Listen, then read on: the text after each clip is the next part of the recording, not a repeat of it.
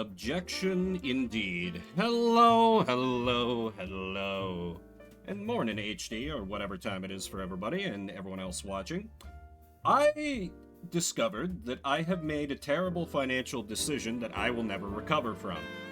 But let me start up the game before I get into that. Also, the game seems extremely loud in my ears. I think it's fine for you guys, but let me know if I need to turn it down for y'all. Actually, yeah, let me talk about that while I give people a chance to weigh in.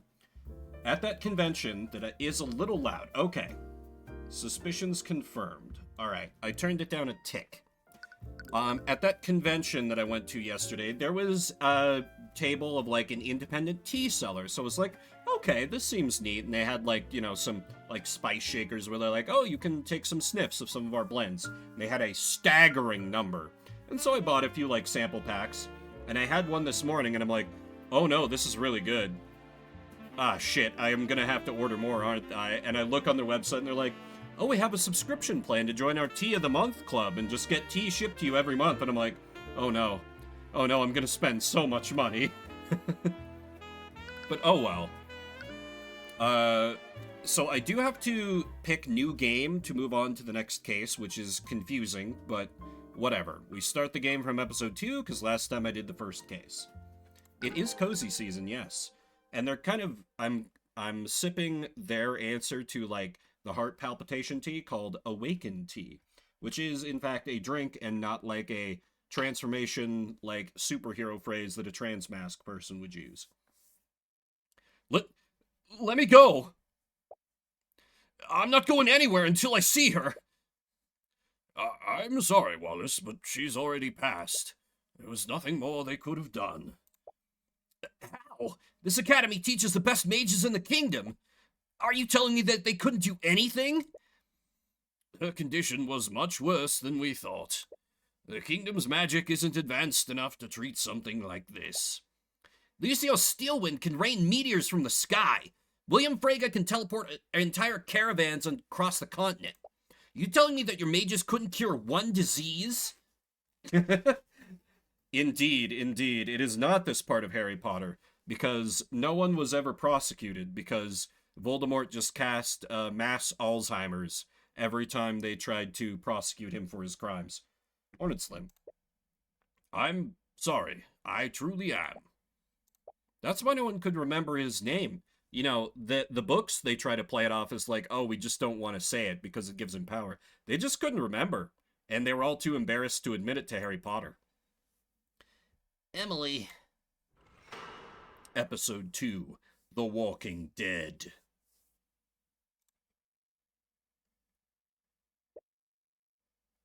I'm sorry, Celeste, but there's no way out of this. Celeste's attention is sharply focused on the chessboard between you two. Are we still handing her L's in chess? You can see her eyes quickly dart from piece to piece. Just give me a second. I can still win this. Celeste, there's no way for you to avoid checkmate next turn. Just surrender. She ignores you and continues staring at the pieces. There! What about that? Checkmate. Damn it! Would you two keep it down? We are in a library. Miss Timora glances at the chessboard. I hope you didn't spend the entire morning playing around. I've been working hard, Ruby. I've already learned 2 new spell formulas since we got here. Well, at least there's that. What about you, Cuthbert? Well... Your flustered stammering tells her exactly how much progress you've made. I couldn't find any books about the subject we've been looking into. You've spent the entire day combing through the kingdom's imperial library, researching the Eye of Horus. For those just coming in, that is the name of our superpower that lets us mind control and inception people. During Celeste's trial, you awakened to a new ability that you never used before. Up until then, you thought that the Eye could only see surface-level thoughts. But during that moment with Garrick Pierce, the Eye of Horus was empowered. You could see far more than usual. You told Miss Timor about what happened. Made you both wonder what other hidden abilities the Eye might have. You both decided it's time to find out more about the Eye and its origins. This library supposedly held the kingdom's entire knowledge of magic and the arcane arts. But you couldn't find a single mention of any ability like the Eye. Does the kingdom seriously lack knowledge about it? Or do we need to look somewhere else? Are you sure you can't tell me what you're researching? I've traveled around the world. I might have seen something like it. Ah yes, she is so well-traveled and experienced at the ripe old age of 19. You entertain the thought for a moment, but you haven't known her for very long. The Eye of Horus is a supernatural ability that can't be detected by a spell compendium. You've always been wary about what the kingdom might do to you if they ever found out about it. Sorry, it's not something I can really talk about. Fine. Oh my god, I love her pout face. It's so cute. It's very Maya Fey. Which I'm sure is completely intentional. I have no idea who this is. Maybe it's a student from earlier. If I had to guess, I would say that they are looking into supernatural phenomena. Ah!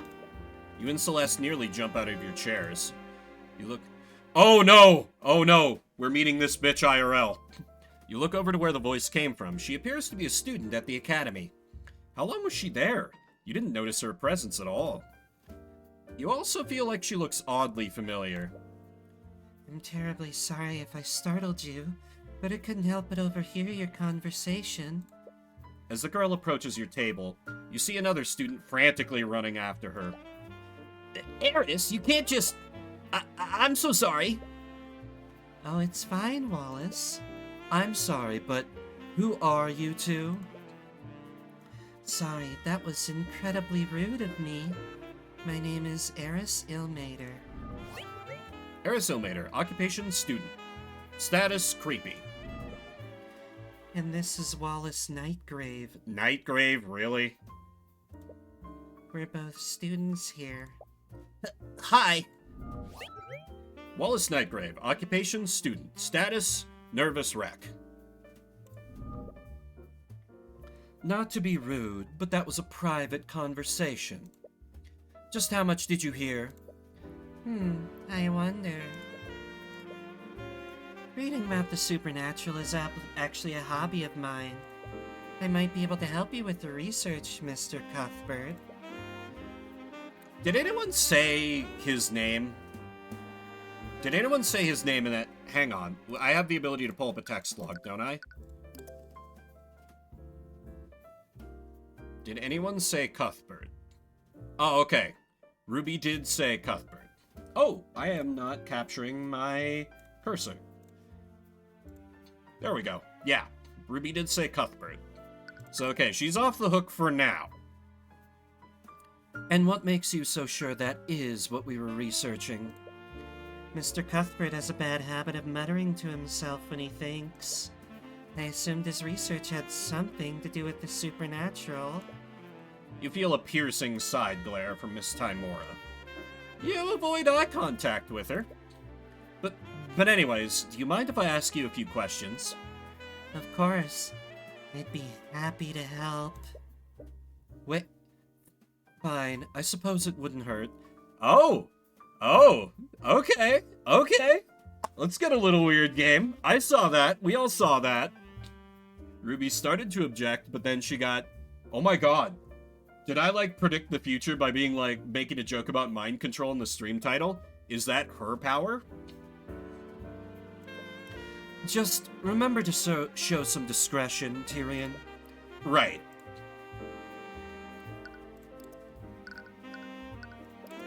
So, you two are students at the Imperial Academy. Yes, I'm currently studying illusion magic. Illusions, that's the kind of magic that lets you turn invisible, right? Technically, yes, but few mages ever reach a level high enough for that. I'm a bit embarrassed to admit that I'm not able to cast invisibility. That's still pretty cool. What about you, Wallace? Wallace has his own unique field of study. Oh, arcane art necromancy. Thank you, UI. It's probably not your place to pry. You have mind-reading powers, Tyrion. Come on.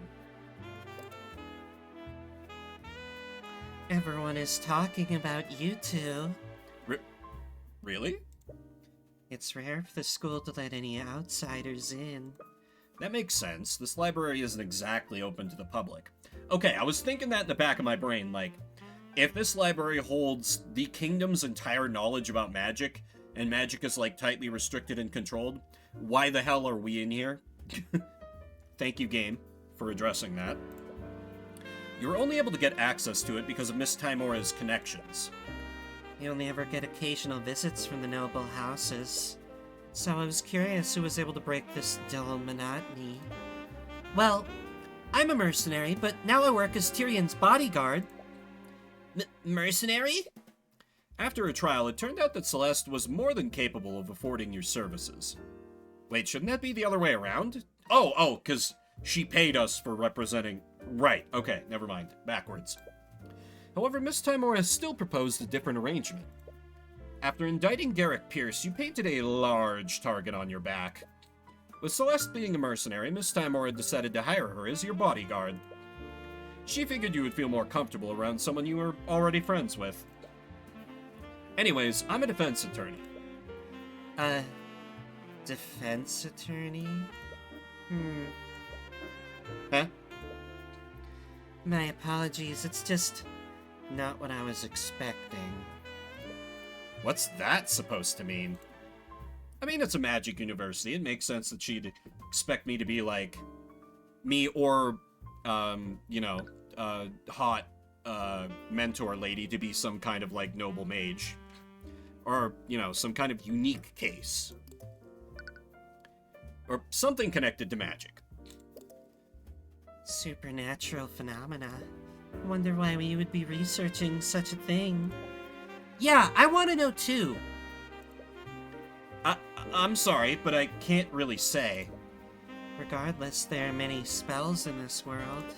So why are you so convinced that this phenomenon wasn't produced by a spell? What we're looking into doesn't seem to follow the classic rules of magic. Oh? How so? Please, tell me. It was created by someone who's not a mage. Oh, really? So you're saying that this was something created by a person? Ruby's like, shut the fuck up, Tyrion. The words came out of your mouth before you realized it. You send a small apologetic look to Miss Timora. That does remind me of a story. Story? Mr. Cuthbert, do you know the legend about how the kingdom of Wyverngard was created? You mean the story about the ancient dragons? The ancient what?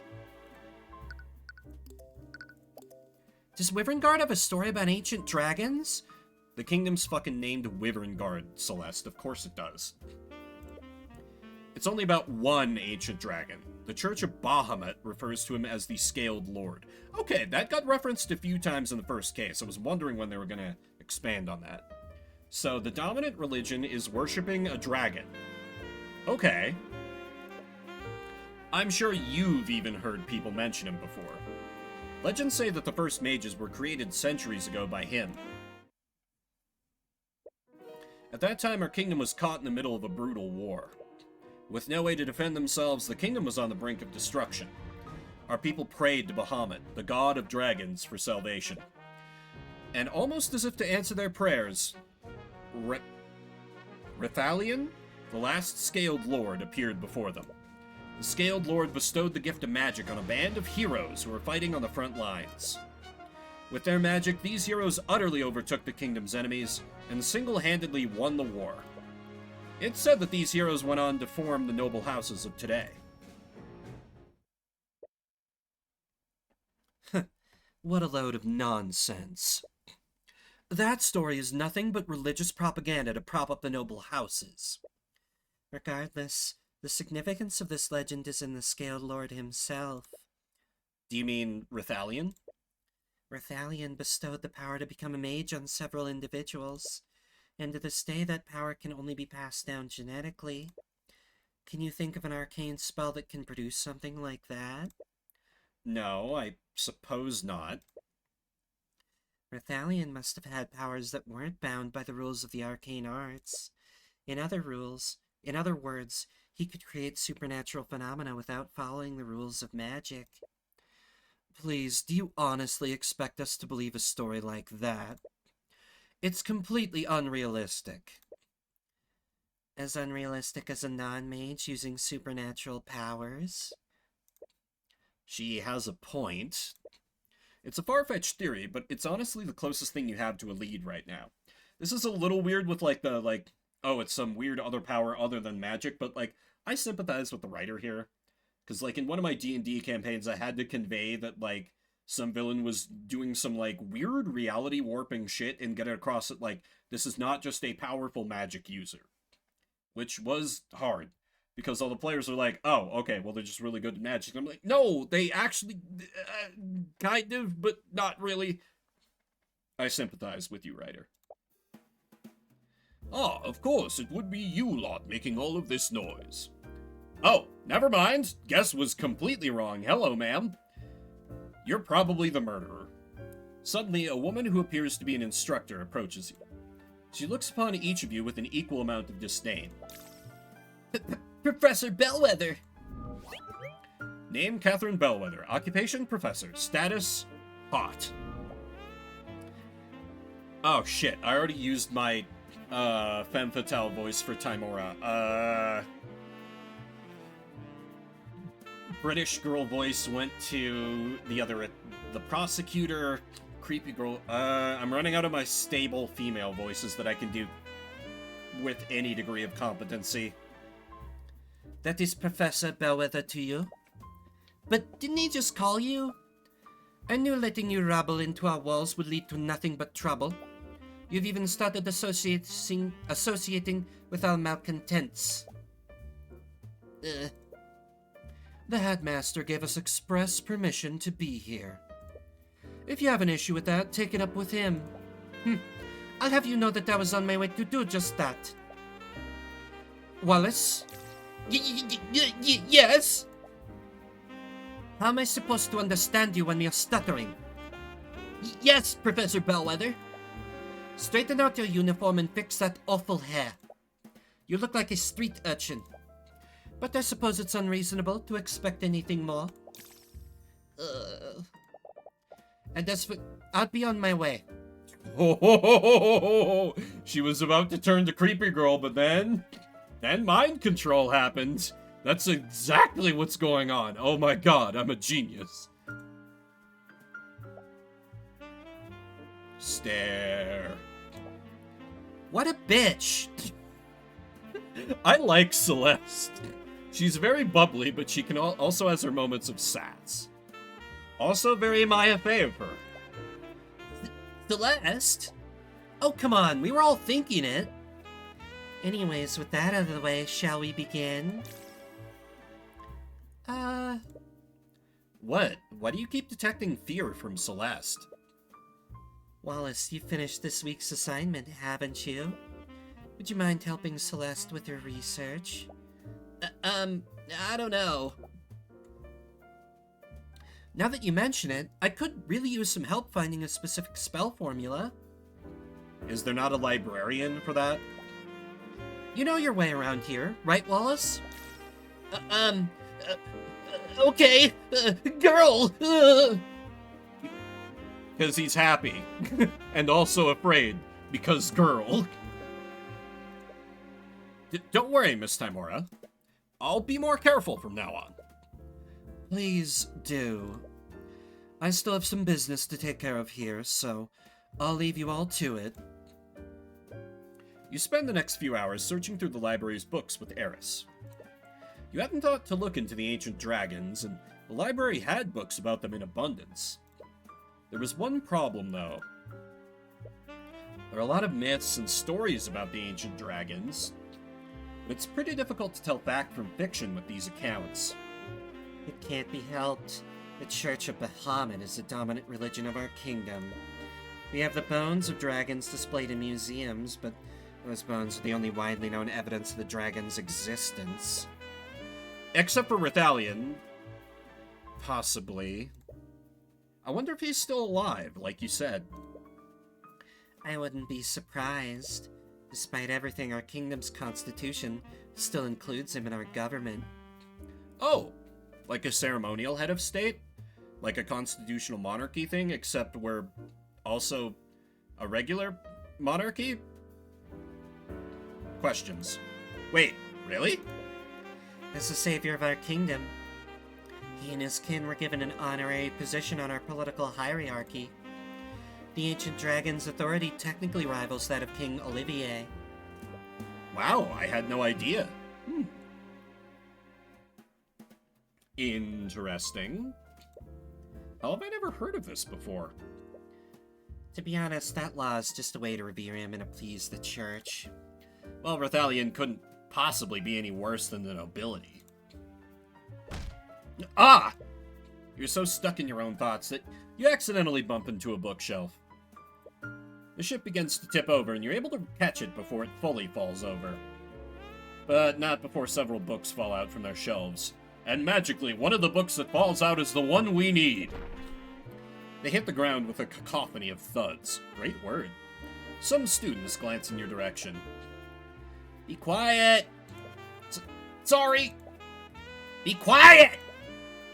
Eris begins giggling. She seems amused by what's happening. Hey, are you okay? I heard a loud... Whoa. Celeste stares at the pile of fallen books. What did you do? Forget that. Just help me clean this up. There's no need for that. Construct, I require assistance. Acknowledged. What? Upon Eris's command, one of the nearby suits of armor suddenly springs to life and begins walking towards you. Kinda looks like Shredder. The voice coming out of it sounds human, but it lacks emotion. Why does it sound familiar? Wait, did you do that, Eris? Yes, this is an arcane construct. It's a suit of armor that's animated using artificery. They're designed to carry out various tasks for the students. Arcane constructs are suits of armor that are animated using artificery. They can carry out simple tasks when ordered to. The ones in the Imperial Academy speak using the voice of Catherine Bellwether. Noted. These voice lines can only be changed or adjusted by the Academy headmaster. Every command given to a construct is stored in its command log. However, this command log must be cleared regularly. Okay. So that's... okay. Really? I didn't know anything like that existed. They're still experimental, so they aren't available to the public yet. With that being said, Construct, please place these books back where they belong. Acknowledged. On Eris's command, the construct begins quickly picking up the books. It moves with inhuman efficiency. After only a few seconds, all the books are back on their shelves. Wow, so they do whatever you tell them to do? Well, there are some limits to... Construct, tell me I'm the fairest maiden you've ever seen. Command rejected. What? I guess they're not allowed to lie. Oh! Got her! You feel a sharp pain in your side as Celeste quickly jabs you. The construct's voice is just a series of pre-recorded messages. Not sure if you noticed, but it uses the voice of Professor Bellwether. Unfortunately, you can't make them say anything other than what's recorded. Only the headmaster can change those settings. Artificery that can record audio. I've never seen anything like it. But you just said that they're experimental, right? Maybe if I keep asking it, it'll just give up and do it. I would advise against that. Even if the commands are rejected, they're still stored in the construct's command logs. Oh! That's an important detail. Anyways, we should probably get back to work. Fine. You read more about the ancient dragons, but most of the stories read more like fables than actual historical accounts. I don't feel like I'm making any progress. Suddenly you hear a thunderous, low-pitched sound blare across the room. It sounds like a high-pitched horn, but with its volume turned up to unnatural levels. What? Celeste, do you hear that? Ugh, how can I not? What is that? You didn't touch anything you weren't supposed to, right? What? Of course not. It finally stopped. A body has been discovered. Eris, wasn't that the lockdown system? Yes, I believe so. Lockdown system? We have an arcane school shooter. Everyone barricade the doors. That's terrible. That's terrible of me. Yet I had to say it. It popped into my brain, so I had to say it. You all know me. The Academy is outfitted with a large artificery system. In a state of emergency, it will erect magical barriers throughout the building. State of emergency? Should we be worried? Don't worry, the lockdown is designed to keep everyone safe. You know, unless the criminal is already in here with us. These dang American streamers, right? We're safe as long as the barriers are up. But Miss Timora, she said she was going to do something on campus. Oh, our mentor is dead. I'm terribly sorry. You suddenly hear a disembodied voice echo through the library. It sounds like it's being projected magically. It's the headmaster. He's using the intercom system. Students and faculty, please remain calm. There's been a murder on the academy grounds. What? Please stay where you are and wait for law enforcement to arrive. Damn it, we have to get out of here. I'm afraid that's not possible. You'll just have to stay with me forever.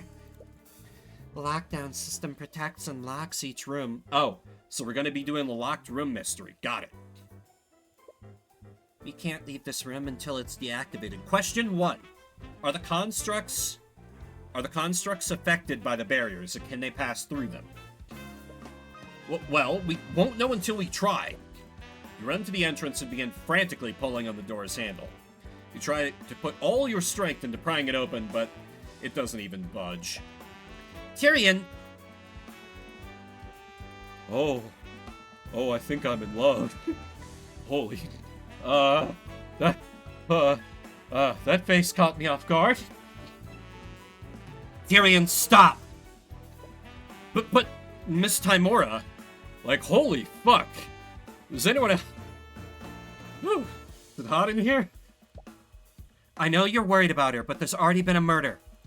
We don't know where the attacker is, or if they're still armed. Best thing we can do right now is to stay here and wait. She's right. And terrifyingly sexy. Damn it. Also, I'm gonna clip that and hope that catches me tier 3 subscribing to that angry face. Oh, thank God it's still here. Oh, is it my birthday? Celeste's hand rests on her sword. Her eyes are carefully watching the entrance. Wow, we've been here for hours and she still hasn't stopped watching the door. She was also able to calm you down earlier.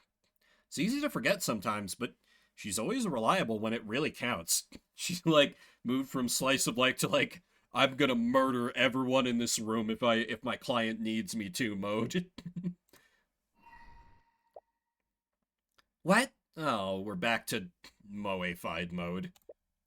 Students and faculty, thank you for your patience. Law enforcement has secured the building. The lockdown has been lifted. However, please remain in the building until... The headmaster is barely finished with his message before you're out the door. Tyrion? Hey, don't go off on your own. You desperately run through the academy hallways. No. Miss Timora? Miss Timora, where are you? You have no idea where you're even going anymore. You can feel your fear and anxiety rise with every passing moment. Where is she? Oh! You're alive. You're alive? I'm genuinely surprised. Cuthbert? What's wrong? Why are you shouting? Miss Timora! Calm down. You're hyperventilating. I heard there was a murder, and I've been looking all over for you. And you were worried about me? Just... You hug Miss Timora tightly as you're overcome with emotion. She's usually not receptive to affection, but You don't care. You're just relieved that she's safe. Tyrion, there you are! And you're crying. Sorry, I didn't mean to worry you so much. We heard the announcement. Do you know what happened, Ruby? I do, but... You see Miss Timora glance at Wallace for a brief moment. Wait, did Creepy Girl get killed? No, that... not possible. For now, I think we should head to the foyer.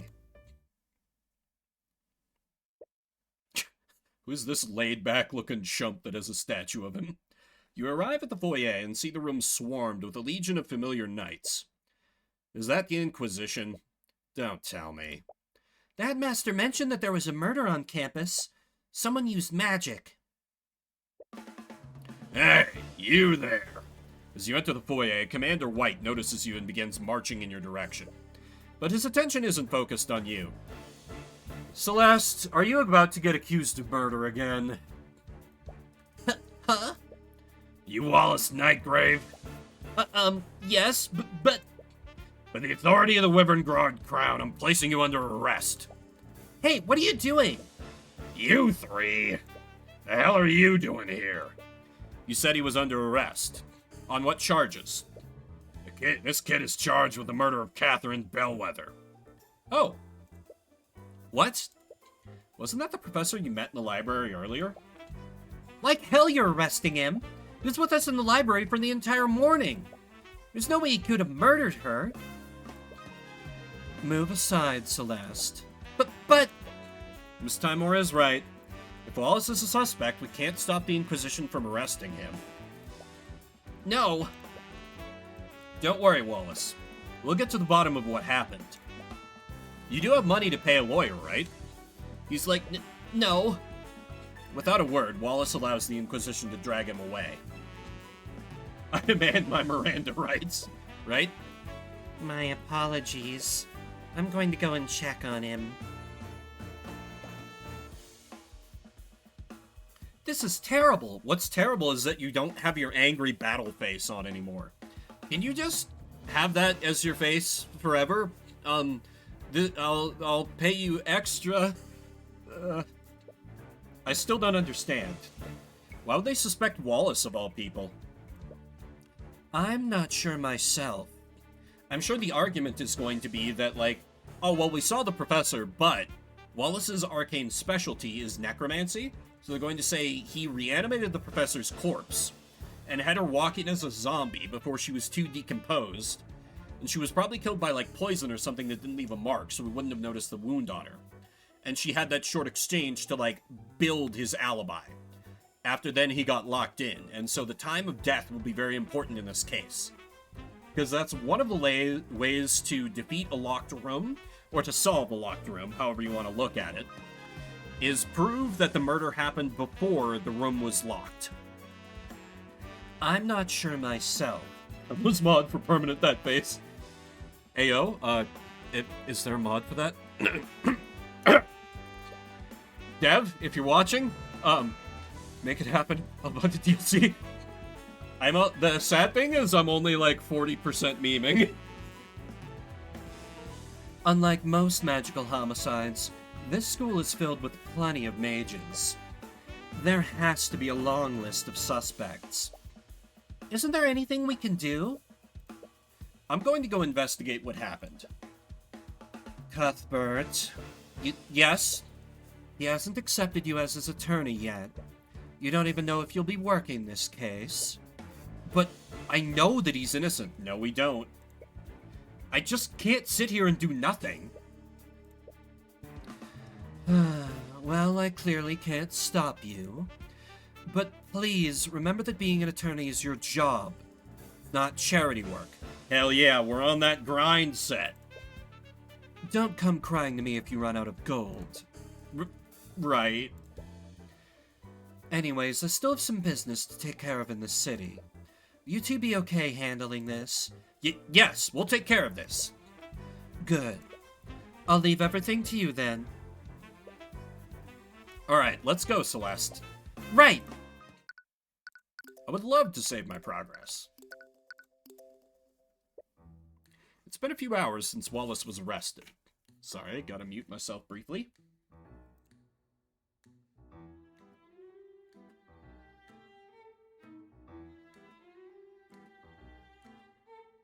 Okay, sorry, I had to blow my nose.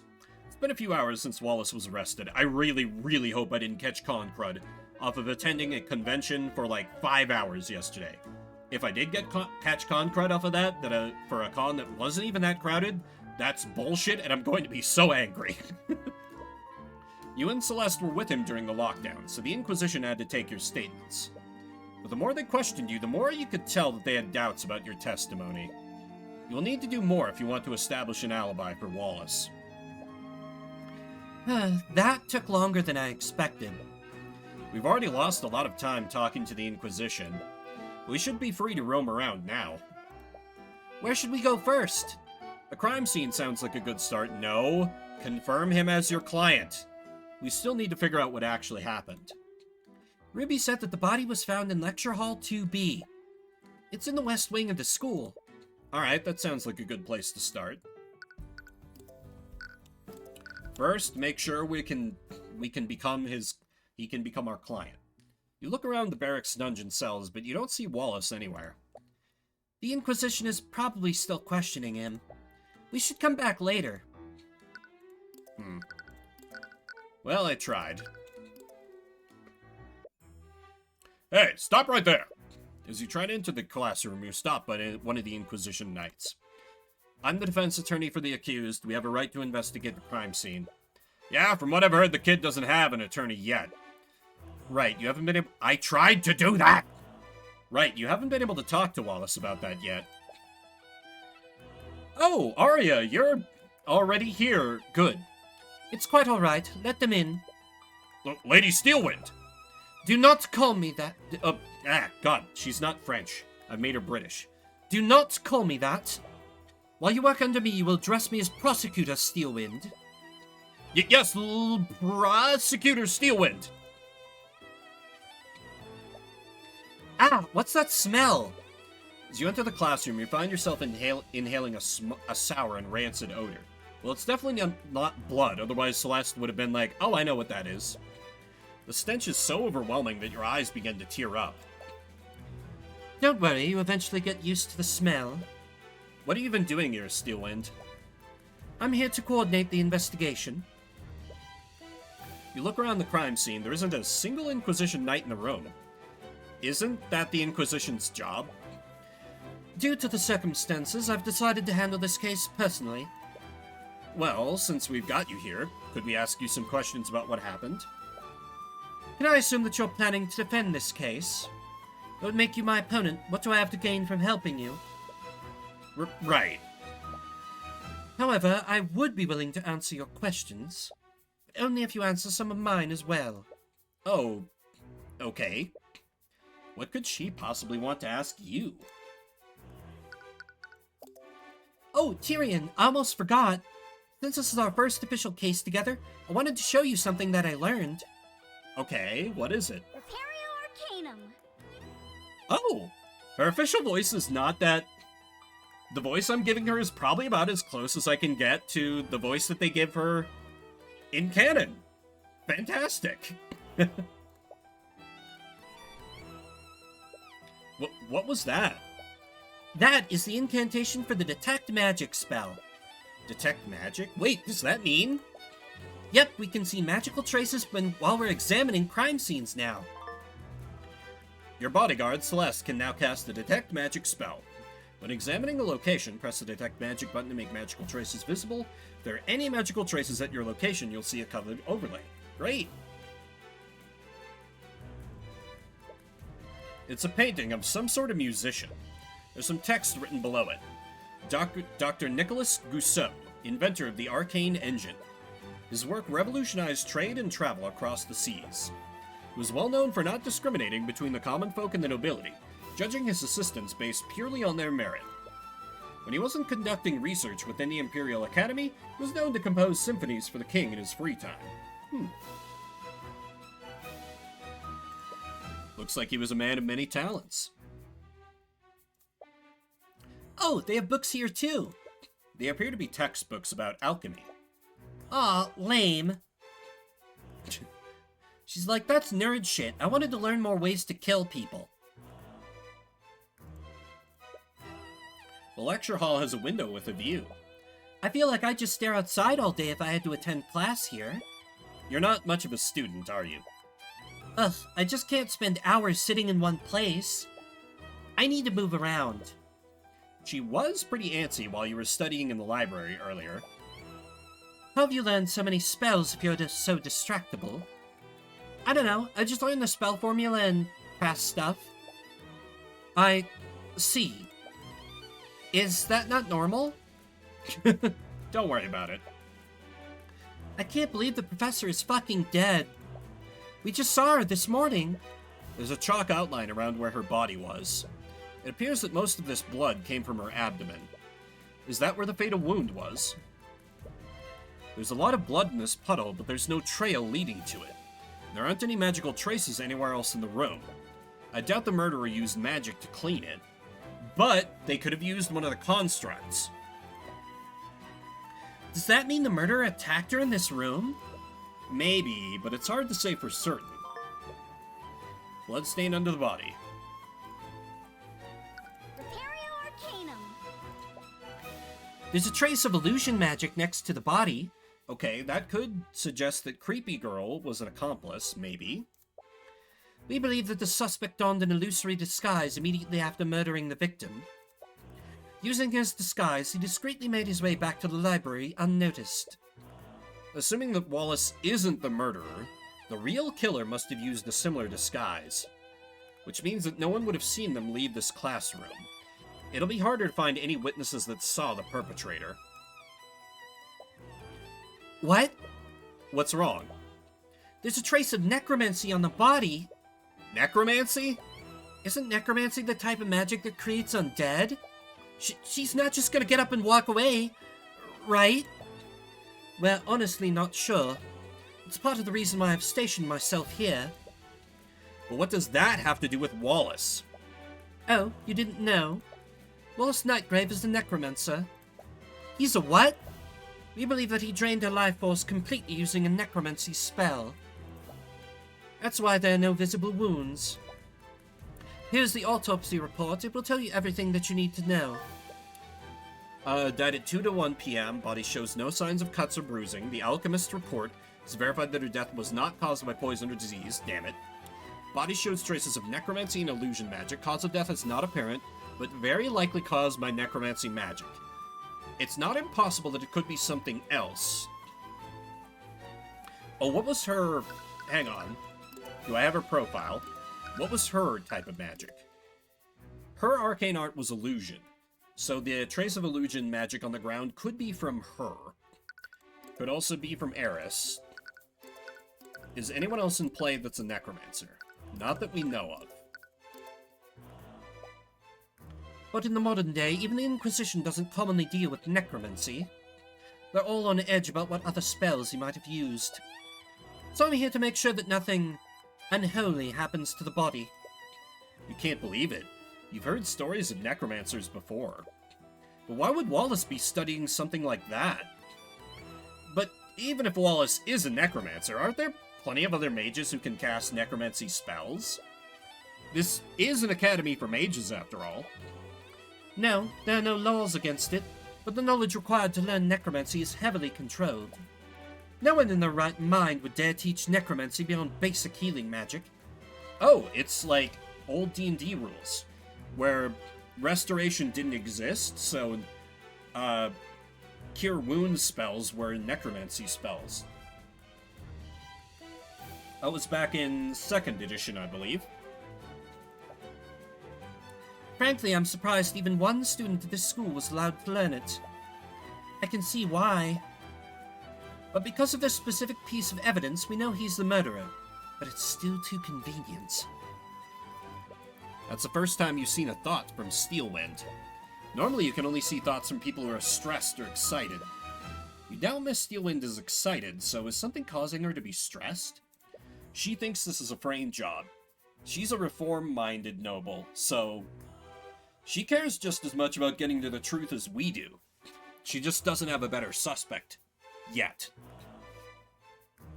Is there something you're not telling us, Steelwind? Because something tells me that this case isn't as straightforward as you claim it is. If you truly believe that, then why don't you prove it? The eye can't see any more thoughts from her. She has her guard back up. She must be subconsciously guarding her mind now, yes. But she's clearly hiding something.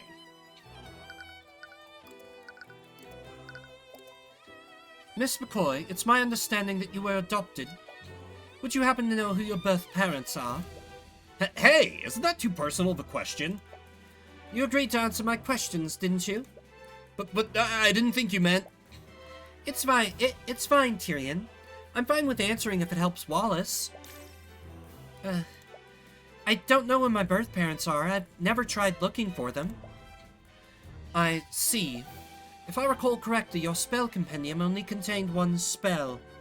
Considering your upbringing, how did you learn Mage Blade in the first place? I bought a scroll from a merchant a few years ago. It had Mage Blade spell formula on it. But I know more than one spell now. Actually just learned a few new spells today. I'm sorry, spells? As in plural? How long did it take you to learn these spells? A few hours, I think. She learned multiple spell formulas within a few hours? What was that just now? I see. Hey, Repu, how goes? You missed me tier 3 subscribing to Celeste earlier, if you're just coming in. But good morning. Well, I think that's all I need to ask for now. Okay. She's sharing information about the investigation for that? Why is she so interested in Celeste all of a sudden?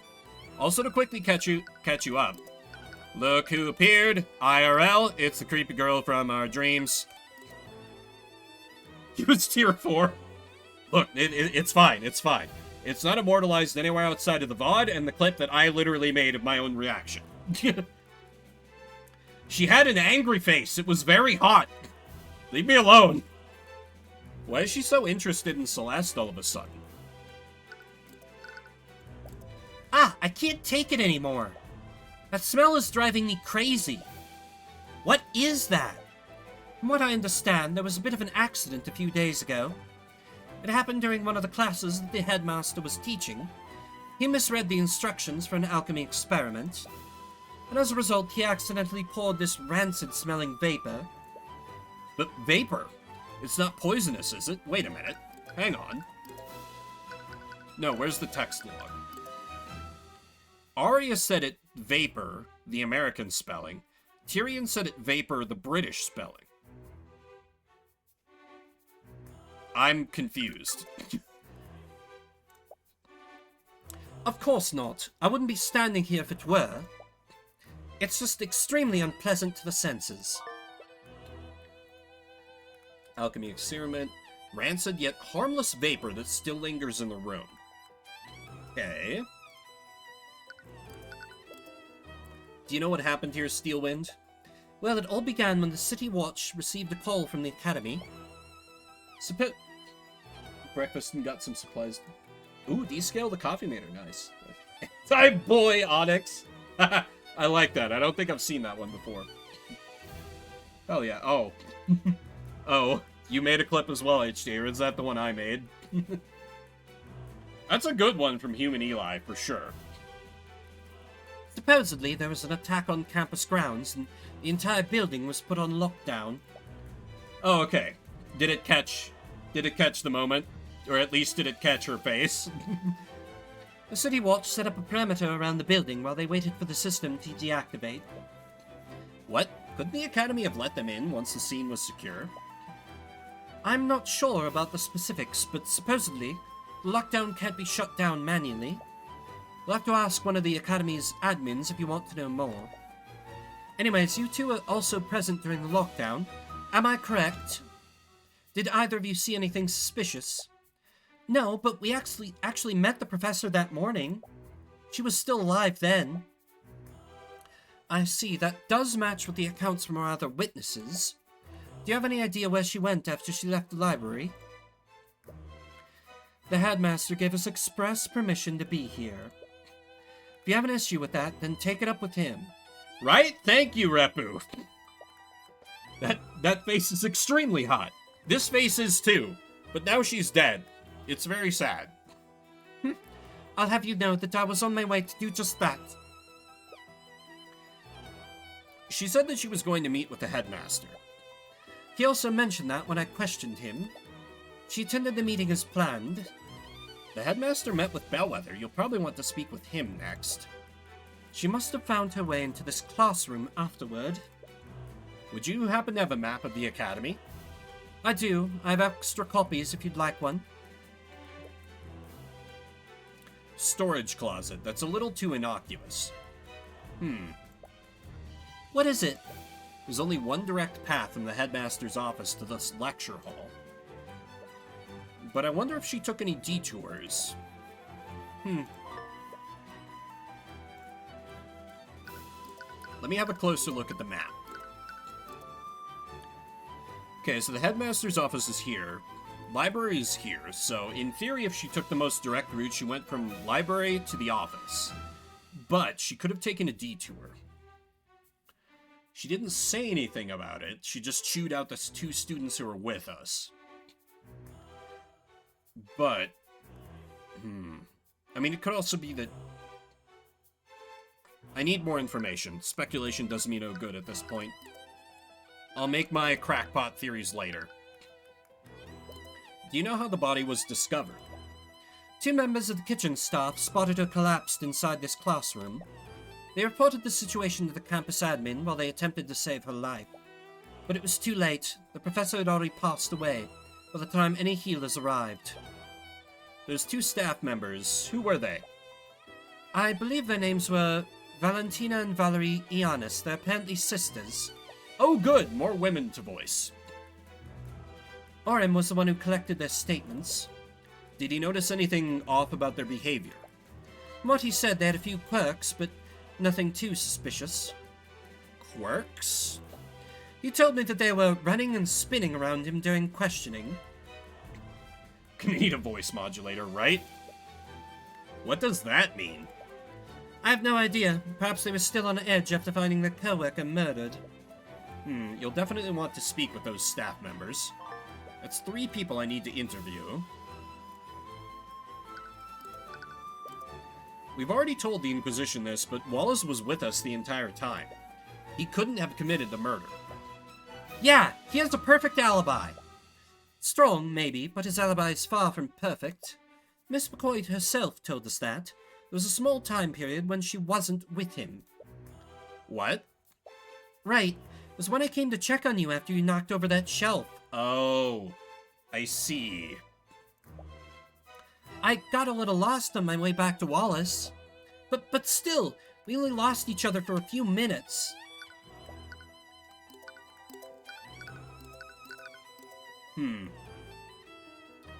I feel like Tyrion's initial conclusion is going to be that's not enough time to go to this lecture hall and then back to the library. But the body could have been moved after death. So that doesn't absolve our client of anything. That may be, but unless his alibi is airtight, the evidence in this room proves that it was him. What do you mean? It'll be easier to explain once you examine it yourself. I've already done so. Do I need to do it again?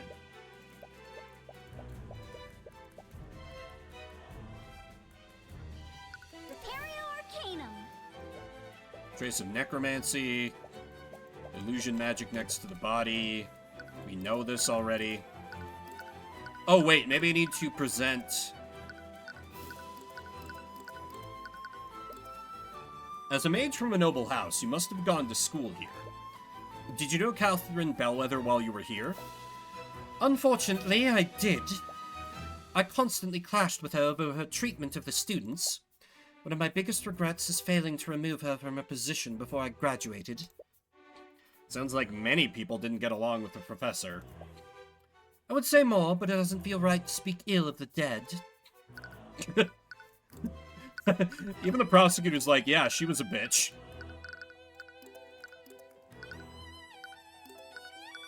I'm a little... I am an attorney. What do you think about this, Miss Steelwind? I'm sorry, but I'm afraid I can't say much about that. She has no comment on the constructs. Present the autopsy? No comment. Maybe I've gotten all the dialogue out of her? Oh, yes, I can move to other areas. Let me start with the kitchen. Let me start with the ones who found the body. I mean, Ace Attorney didn't do that much either, so it's fine. Hello? Is anyone there? Looks like there's no one here right now. Maybe we should check somewhere else. Repario Arcanum. No traces of magic.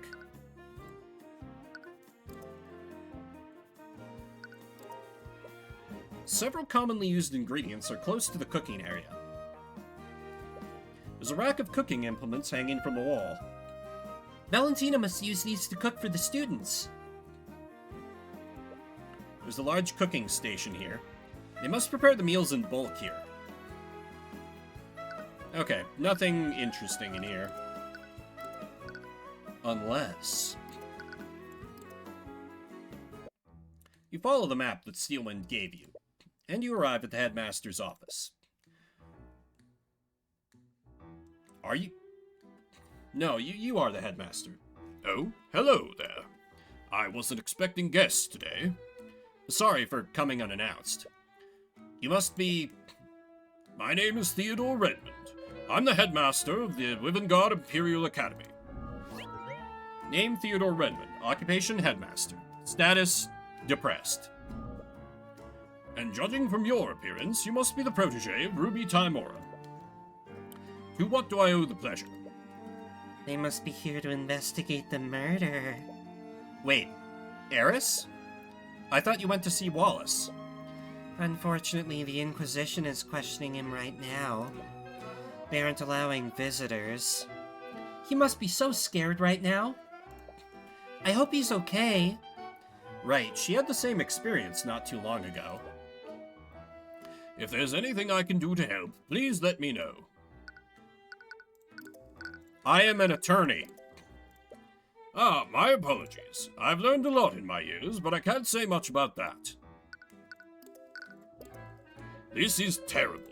To think that one of my prize students would be accused of murder. We heard your voice on the intercom when the lockdown happened. Are you the one who triggered it? Yes. I activated it when I received a call from one of the staff. They reported that Professor Bellwether had been attacked. Okay. How does the lockdown system work? It's an artificery network that covers the entire academy. In the event of emergency, I can activate it using this stone. The headmaster pulls out a glowing stone from his desk. You can hear the hum of magical energy emanating from it. Once activated, the system creates magical barriers throughout the building. It's designed to contain and protect each room in the building. Could a powerful mage breach any of these barriers? I doubt it. The barriers can withstand a great deal of force. They even block mages from teleporting through them. Oh, okay. Good. We've got that off the board already. Important knowledge to have. And once activated, even I can't turn it off for an hour. For at least 1 hour. What can you tell me about Wallace? Earlier you said he was one of your prized students. Ugh. I just need to understand. Why did the prosecutor say that he was a necromancer? Because technically, he is one. What? But why would he study something like that? Necromancy is probably one of the most dangerous and most scrutinized schools of magic. Its image has been long tainted by stories of dark wizards raising armies of the undead. However, it doesn't just control the forces of death, it also controls the forces of life. Forces of life? Metal Gear? The truth is that healing magic is also classified as necromancy. Most healers don't care to admit it because of the stigma it has, but it's why Wallace is studying it. He wants to become a doctor. But there are plenty of mages who know healing magic. Why is Wallace being singled out? For years, he's been studying necromancy beyond basic healing magic. He believes that high-level necromancy could revolutionize modern medicine. Unfortunately, many among the faculty don't see it that way. Wallace doesn't hail from a noble house. He's a mage that was born among the common folk. He's like me. Many of the faculty fear that he'll use his knowledge to raise armies of undead, just like the necromancers of old. The Imperial Academy isn't even permitted to teach it to students beyond basic healing magic. Then why did you allow him to study it? After everything that has happened to him, I made an exception. Everything that has happened to him? Metal Gear? I'm not at liberty to say more. I'm prescribing you one army of the undead. Get well soon, right? You'll have to ask him if you wish to know more. Okay. If you plan on defending Wallace, you'll need his spell compendium. Am I correct? Yes, having a client's compendium is instrumental to acquitting them. You may find that a bit difficult. You see, after a certain incident, he destroyed his compendium. What? Why would he do that?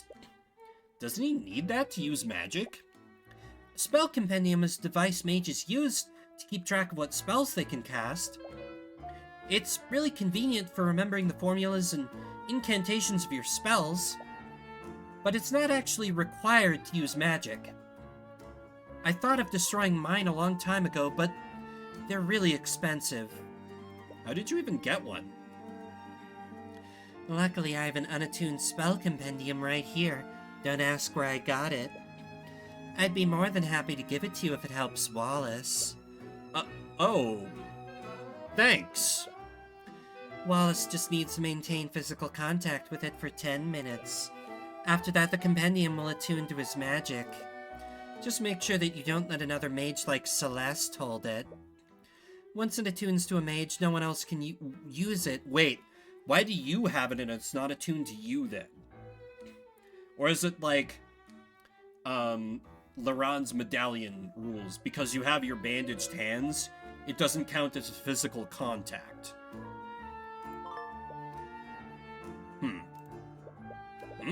Wait, but how did... Wonderful!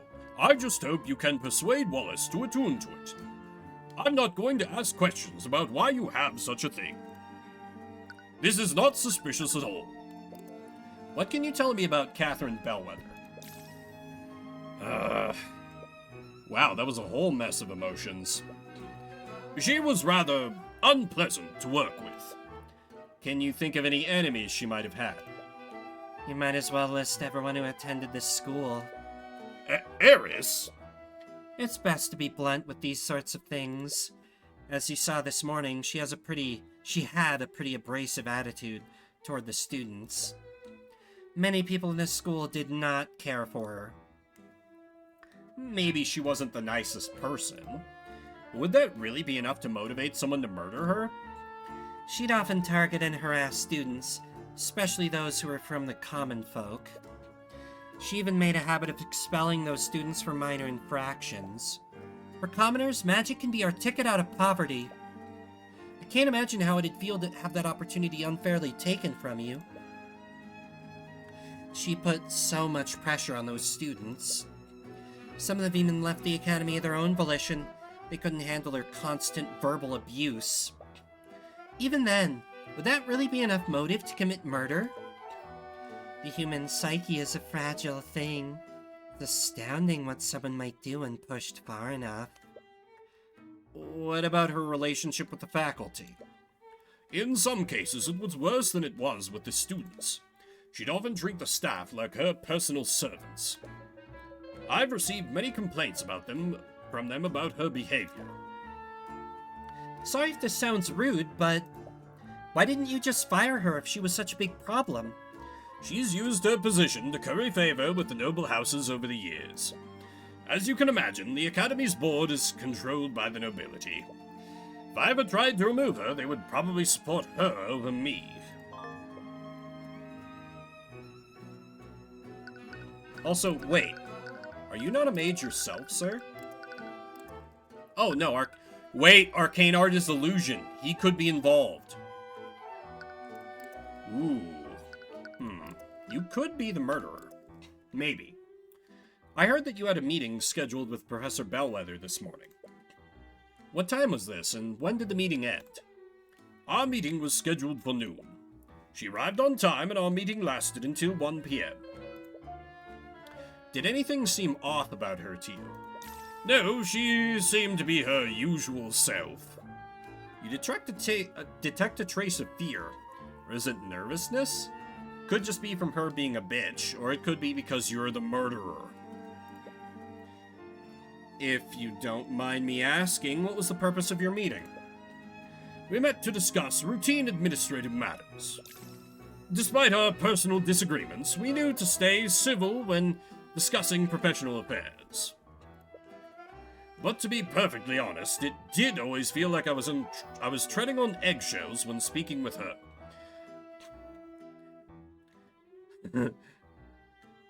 Such a special snowflake. But you were her superior, weren't you? Didn't she respect your authority? We had many arguments about how I was managing the academy. She was very vocal about her distaste for the common folk students. She was difficult, to say the least. Oh, whoop. Nope, you've got nothing more.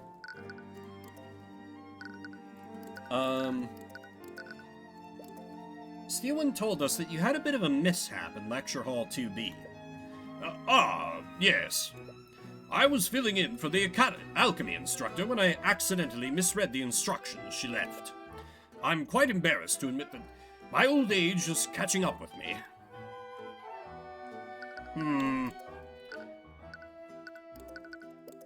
It's a terrible thing that happened. To think that someone would commit murder within the academy. Using necromancy, no less. Yes, it's all a lot to take in. Hey, what's the deal with Creepy Girl? Did you know? I need some water, clearly.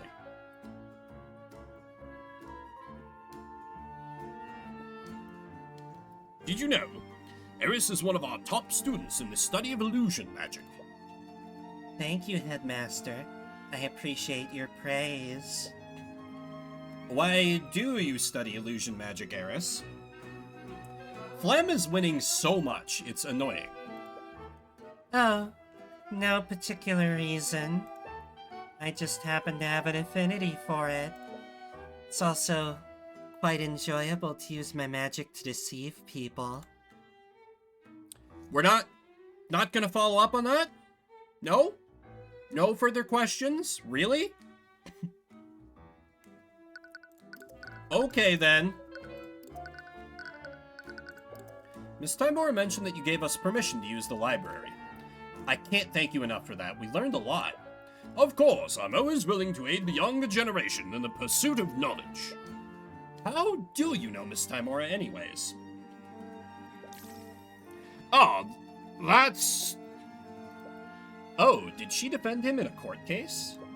From his reaction, it must have been a hard time in his life. It'd be best not to pry further. Also, he's been nervous a lot of times, and we've gotten no thoughts of him. Let's do a cheeky detect magic. Deterio Arcanum. Nothing? Okay. It's a small table for guests. Is that wine? No, actually, it's just apple juice. Most of my guests are students, after all. That makes sense.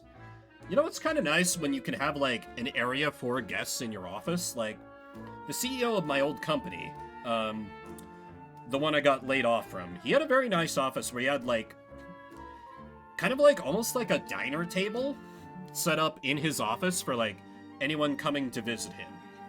In addition to, you know, just his regular standing desk. And, you know, he had his own coffee maker, of course, too. He had a ballin' setup. Awful man at times, but I respected his vibes. It's a painting of a mage, but he doesn't quite look like a noble. Oh, that's Jason Steelwind, one of the chosen mages of the Scaled Lord. Wait, Steelwind? As in... Yes, he's the earliest recorded ancestor of House Steelwind. Legends say that the Scale Lord bestowed his power upon him and his allies to create the first mages. Wow, it's hard to even tell that he and the prosecutor belong to the same bloodline. As with all the noble houses, House Steelwind had quite humble beginnings. If only they'd remember where they came from. This painting of someone, he looks like some sort of professor. That's Professor Lucas Gilbert. He was an instructor here many decades ago.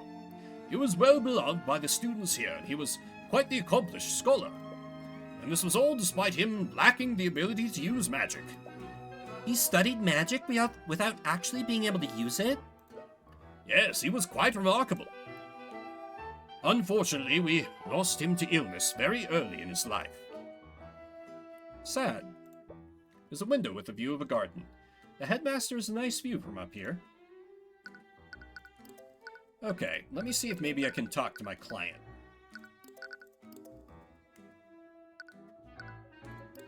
No, nothing? Imperio Arcanum. Fine, something in the foyer, perhaps?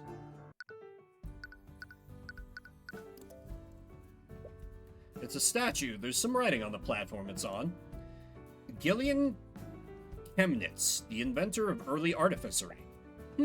So this guy is the one who invented it. Who'd have thought that we could use machines to harness magical energy? Artificery is truly a marvelous invention. With it, anyone can utilize the convenience of magic without having noble blood. That? Ooh, wait.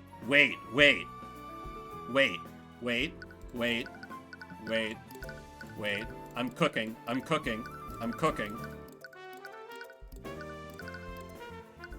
Could someone without any magic, like Ruby Timora, have done the murder and left spell traces on the body using artificery machines? Ooh. That's gonna come up. That's gonna come up at some point in this game. 100%. Although the expenses of owning artificery present their own barrier. But that expression on his statue kind of looks like he doesn't want to be here, even though his statue is huge.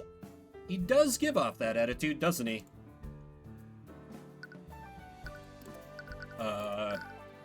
Talk to Steelwind some more, now that I have some more info.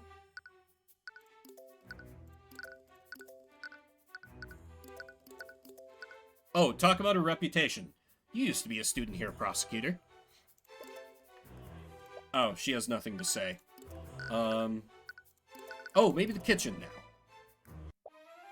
Hello? Is anyone there? You're right there. Sorry, but the cafeteria is closed right now. Actually, we're here to investigate the murder. We heard the two members of the kitchen staff discovered the body. Oh, that would be me. I'm Valentina Ionis. Valentina Ionis, occupation, kitchen staff. Status, cute. I know I say that about most of the ladies in this game, but damn it, it's true! Man, this game is making me look super straight. Can we get a hot guy in here, please? How about the other person? Do you know where they are right now? I mean, I guess I could tier 3 sub for, the old man detective guy. He's not bad for an old guy. Anyway, how about the other person? Do you know where they are right now? I'm just looking to balance it out, because I went so nuts over Celeste earlier. Oh, that would be my sister, Valerie. But I think she's somewhere else on campus right now. If you're with those knights, we've already told them everything we know. Actually, we're investigating separately from them. I wanted to ask you some questions about what you saw. I'm gonna have to remember those details again. Sure.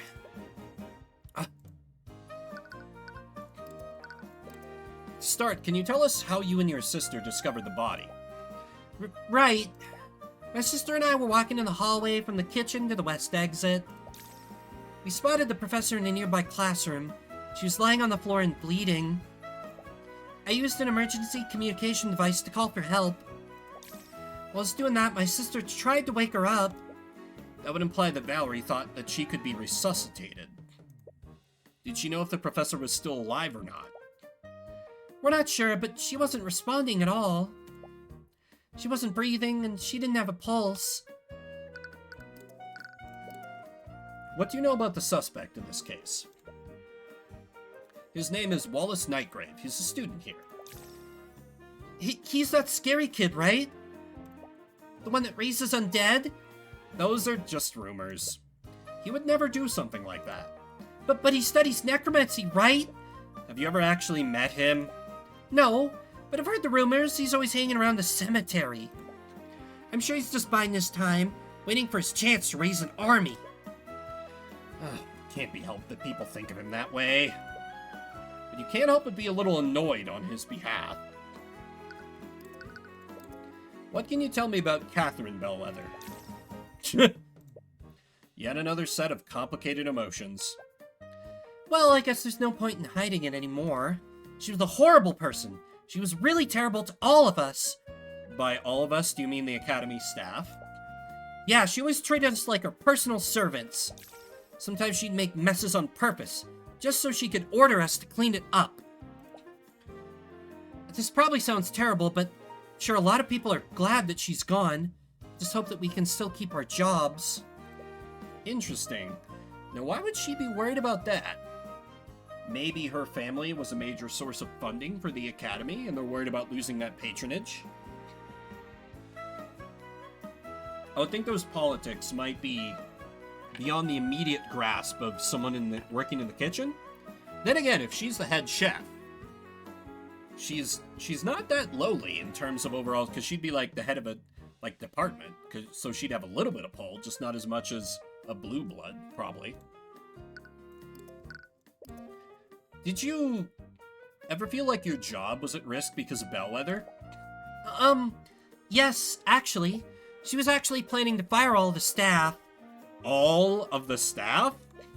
That can't be true, can it? The Academy needs the staff to function. I'm not sure about the details. That's just what Jan told us. Who's Jan? He's one of the Academy's custodians. You can probably find him cleaning the halls if you look around. Interesting. Because of these?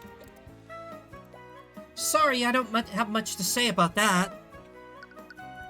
Okay. Maybe he'd be in the foyer? Dr. Jan Etor, yes. Oh, Imperial Academy hallway. I'm a blind bitch.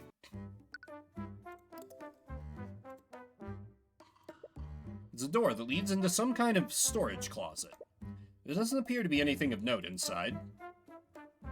Imperio Arcanum. Nothing.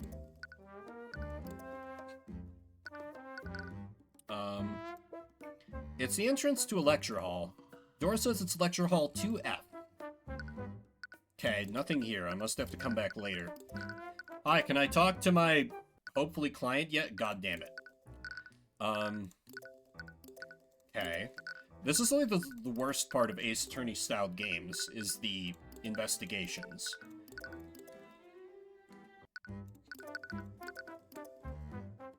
Maybe I need to get more info out of her. No comment. No comment. Oh, maybe the smell? Oh, no. Talk about the blood. Nope. Autopsy report? Oh, wait. Do you know the prosecutor? No. Do you know Creepy Girl, now that she's not here to mind control you out of saying things? Do you know Eris Ilmater? Ah, she's even scarier than that necromancer. What? I've heard rumors about her, you know? There's just something about her that fills me with dread every time I see her. Have you actually spoken to her before? She's a nice person. No, thanks. I'm good.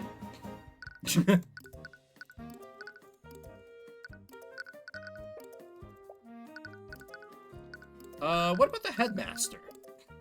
What can you tell me about the headmaster? Oh, he is a really nice person. We would never have gotten a job here if it weren't for him. Really? Yeah, he has connections with the local community center. He hires people from the common folk there that work at the academy. Oh, well, bully for him, I guess. Celeste, this room was close to the crime scene. Could you cast Detect Magic and scan for magical traces? Sure. Did he just say scan for magical traces? Oh, you're the murderer?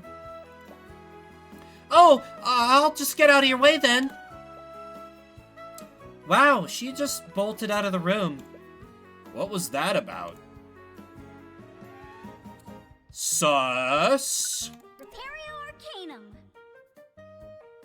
Sus. Sus as fuck.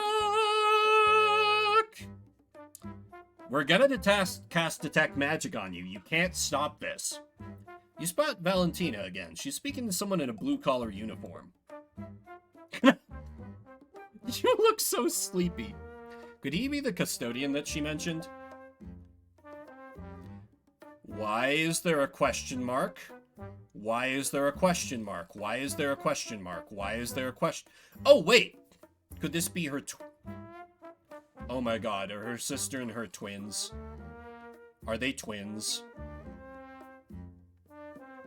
Ugh, I hate using this trope of identical twins in mystery stories, but okay, let's have it. Jan, where have you been?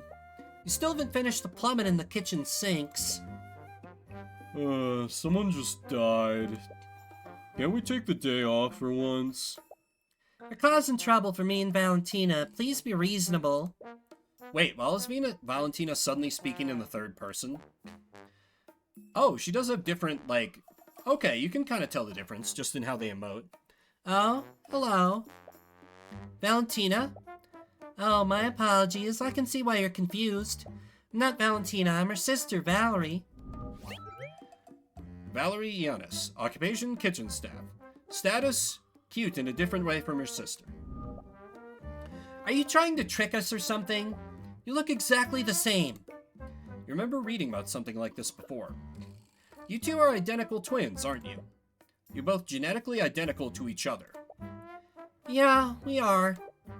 Wait, this means that she was the one who discovered the body alongside Valentina. Since we have you here, do you mind if I ask you some questions about what happened? The manic one and the depressive one. True, true. I mean, I don't know if she's depressive. She's just lower key. I'm terribly sorry, but I've already spent a lot of time looking for Jan here. I'm really behind on my work. But Jan was also nearby when we discovered the body. I'm sure he can answer your questions. Before you have a chance to object, Valerie quickly walks away. That's why they were running around Commander White when they were being interrogated, to confuse which one had traces of magic on her, because they're identical twins. I bet you. Wait! Do you want me to go after her? Show me your angry face when you ask that question, Celeste. I have no ulterior motive for this. Moving on. I'm pretty sure I can catch up to her. No, we don't want to scare those two more than we already have. Anyways, Valeria said that Jan was around when the murder happened. Maybe he saw something. Status, Jan Hughes. Occupation, custodian. Status, just keeping it real, man. Jan, was it? Do you mind if we ask you some questions about what happened? Really? Well, whatever. At least I have an excuse to take a break now. Are you aware of the foul smell in Lecture Hall 2B? Yeah. Luckily, Arya isn't letting anyone into the lecture hall till the investigation is over. But I'll probably have to get to it eventually.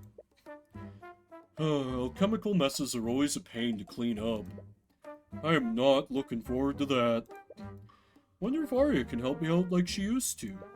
Wait, do you personally know Prosecutor Steelwind? She studied here a few years ago. She'd always help me out using her magic. I miss that. Oh, that's nice of her. Can you give me some more details on that? I want to know more about my cute rival. Have you met Prosecutor Steelwind? Not recently, but she used to go to school here a few years ago. What was she like back then? Oh, she was great. She'd always reprimand Bellwether when she'd pick on the students and staff. She was probably the only person in this school that would stand up to her. Students elected her as the student body president. She took that job pretty seriously.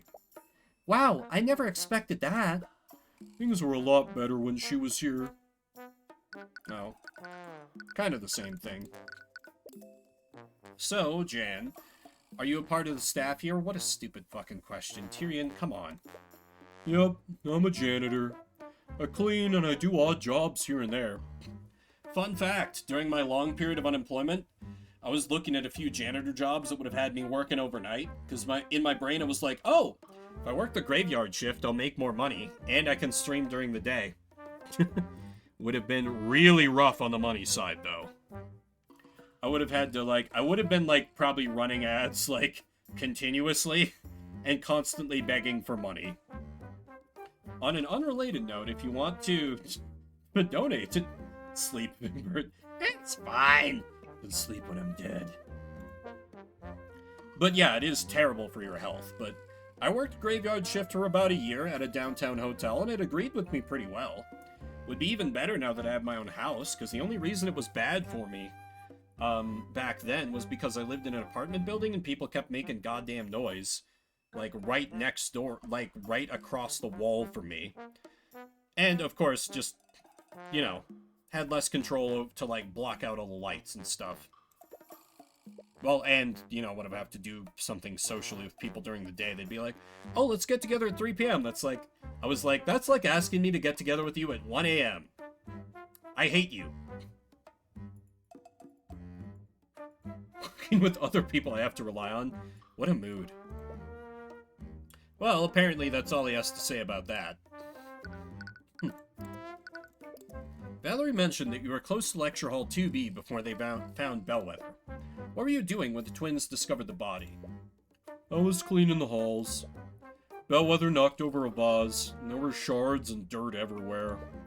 Wait, you saw the professor before the twins arrived? Yeah, like I said, she broke the vase right in this hallway. It's probably 20 or 30 minutes before the twins found the body. That's huge, unless you're lying to cover for them. Because you do work together. You might have been the last person to see her alive. Did you see where she went after breaking the vase? Yeah, I think she went into that room over there. Jan points to the lecture hall that Bellwether was found in. Did you see anyone else enter the lecture hall? I'm honestly not sure. I was more worried about cleaning the mess she made. Well, did you notice anything off about her? She was in a pretty bad mood. But honestly, that's pretty normal for her. She was walking real slow. I didn't notice her at first, and she basically shoved me out of the way. As though she had been raised from beyond the grave! After that, she knocked over that vase. I didn't even say anything after that, but she still yelled at me to be quiet. Did you see where she went after that?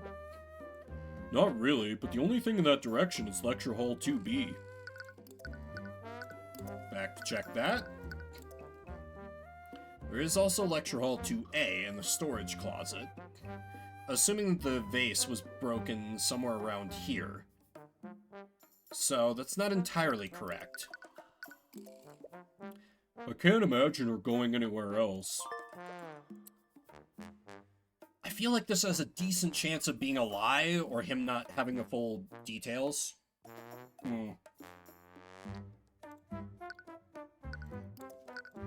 What can you tell me about Catherine Bellwether? I've heard that she had a pretty bad relationship with the staff. She had a bad relationship with just about everyone. Students, the other teachers. Can't think of many people who actually did get along with her. I'm sure you had your own share of bad experiences with her. Yeah, she'd always yell at me when it was taking too long to get a job done. I hate to say it, but things are a lot more peaceful around here without her. That's blunt, to say the least. But you can't exactly blame him for thinking that. Valentina mentioned something interesting. Did you tell her that Bellwether was going to fire the Academy staff? Yeah, I remember that. What made you think that she was going to do something like that? You know those arcane constructs in the library? Bellwether was the one that ordered them. Oh yeah, they're so cool. Well, a few weeks ago, I overheard a meeting she was having with the headmaster. And what I heard, she was planning to order more constructs and entirely replace the staff. Oh. Well, I'm sure the headmaster rejected her proposal. I don't know, from the way she was talking, it sounded like he didn't have a say in the matter.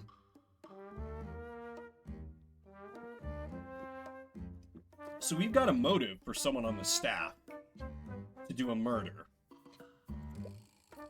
But only the headmaster would have the authority to fire the staff. Why would she be that confident? Dunno. All I know is that she hated having common folk in the schools, even among the staff. She wanted to lord her superiority so much, she wanted to have, like, until she had her constructs ready to go, she wanted to have, like, lesser nobles as, like, cooks and shit. She was really miffed that he was hiring common folk from the community center. A few weeks ago. Okay. Anything about the blood? Oh, okay. What do you know about Wallace Nightgrave? What can you tell me about this, Mr. Oh. Hey, do you know Creepy Girl? No comment. Okay. I am an attorney. Oh, you have no comment. How is working under Headmaster Redmond? Oh, it's great. I owe a lot to him for getting me this job. But I suppose these things never last. You must be talking about Bellwether's plan to fire the staff. Okay. Ah, she's not here. Can I talk to my client yet? Or my prospective client? It's over. My life is over. Wallace? Who are you? What do you want? Wallace, it's Celeste and Tyrion. From the library, remember? Oh, right. How are you doing? Apparently not well. Please, tell me you're gonna get me out of here. I keep telling them that I didn't do it, but they still won't let me go.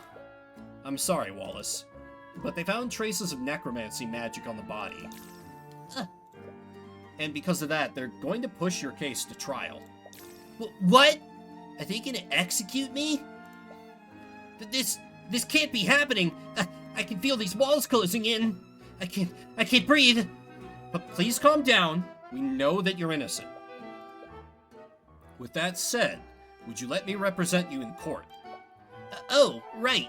You said that you were a lawyer, but I don't really have any money to pay you with. Don't worry about that. For now, let's just focus on getting you acquitted.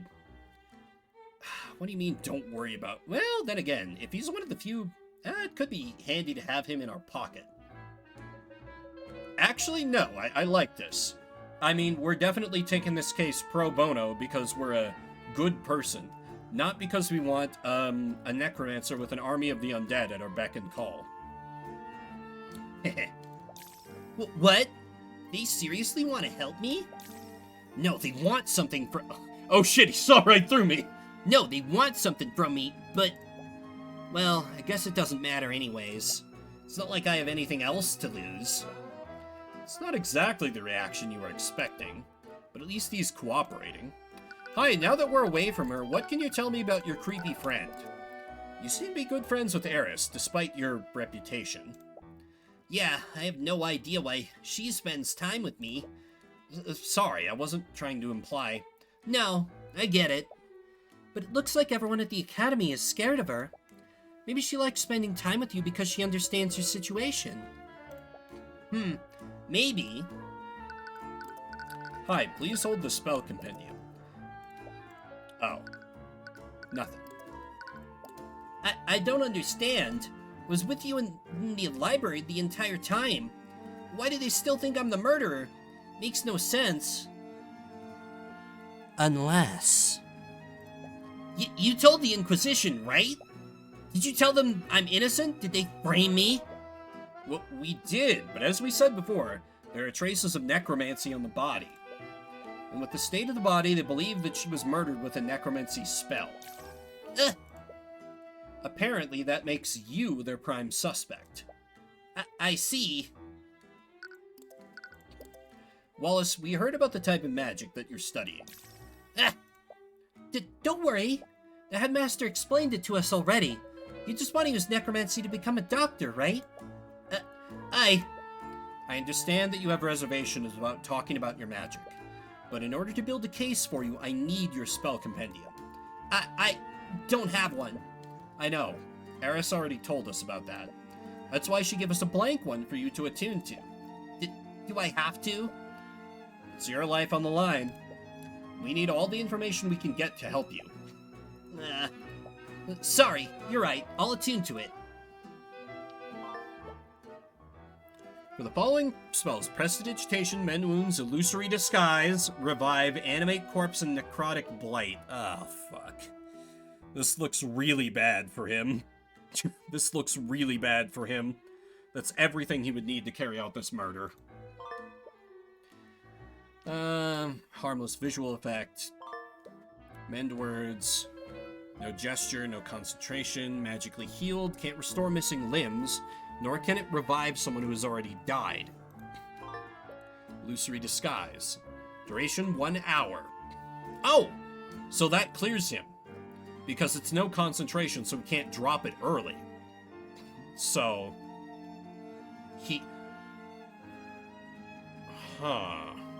Places an illusion on the target. To completely change their visual appearance, disguise moves with the target for the duration. Make the target look 1 foot larger or smaller. Elements hidden by the spell are made invisible. Elements created by the spell are purely visual, you cannot make physical contact with it. Revive. Floods the target with life energy and attempt to resuscitate them. It does not heal wounds sustained, results may vary. Okay, so it's Revivify from D&D. Got it. Animate Corpse. Duration 8 hours. Reanimates the target using life energy, creating an undead minion for the duration. The minion follows the caster's orders, but its intelligence is limited and it cannot speak. Okay, that's super key. Because the janitor heard the professor speak, so she was alive at that time. Unless that was one of the constructs, because they do speak with the professor's voice. The minion can end the... the minion can end the spell prematurely. Oh, but will only do so if ordered to by the caster. Once the spell is ended, the undead will return to being a dead body. Necrotic Blight pulls all of the life energy from the target, resulting in instant death. Jesus, the spell does not wound the target, nor does it leave any physical evidence, but it still leaves magical trace. We're so cooked. We're so cooked. You understand the reason why he's studying this type of magic, but the spells in his compendium are still pretty gruesome. Let me get... she yelled at him to be quiet. It's not exactly a command to stop moving. It's a little terrifying that spells like this even exist. Sorry, I know I was being difficult. Long time ago, I showed my compendium to someone I trusted. After she saw my necromancy spell, she told everyone in the academy. It's also when Professor Bellwether started coming after me. I'm sorry, that must have been hard for you. I'm almost out of this tea. It's even gone cold and it's still delicious. God damn, this tea's gonna bankrupt me. Might need to fix myself a second cup when I take a break. But at least you had Eris. Yeah, I did. How did you and Eris become friends anyways? Another hint of fear from her. Are her fears related to Eris? Oh, it's a bit of a strange story. Sometimes the other students would steal the ID number off my locker. Then they'd switch it with one on another locker. They thought it was funny whenever the owner got angry with me. Eris had a bit of a reputation around our school. Not sure why, but everyone was scared of her, even the students from the nobility. It was probably due to some baseless rumors. One day, someone switched my nameplate with hers. Was so scared when she approached me, I couldn't even say anything. But she didn't get angry like the others. She just apologized and gave me back my nameplate. After that, she randomly started talking to me whenever she saw me. We became friends after that. That's nice. It's a good thing I was able to find a friend in a place like that. And someone so upstanding and trustworthy like Eris, too. So, I have to ask. If it's caused you so much trouble, why are you still studying necromancy? I want to use it to become a doctor. The headmaster told us the same thing. But you could have just stopped after learning the healing spells. Why are you learning spells that can steal people's life force and raise undead? Life and death are two sides of the same coin. That's the key principle behind necromancy. The first undead was actually a failed attempt to resurrect a human using magic. Wow, I never knew that. Right now, basic necromancy can only heal injuries and wounds, but it can't do anything for diseases or deformities. If I could just keep studying, I know that I can create a new type of necromancy. One that can cure diseases and save lives.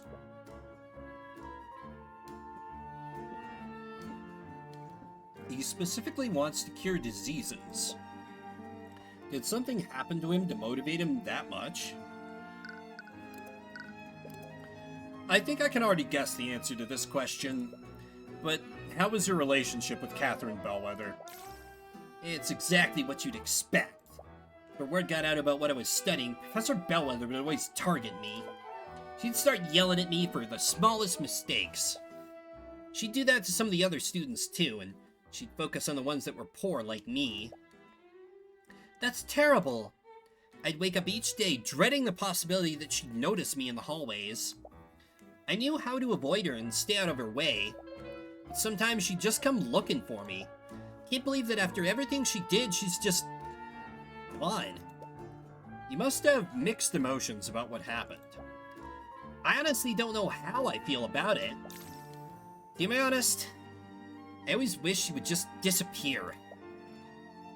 But now that it's finally happened, I just feel even more afraid. Feels like she's gonna come back from the grave to haunt me. Even with Bellwether gone, his trauma will still probably linger. I think I'm starting to put things together now. Have you figured something out? Yeah, I just need to take some time to think through everything. Thinking time! The prosecution wants to implicate Wallace despite his alibi. They wouldn't have a reason to do this unless the evidence heavily implicated him.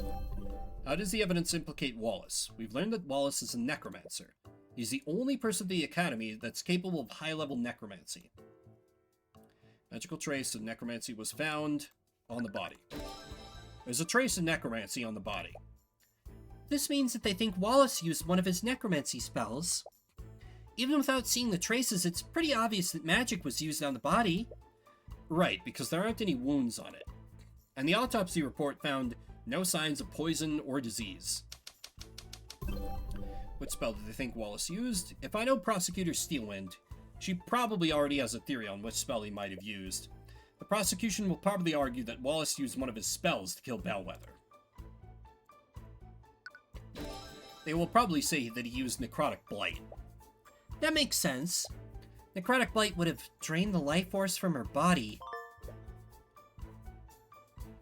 Oh, that's true. She wouldn't have been wounded by Necrotic Blight. I hadn't even thought about that. But that's where the contradiction lies. Let's suppose that Wallace did kill Bellwether using Necrotic Blight. I'm right here, you know. There's something at the crime scene that wouldn't be there if that were true. What is wrong with the crime scene? Bellwether's body was covered in blood. Necrotic Blight is a spell that doesn't inflict any visible wounds. There shouldn't have been any blood on the body. But then what really happened? That's the last piece. If I had to guess, the information we need is being hidden by one of the witnesses who discovered the body. Valentina! She's definitely hiding something. Did you notice how she reacted when I asked you to scan the room? Yeah, she ran away. She didn't even try to be subtle about it. The way she reacted, I think she may have been trying to hide herself from your detect magic.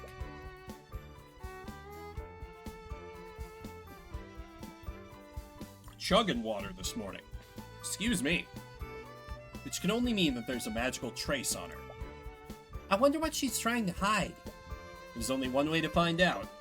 The next time you see her, could you subtly cast detect magic and scan her? Alright. It's been a while since we talked to her. Valerie also mentioned that they still had work to do today. She might be back in the Academy's kitchen now. Let's motor. Those two are finally gone. Can finally get some cleaning done. Okay, there she is. Use detect magic to scan her from here. Right. Just don't shout the incantation like you always do. I know that. Alright, here goes. Prepare your arcanum. What is it? There's a trace of magic on her. I knew it. Which school of magic is it? It's necromancy. There's a trace of necromancy on her. What? Oh ho. Cast a necromancy spell on her within the last 48 hours. What do we do now? You're still not sure how this fits in with everything. For now, let's talk to her and see if we can get more information out of her. If all else fails, we can confront her with the evidence we have. Uh-oh, it's you two again. They're back? Okay, just relax. All I have to do is repeat what I told them last time. Unfortunately for her, that won't work this time. Miss Giannis, did you know that there's a trace of necromancy on Bellwether's body? That's what he used to kill the professor, right? A necromancy spell? That's the thing. If that were true, a lot of the evidence we found doesn't make sense. I think someone else cast a spell on the body. Is it possible that you saw someone use magic on Bellwether? No, definitely not. Calm down. There's no way they know. Her thoughts are an open book now. If you beat her in an argument, her thoughts might show you what she's hiding. Oh wow, that's all it took for a psychological profile? Valentina clearly knows more than she's letting on. She found the body alongside her sister and reacted strangely when you mentioned someone may have used magic on the body. What is she hiding?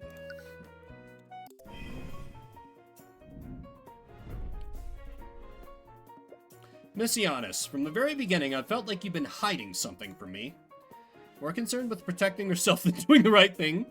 Unless she thinks that doing so is dangerous for her. She sees Wallace as a villainous necromancer and will not feel pity for him. Okay. That makes sense. There's something that you're not telling us about. Well, what are you talking about? My conscience is clear. I've told you in the nights everything I know. I've got nothing to hide. I need to stay calm. So this is empathy, right? Oh wait, contradict thoughts seen using the eye. Miss Giannis, what you're saying and what you're thinking are clearly different. What does that even mean? Oh, well, I don't really know what you're talking about, but I'm telling the truth. What?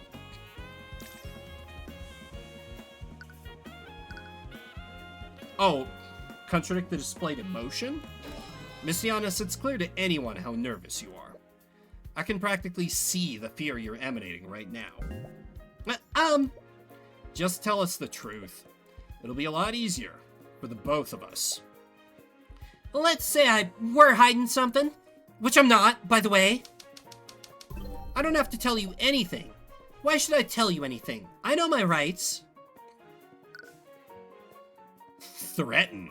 Oh, what do you think you'll do when they realize you lied to them? Oh ho ho ho ho! You've already given your statement to the Inquisition. If the truth comes out, what do you think they'll do when they realize you lied to them? Who are you protecting, Miss Giannis? You talk a big game, but I bet you can't actually prove anything, can you? You think I'm lying to protect someone? I don't know anyone who can use magic. I don't even know any mages. You definitely didn't see anyone use magic on the body. What?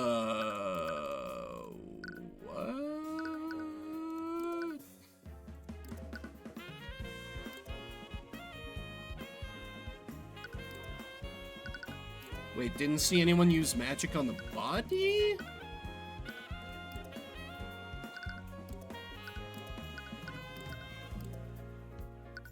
I don't understand what you're getting at.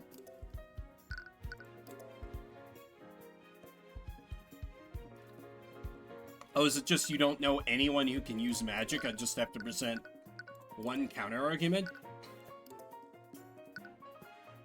The headmaster? Messianus, you know someone capable of casting magic. And this proves it. That doesn't prove anything. You're bluffing. You have definitive proof that she knows a mage.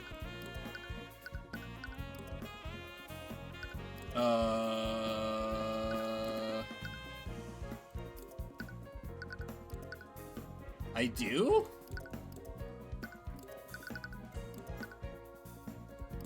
It's activated.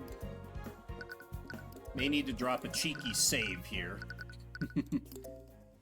Oh, don't return. Oh crap, I can't save right now, can I? Nope, okay. Well, shit.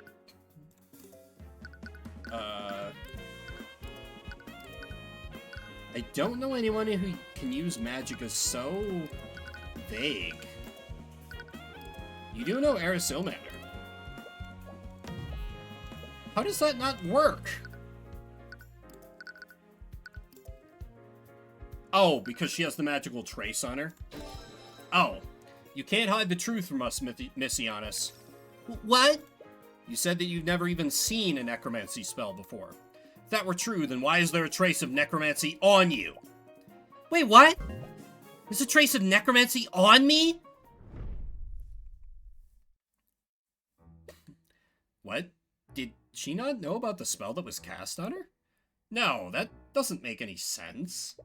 If she didn't know about the trace, she wouldn't have avoided Celeste back then.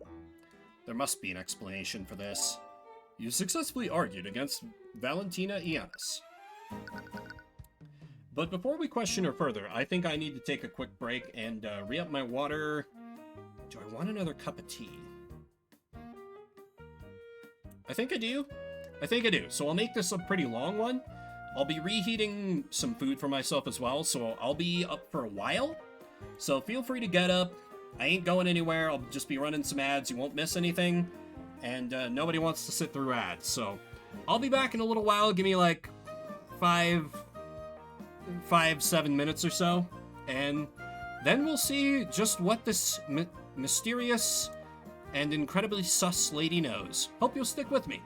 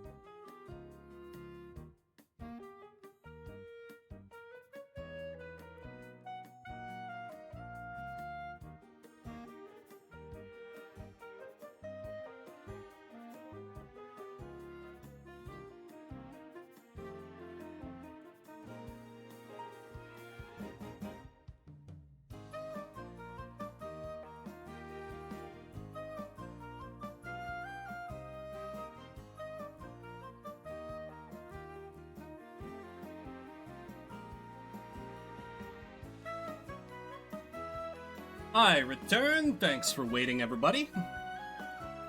My body was kind of crying out for calories. So I needed this food. My god. I also have a new one of the fancy teas I bought at the convention yesterday brewing. This one is also a black tea. It is called September Whiskey. It has a very interesting aroma. Very curious to find out what it tastes like once it finishes steeping. Alright, let's talk to this duplicitous hoe. This is crazy! Why is there a trace of necromancy on me? Am I gonna die? Am I gonna become a zombie? That's strange. Is she really unaware that a spell was cast on her? Or is she playing dumb?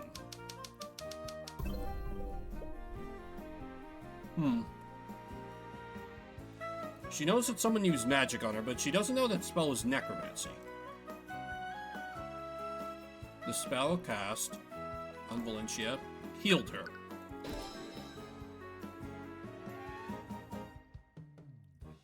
Calm down, Messianus. Not all necromancy spells relate to the undead. Healing spells are also from the school of necromancy. Healing spells? Oh, it was from that time she healed that cut. She? That implies she knows a mage who studies healing magic. Could that person be a student here? Sorry, I just remembered that there's something else I have to do. I'll be right back. Hey, come back here. Ugh, she ran away again. I can catch her. There's no way she can outrun me. Make your angry face when you say that. Your, like, actual angry face, your war face? No, the Inquisition is still stationed around the surrounding areas. They'd probably intervene if we started harassing one of the witnesses. That's true. But we weren't able to learn anything. Actually, I did learn one thing. She has a friend who cast a healing spell on her. Really? How did you figure that out? Good deductive reasoning. Wow. Well, healing magic is also a form of necromancy, right? Guess that explains the trace on her. It's a good thing we know Wallace. Otherwise, we might have also thought that a necromancer was trying to kill her. Wait a minute. That's it! What, did you figure something out? This whole time we've been wondering why there's a trace of necromancy on the body. It isn't because someone attacked Bellwether with a necromancy spell. It's because someone used necromancy in an attempt to heal her. Oh, I see. It doesn't matter what type of necromancy spell someone uses. Spells from the same school of magic leave the same type of trace. Oh, you know what it was? Valentina's sister tried to resuscitate the professor. The other twin knows healing magic, and that's why Valentina's so panicked and wants to cover for her so hard, because it's her sister. But the murder was done using mundane means. Yeah. It's not just that, the body clearly has blood on it. What would happen if someone used a healing spell on a wounded body? It would close all that body's wounds. In other words, it would remove any cuts or bruises. Well, interrogating Valentina may have been a dead end, but it still gave us just what we needed to win this case. I'm not sure that was a dead end. What do you mean? It's not suspicious that she asked someone to heal her if she injured herself. But if it's only that, why would she go to so much trouble to hide it? It's too coincidental. The wounds on the body were healed by an unknown person. The person who found the body is hiding the identity of a healer. They have to be the same person. I guess that makes sense. So what do we do now? Valentina's definitely onto us. I doubt we'll get a third chance to speak with her. Hopefully what we have now is enough to acquit Wallace. You've done everything you can. Use what you've learned to poke holes in the prosecution's case. If that doesn't work, you can drag Valentina onto the witness stand and pull the truth out of her. You just hope that what she's hiding is enough to acquit Wallace.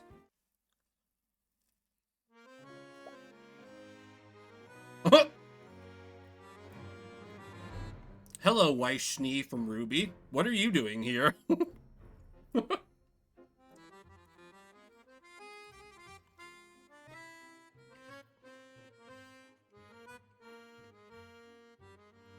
I demand to know why you're still holding on to my rapier.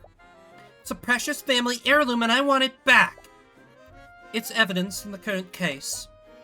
Evidence? The professor was killed with necromancy. Was she, though? Why are you asking me? You're the one who's investigating this. I suppose it doesn't matter. Just know that I will bring her murderer to justice. No matter who it may be. Arya's already got her girl. Huh. So, Weiss is the true murderer. 100%.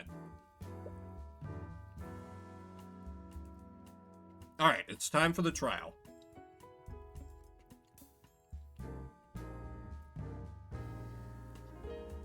Tyrion, stop eating in the courtroom. I'm sorry, I'm so hungry. Just take deep breaths and relax. Hi, Tyrion. Ah! Celeste? Don't sneak up on me like that.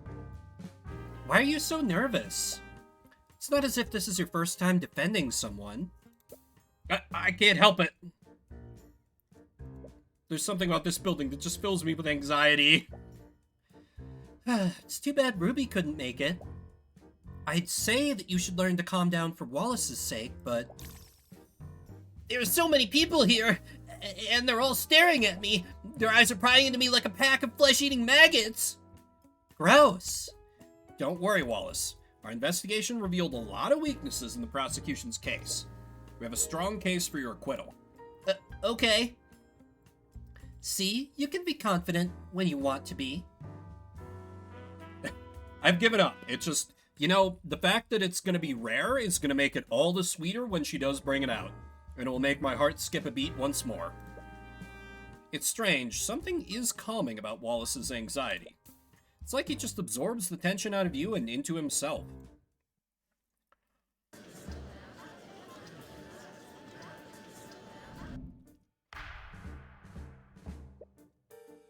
Also,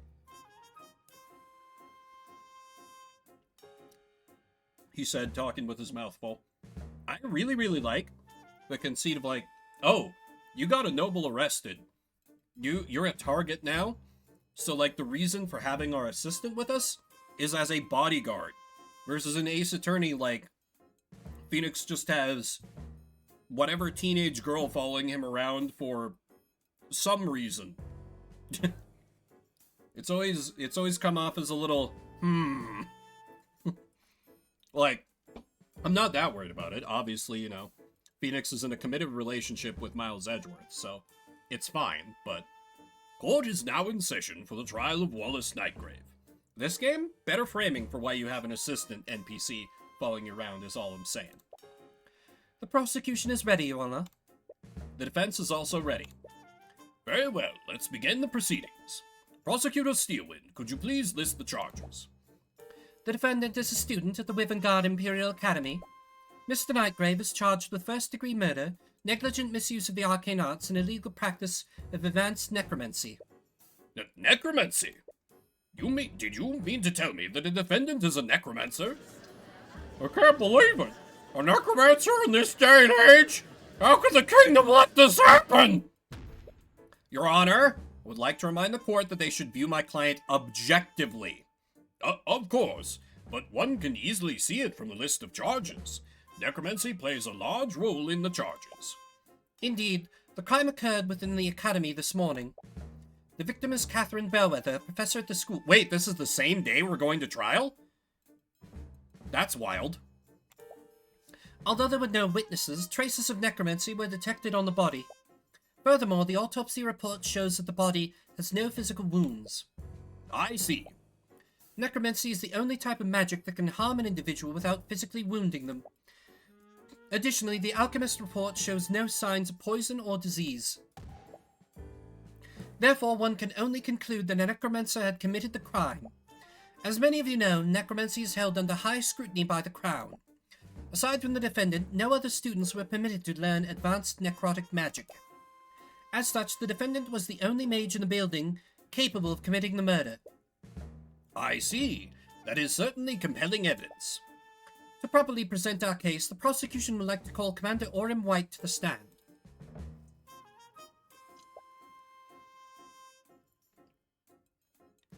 You couldn't have lingered for a second more on him to give me time to chew?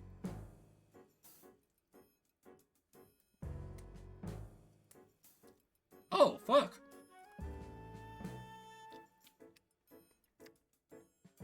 That sucks, Rebu. Guess it's time to upgrade. Damn, kills itself during descaling. That's a huge flaw. Is that common? I never know, because I've never owned a coffee maker. Commander White, please testify to the court about the Inquisition's findings. Yeah.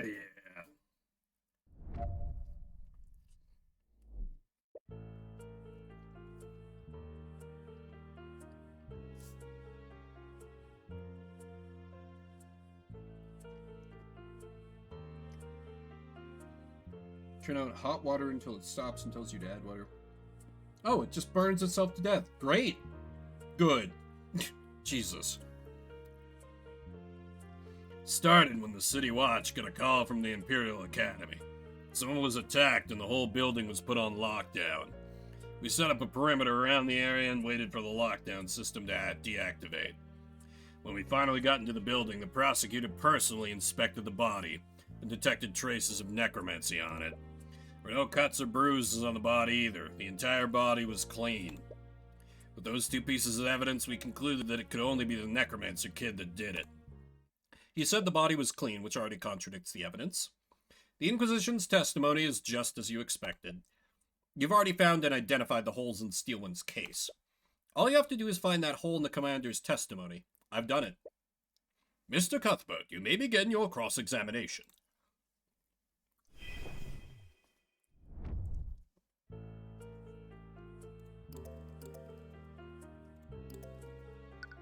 Hold it!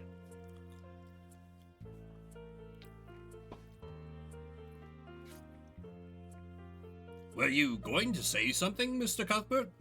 Yes, sorry, Your Honor, I was eating a snack. How carefully was the body checked? Perhaps the prosecution missed something. The coroner couldn't find even the smallest cut, bruise, or fracture on the body. Furthermore, the alchemist's report showed no signs of poison or disease. The coroner was actually astounded at how unscathed the body was. That makes sense. If someone had used mend wounds on the body, it would have healed even the most minor of injuries. The question is, how do you prove that? That's easy.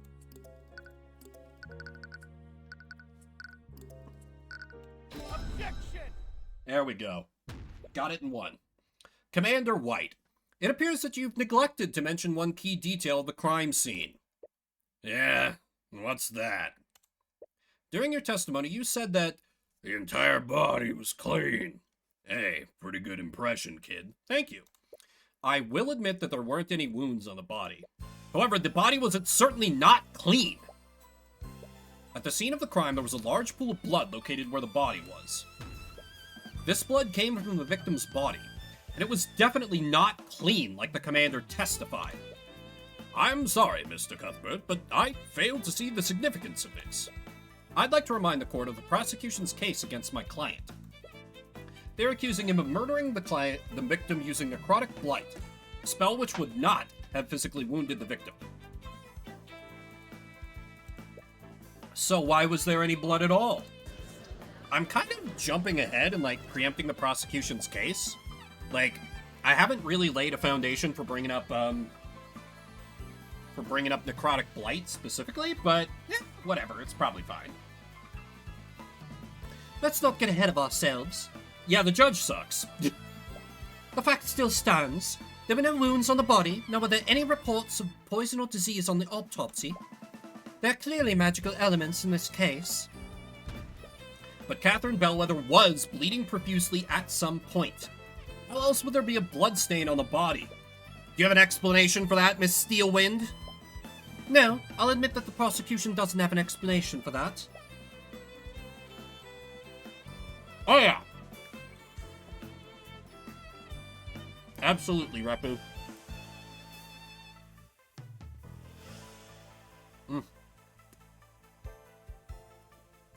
I need to take smaller bites. Sorry.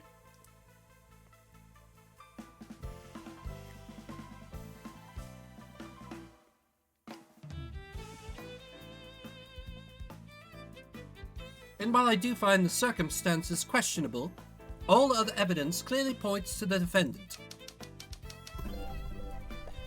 If the victim wasn't killed with necromancy, why was there a trace of it on the body?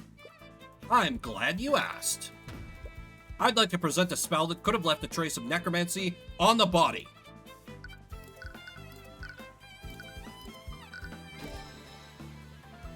Mend wounds.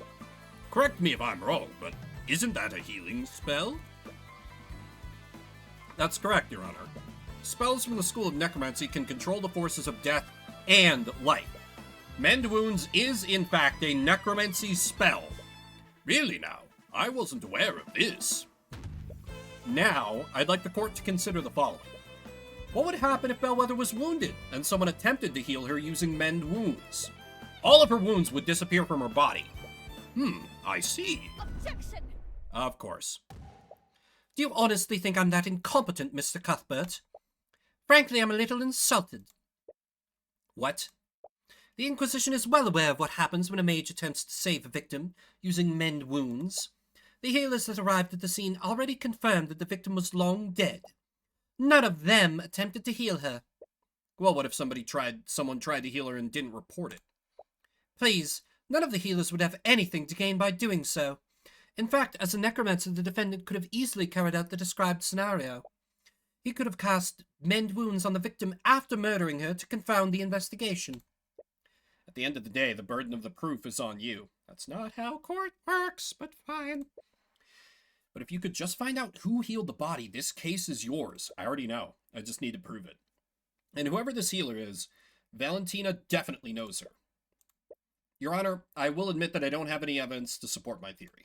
However, I do believe that we can bring it to light. There may have been 2 people that witnessed someone cast magic on the body.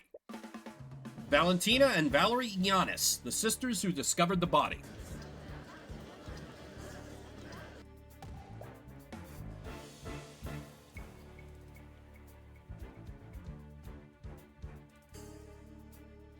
This is nonsense. We've already questioned those 2 witnesses extensively. If they had witnessed something like that, it would have come up in their testimony. If that's true, then you have nothing to lose by hearing their testimonies. Very well, if you're so confident, let's hear the witness's testimony. Arya's like, I am totally walking into a trap, but let's see where he's going with this. Sorry, the place where the food goes is also where the words come out of. It's a problem. It seems the prosecution has no objections.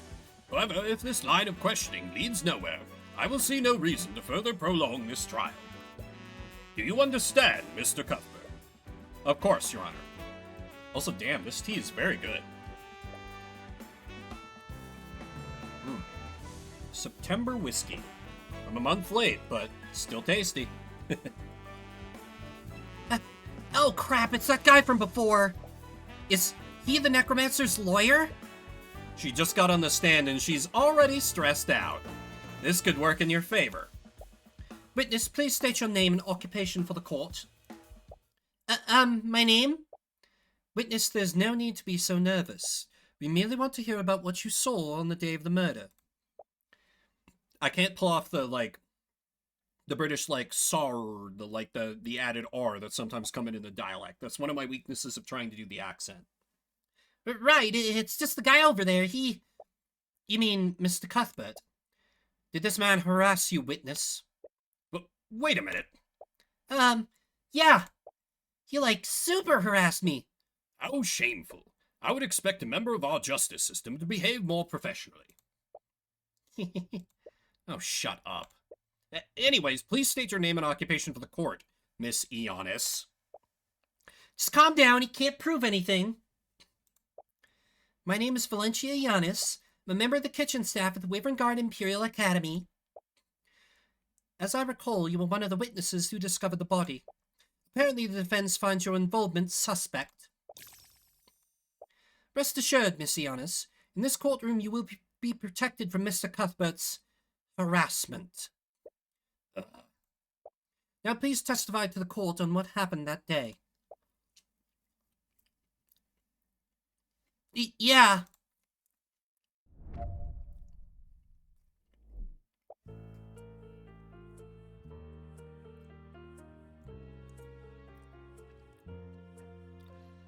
Oh. Eat too fast.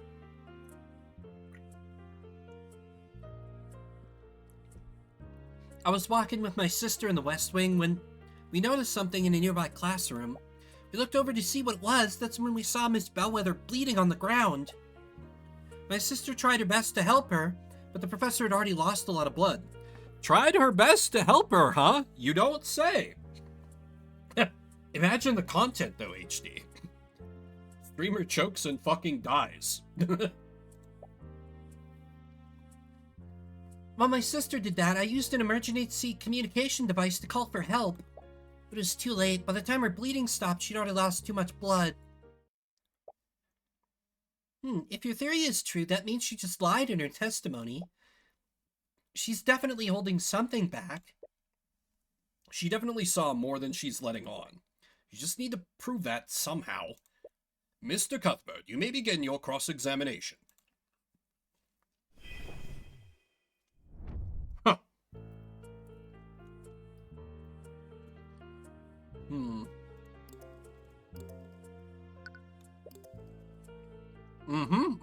The game knows what I'm going for. She tried to help her. Miss Giannis, how exactly did your sister try to help Miss Bellwether? What? I slipped up. My sister used first aid to try to stop the bleeding. I see. Could you please add that detail to your testimony? Yeah, sure. We've got her. We've got her. No signs of cuts or bruising. Objection! Witness, what is the meaning of this? What? Why are you looking at me like that? Maybe I can elaborate, Miss Giannis. You weren't present in the gallery earlier, were you? No, I was waiting in the lobby. Lady Steelwind told me to wait there. Well, I suppose I should consider myself lucky. You see, Miss Giannis, one key element of the case is that the body didn't have any wounds on it. Yeah, so? So, please explain to the court, Miss Giannis, how did Valerie apply first aid when there shouldn't have been any wounds on the body? What? No, I screwed up. But I saw that wound on her. What happened? There's clearly something amiss here, but I'm afraid I don't fully understand the implications of this.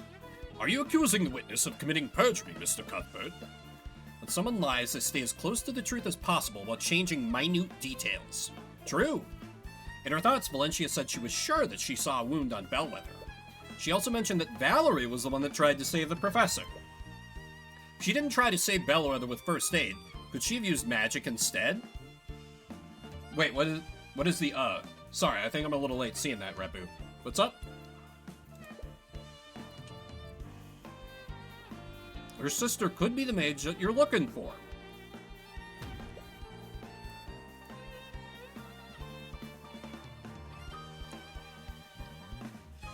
Oh, the suit. Yeah. The witness was lying, Your Honor, but not about everything. Valerie Giannis did try to save the victim's life by addressing her wounds. But she didn't use first aid. She used magic. No! He found us out? Objection!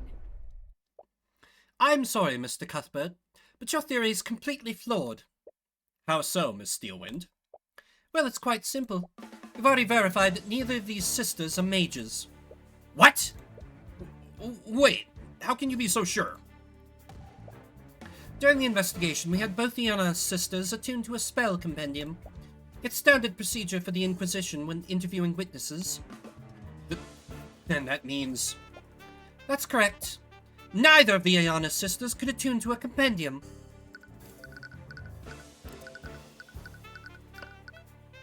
Does that matter if they were already attuned to one, though?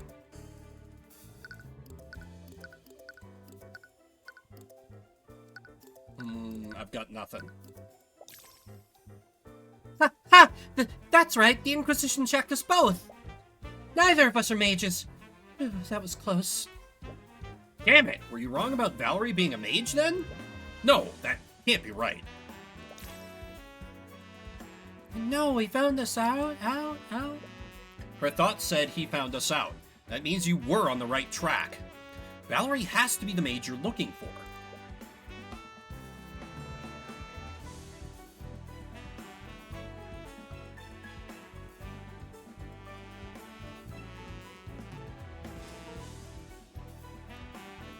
Celeste, is it possible for a mage to hold a spell compendium and avoid attuning to it? No, it just needs to be on their person. Oh, on their person. Not even making skin contact. Okay. When I was arrested, the Inquisition also made me attune to one of their spell compendiums. They were really careful to make sure that I did the attunement correctly. There's no way a mage could avoid attuning to a compendium with them watching you. Right. Commander White may be negligent sometimes, but even he isn't that careless. Are you sure about that? Are you sure about that? They were hyperactive during questioning. Now if you're done, I do believe that you've exhausted all your options. Wait! I'm still not done cross-examining this witness. What could you possibly hope to glean from her testimony? Valentina should be stressed out enough to see more of her thoughts. But you can't exactly say that you're planning to read her mind. There's one key element of her testimony that the court is overlooking. I have a right as an attorney to complete my cross-examination. Your Honor, the defense is clearly trying to buy time. I might be compelled to agree with you. However, I'll also admit that some elements of the witness's testimony are quite peculiar. I will allow the defense to perform one more cross-examination. That was close. But know that this is your last chance, Mr. Cuthbert. You're being given latitude, but watch yourself. If you produce nothing substantial, I will pass my verdict. Of course, Your Honor. All right, it's all or nothing. If you can't find anything by reading her mind, this whole case is finished. Witness, please give your testimony once more. Okay. Damn it, how long does he plan to keep me up here?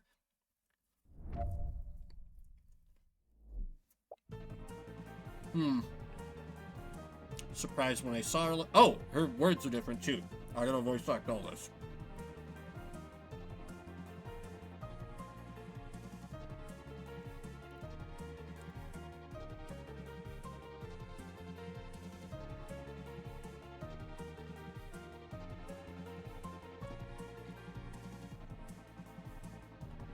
Like I said, my sister and I saw Miss Bellwether bleeding on the ground. We rushed over to her. I was definitely surprised when I saw her like that. Now that you mention it, I don't know if I saw any wounds on her, but I definitely saw blood. Can't go back on that now. I just need to play dumb. Okay, suppress there. My sister tried to save her, but she didn't use any magic. Valerie, you're too kind-hearted for your own good. Neither of us is a mage. Both of us held that book the knights gave us. I was caught off guard when they asked us. They almost found us out. The commander was watching us the whole time. He can confirm it. It's a good thing that we're twins, or else that trick wouldn't have worked. Yep, got it in one.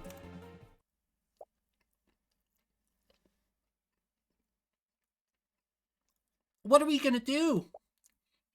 That's pretty hard proof that Valerie isn't a mage.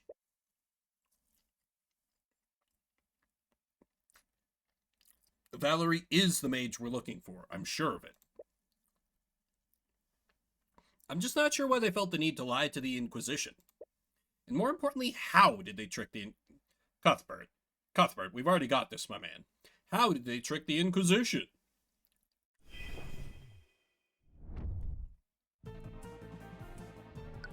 Oh wait, what's interpret?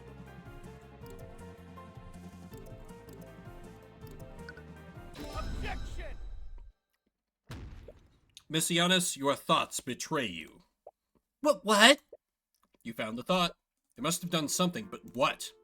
Must have happened when Commander White was interrogating them. Orem was the one who collected their statements. Did he notice anything off about their behavior? What he said, they had a few quirks, but nothing too suspicious. Quirks? He told me that they were running and spinning around him during questioning. What does that mean? I have no idea. Perhaps they were still on edge after finding their coworker murdered. Running and spinning. Yeah, right? Her thoughts also said it's a good thing we're twins. How did the twins trick the Inquisition? Valentina switched places with... Or wait. Okay, yeah, Valentina switched places with Valerie. Of course, they switched places. Valentina attuned to the first spell compendium, then she pretended to be Valerie to attune to the second one. Commander White couldn't tell the difference between them. Miss Giannis, there's something I want to confirm. During the investigation, both you and Valerie attuned to a spell compendium. Am I correct? Yeah, that knight watched us do it. And how did he have you do this? Did you both attune to those compendiums at the same time? Or did you attune one after another? Well, what? No, wait, does he know what we did? I fail to see how that makes any difference, Mr. Cuthbert. Yes, I agree. The spell compendiums would work regardless of what order they went in. Well, can you read her mind, Your Honor? Right? You may not be aware of this, Your Honor, but Valentina and Valerie Ionis are identical twins, which means that their physical appearances are nearly identical to each other. If Commander White didn't have them attuned at the same time, what would stop the twins from switching places with each other? Objection! This is clearly nothing but baseless conjecture. Orm wouldn't fail at such a basic task. Really, Prosecutor Steelwind? Do you find it hard to believe that Commander White would fail at a task like this? But wait a minute, this is crazy! We didn't trick the Inquisition. My sister and I are not mages. Then prove it, Miss Ionis. Bring in your sister and we'll have you attuned to 2 spell compendiums at the same time. Oh yeah, Tyrion is so fucking sassy, and I love it. He just like, he finds something, he latches on like a fucking bulldog. No! Wait!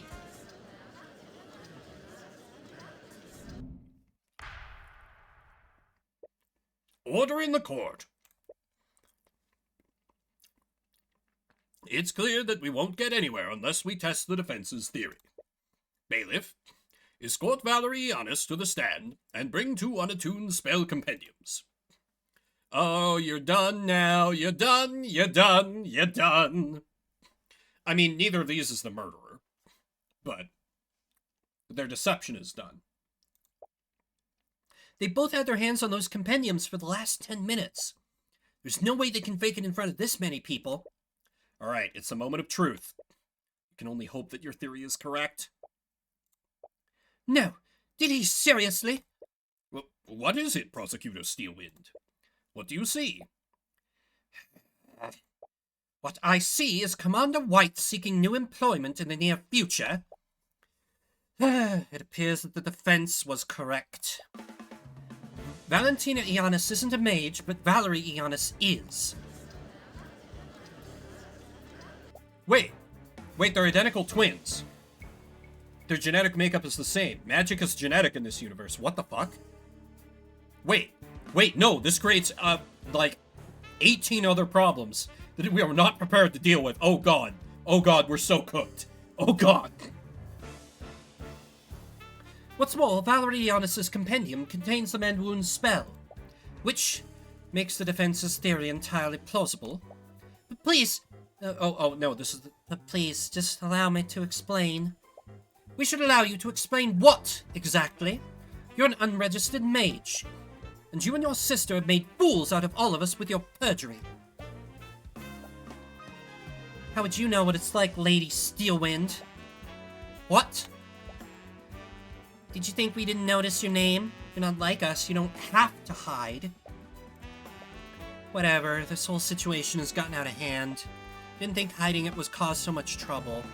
I won't let someone go to prison because of me. You know, he is a necromancer. Please let me testify about what I saw. Why do you... I'll tell you what really happened that day.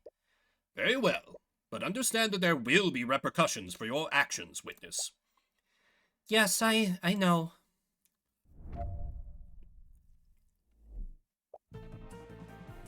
Oh god.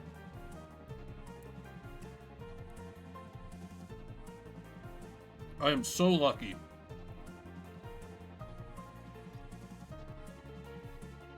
I am so lucky that Arya is a step behind me, or we would be sunk immediately. Like, particularly after we did a, there's a legal term for this. It's like, damn it, where's Sylvar when you need him? There's some kind of legal term that means the thing speaks for itself. Basically, we brought them both in and did that attuning to the spell compendium. So the judge, all the observers, is there a jury? I don't think there is a jury in this system. But anyway, everyone in the courtroom saw that the twins are identical. And, like, yeah, if Arya had pointed that out, we would have nothing. That would completely destroy it, because then how, well, it would be bad for us. I don't know that it would completely sink us, but, maybe? The thing speaks for itself, is what I'm thinking of. For negligence from the... Oh, yes. Res ipsa loquitur. Yes.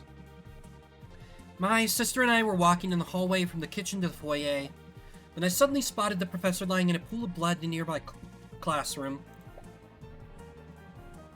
Valentina used the communication device to call for help when I tried to save her. Saw that she was bleeding, so I cast Mend Wounds on her to close her wounds. It was too late. Closed the hole in her stomach, but she was already dead. There was a hole in her stomach. Your Honor, as you can clearly see from the witness's testimony, the trace of necromancy was left by the witness, not my client. What's more, it's clear there was a physical wound on the body. I see. Well, his words trail off. He clearly doesn't want to pass a verdict when there's no clear culprit. But he has no choice. The case against Wallace is predicated on Bellwether being killed by necromancy. With Valerie's testimony, the prosecution doesn't have a shred of evidence implicating him. Very well. The court sees no reason to prolong this trial. With these new developments, this court has no choice but to find Wallace Nightgrave not... Objection! Objection! Yup.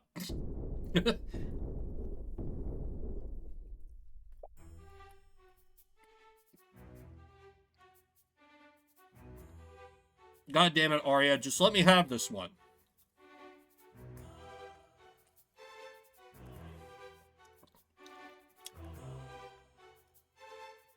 I believe the court is ignoring one key detail of the witness's testimony. And what would that be, Miss Sealwind? Let's re-examine the witness's testimony. Valentina used the communication device to call for help while I tried to save her. I saw that she was bleeding, so I cast Mend Wounds on her to close her wounds. But it was too late. I closed the hole in her stomach, but she was already dead. The communication device that Valentina Yanis used logs the time of day during each use. From this log, we know that Valentina used this device at 3:04 p.m. Oh, fuck. Cause of death. Oh, died at 2:01 p.m. She was moved there. She didn't die there. Damn it. This was an hour after the time of death. Where are you going with this? Mr. Cuthbert, there was a witness who saw the victim before the body was found, Jan Hughes. He, along with another witness, spotted Bellwether walking in hallways before the body was found. Another witness, you say? I'd like to hear from them. Was cleaning the halls. Bellwether knocked over a vase. There were shards and dirt everywhere. Probably 20 to 30 minutes before the twins found the body. 20 to 30 minutes before the body was found. Do you see the discrepancy, Mr. Cuthbert? Wait, that can't be right! Bellwether died more than an hour before the body was found? So how did Jan see her half an hour after her death? I wonder, Mr. Cuthbert. How could one make a dead body move and walk around? No, you can't mean... There was more than one piece of evidence that pointed to a necromancer committing the crime. The defendant murdered the victim and used necromancy to animate her corpse. An undead created within the Imperial Academy? How reprehensible. That's ridiculous. She had a hole in her stomach when the twins found her. Jan Hughes would have noticed that. Animate corpse stops the flow of blood, so she wouldn't have tracked blood anywhere. The defendant is also proficient with illusion magic. He could have easily used an illusion spell to hide the undead bellwether's wounds. Undead can't talk, you dumb noble. But another party could have easily used illusion magic to disguise themselves as the victim. If that were true, how did they move the body to the classroom? Miss Steelwind, if your theory is true, it would mean that the murder occurred elsewhere. Would the Inquisition happen to know where? Regrettably, we do not. Then the prosecution's case against my client is still faulty. You can't convict my client without more evidence. I agree with Mr. Cuthbert. With these new developments, the court sees fit to suspend the trial for the time being. We will give law enforcement time to investigate these unknowns. Court proceedings for this case will resume tomorrow morning. Court is adjourned. Whew, okay. We at least want an adjournment. Oh my god. Arya did not bring up the genetic similarity. The moment she does that... Whew. Okay, this is not that bad. I should have been able to fight that with the evidence I have, but whatever.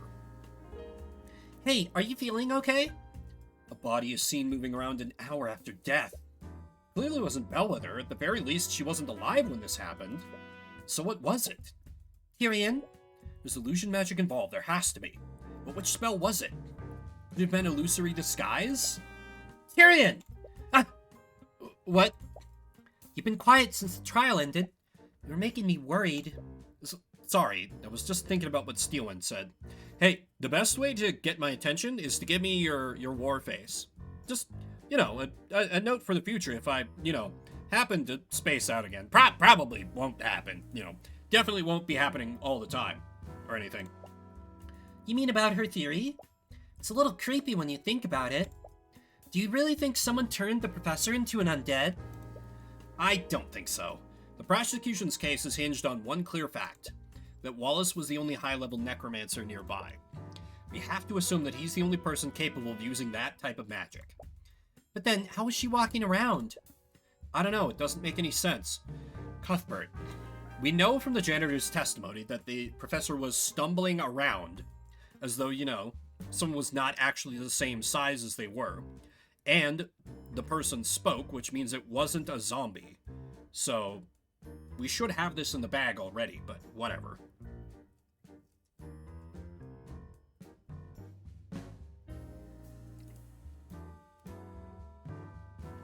So angry I took a big bite.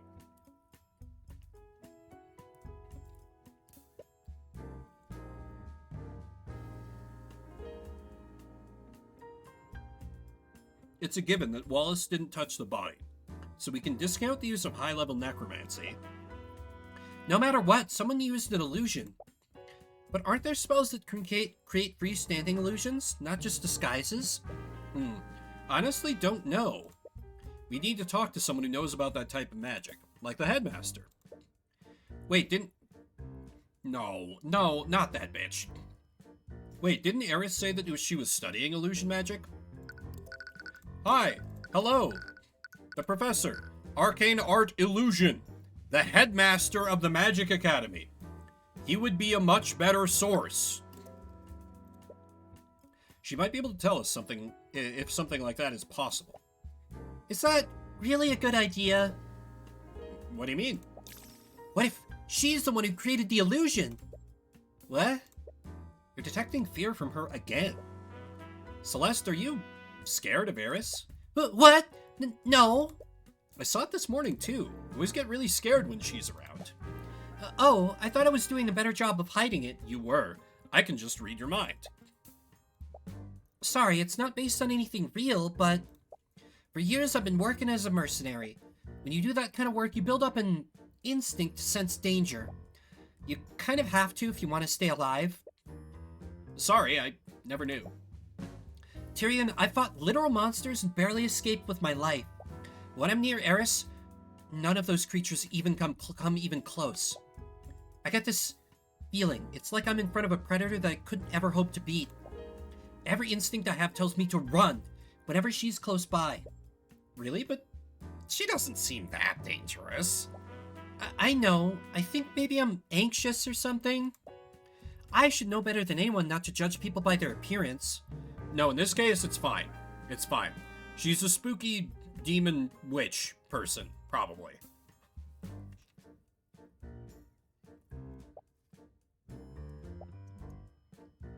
Sorry, forget I said anything. I'm having a delicious snack to calm me down.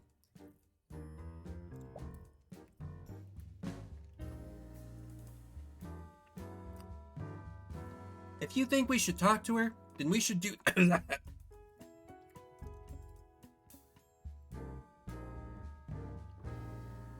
I'm just so eager to keep voicing content. Not fully chewing this. You're not one to discount Celeste's instincts. She's always been reliable. How long have you known her at this point? And if Eris is making her scared, that must mean something.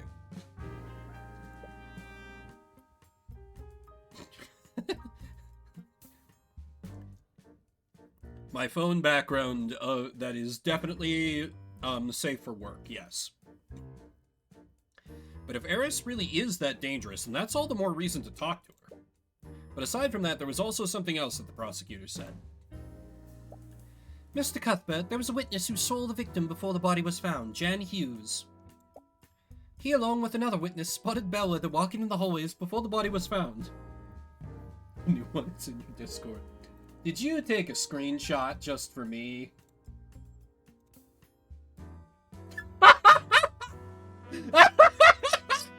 That's so fucking good.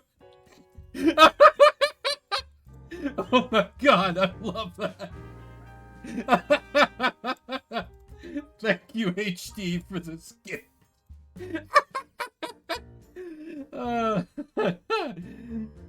Everyone, you need to join the Discord. It's in general. I don't care if you leave right afterward. That's fucking art. That's art. Or HD, if you could upload an imager and like link it in the chat, I'd be fine with that.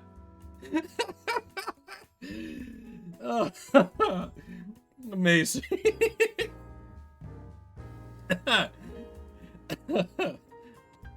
He, along with another witness, spotted Bellwether walking in the hallways before the body was found.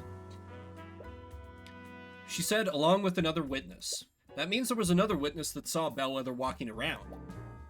Right, Jan probably isn't the most reliable witness.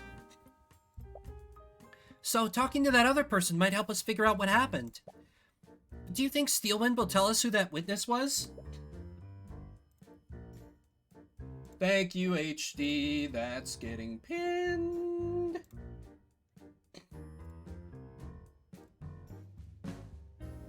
At this point, we won't lose anything by trying. In any case, it looks like you have your work cut out for you. So where should you start first? By gazing at that glorious image some more. So good.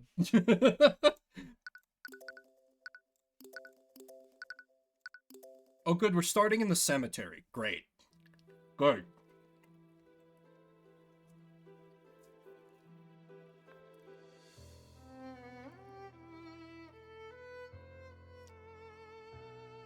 Tyrion, what are we doing here? I'm not sure. For some reason he felt drawn to this place. Wait, is that Eris? Celeste points further into the cemetery. There you see Eris standing in front of a gravestone. She's placing flowers on it, appears to be chanting a short prayer. Well, we found her. We should probably talk to her later. It would be rude to disturb her now. As you're about to leave, Eris suddenly turns to face you. She's far away, but you can see her beckoning you over. Do not, no. Oh, hello there. Were you two looking for me? Sorry, we were looking for you. But we understand if you'd rather talk later. No, I was just finishing up here. Did you have something you wanted to talk to me about? Well, we wanted to ask you some questions about the case. Oh? That was my first time watching a court trial. You were truly remarkable. Thank you. Were you in the gallery? I've always enjoyed watching physical battles in the theater, Now I see that battles of wits can be just as entertaining to watch. Entertaining? Yeah, I know what you mean. You see the odds are stacked against him, then he suddenly pulls out this crazy deduction and steers the trial in his favor. I've never really thought of it like that. But I'm sure it's far more entertaining to be the one making the deductions. I'm not really sure what you mean. I practice law so that I can help those persecuted by the justice system. I don't really do it to entertain myself. Yeah, imagine doing that for entertainment. But is that really true?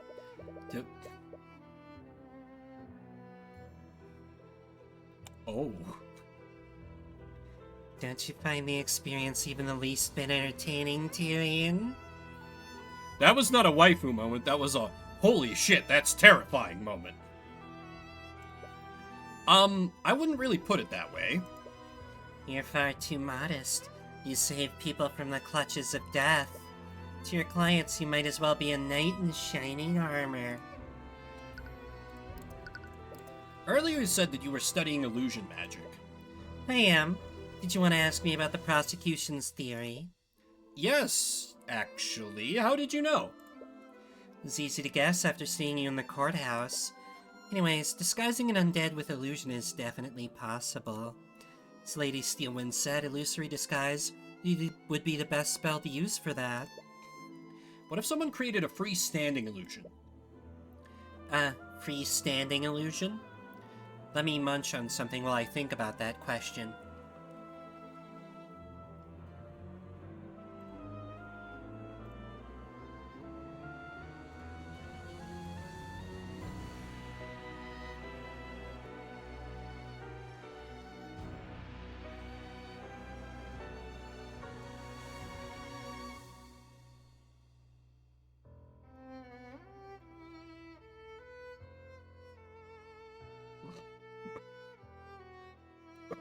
I made the mistake of looking at Discord.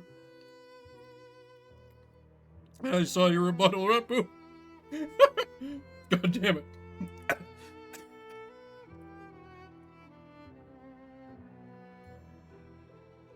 Oh, I love this game. Yeah, we know that Wallace didn't animate and disguise the professor's corpse. So what if the illusion wasn't disguising anything? Maybe someone created a freestanding illusion of Bellwether walking around. For something like that, one would probably use Major Illusion. Until dispelled, three-dimensional illusion. Any object or creature that can be contained within a 10-foot cube while concentrating, the caster can animate and move the image to a different location within range. The illusion is purely visual and can't be physically touched. Professor Bellwether knocked over a vase. Can't be major illusion. Can't be major illusion. What is it? I don't think major illusion is what we're looking for. Do you remember what Jan said? Who's cleaning a mess in the hallways? Bellwether knocked over a vase, and there were shards and dirt everywhere. If the Bellwether that Jan saw was a major illusion, then she couldn't have knocked over that vase. Illusions created by that spell don't have any mass. I see. How perceptive of you. Aren't there any other illusion spells that do have mass? No. Illusions can only recreate visual and auditory sensations. But there isn't a single illusion spell that someone can touch. So that means that someone disguised something to make it look like Bellwether. Why the look of suspicion, Celeste? Sorry, I wasn't... Calm down, I'm only joking. I don't blame you for considering every possibility. In fact, I'm flattered you think I'm capable of pulling off such an elaborate ruse. Anyways, this does tell us one important thing. What's that? The Bellwether that Jan saw had a physical mass to it. It wasn't a freestanding illusion, it was someone or something disguised as Bellwether. Probably one of the constructs. 30 minutes, he was in a path. Yelled at him to be quiet.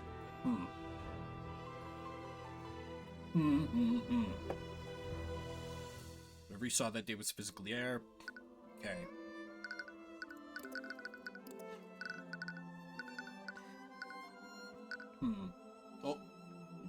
yourself temporarily?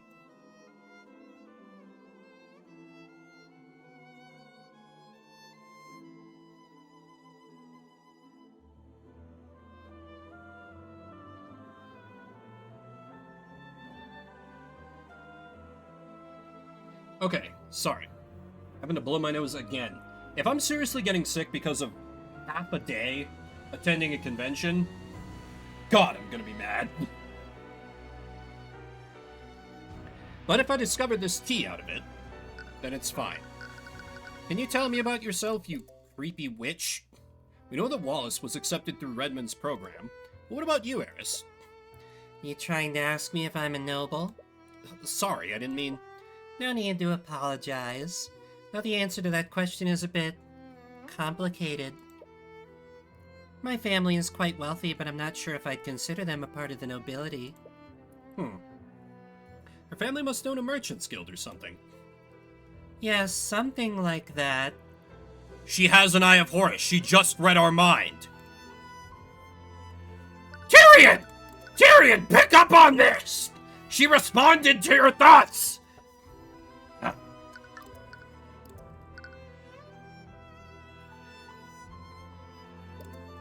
It's quite a shame, isn't it?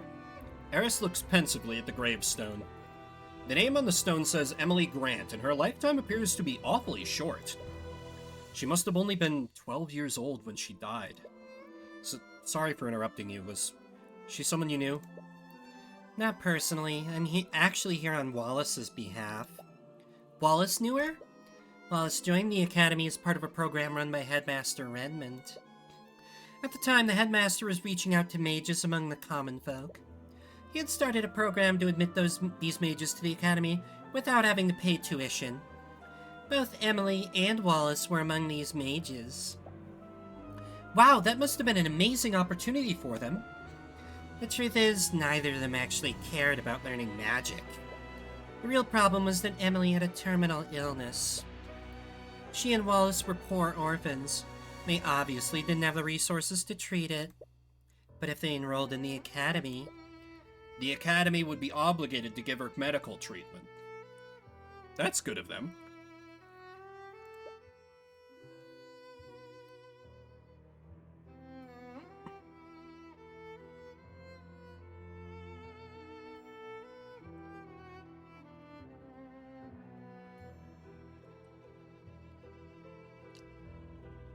The Imperial Academy teaches the best mages in the kingdom. They thought that curing her illness would be an easy task for the Academy's healers. But they were mistaken, I'm afraid. Sure you know this by now, but healing spells can only treat wounds.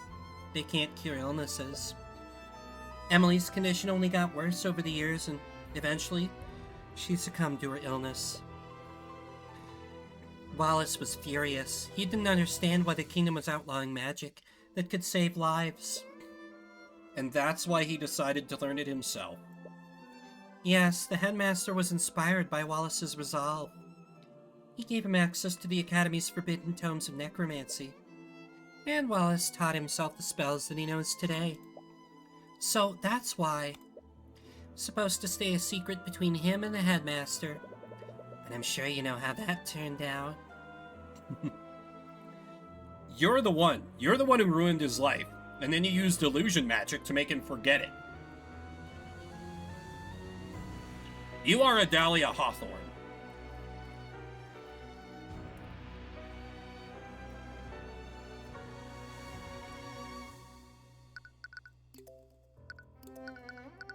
I like that they are very, obviously making her evil. Though it is funny, the dramatic irony with Tyrion being like, "What? No, she's a perfectly normal girl, haha! Let's consult her for the investigation." Like, to us, the audience, it's like, yeah, she's fucking evil. She's probably not the murderer in this case. That's Weiss-Schnee. Or Weiss-Schnee with the serial numbers filed off. Whatever her name is, we haven't met her properly yet, but... Eris is evil, but she is not a killer yet. Oh, it's you, Mr. Cuthbert. Steelwind? What are you doing here? After what happened at the trial yesterday, I decided it would be best to start my investigation here. Wait, trial yesterday? The trial today is supposed to start the morning at... The timeline's weird, whatever. Right, Wallace was in the library for the entire morning, so it would make sense that she'd start her search here. Actually, since I have you here, have you seen Eris Ilmatter anywhere? It's my understanding that you're both acquainted with each other.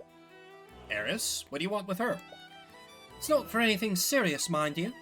Just that oaf of a commander lost her spell compendium. Now we need her to produce another one for our records. If you see her, please let her know that we'd like to speak to her. Oh! So you don't know what spells she can cast? How goddamned convenient. Ugh.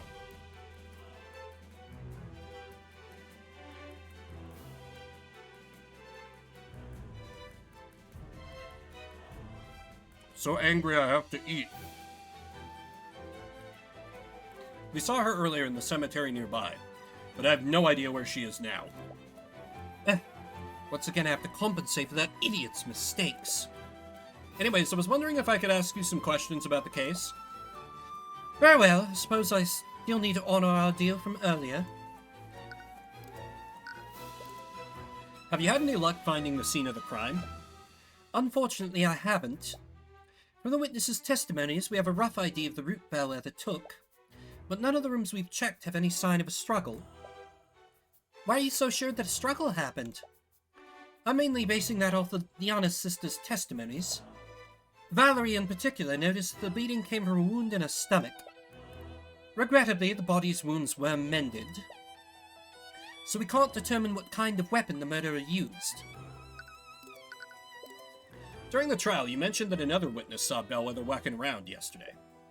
Would you be willing to tell us who that person is? Let's give her a second to think while I chew.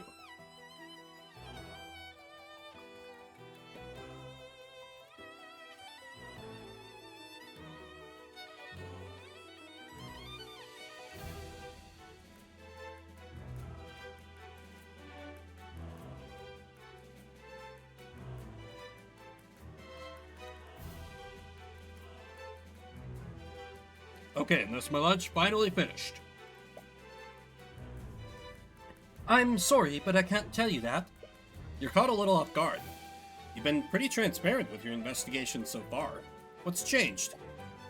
I have no obligation to justify myself to you, nor do I have an obligation to help the opposition.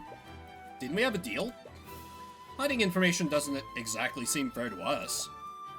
I believe I've given you plenty of information already. So regardless of what I said before, the answer is still no. Her family is dangerous. The Eye of Horus catches a stray thought from her. Her family is dangerous? What does that mean? Is there something about this witness's family that you're worried about? No, this could be a feint. I'm sorry, but you'll have to try harder than that if you want to bluff me. She referred to the witness as her. Furthermore, she said that her family is dangerous. Why would she go to such lengths to hide the witness's identity? In any case, it looks like she's not willing to share more at the moment. Maybe you should try looking somewhere else.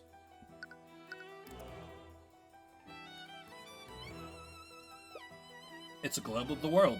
It's amazing how many other nations there are aside from Wyverngard. I've been to most of those places. I am worldly and well-traveled at the ripe old age of 19. You should come with me next time, Tyrion. Isn't traveling through the border heavily restricted? Don't worry, I won't report you. I can't exactly blame you for wanting to leave. That's okay. I like that she admits that.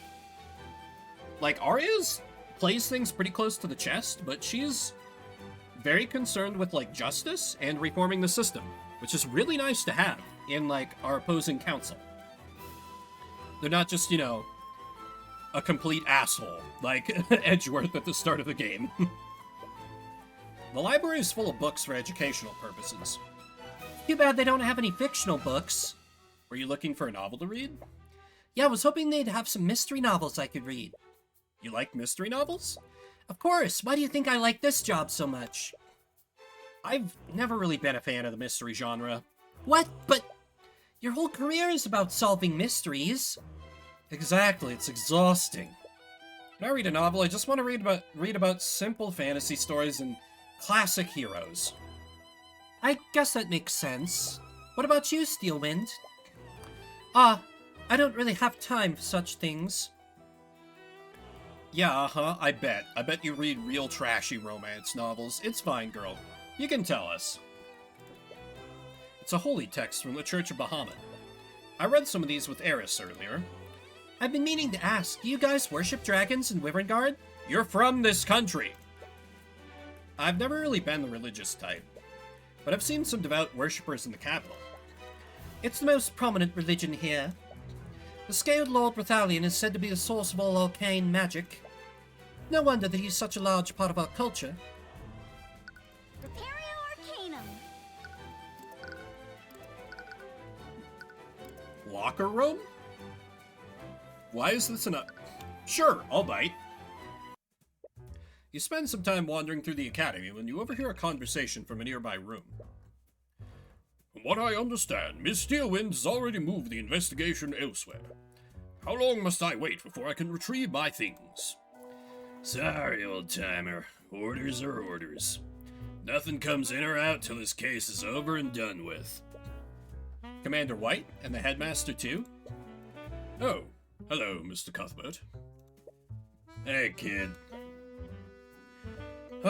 In any case, there are other matters I must attend to. Please inform me when I can reclaim my things.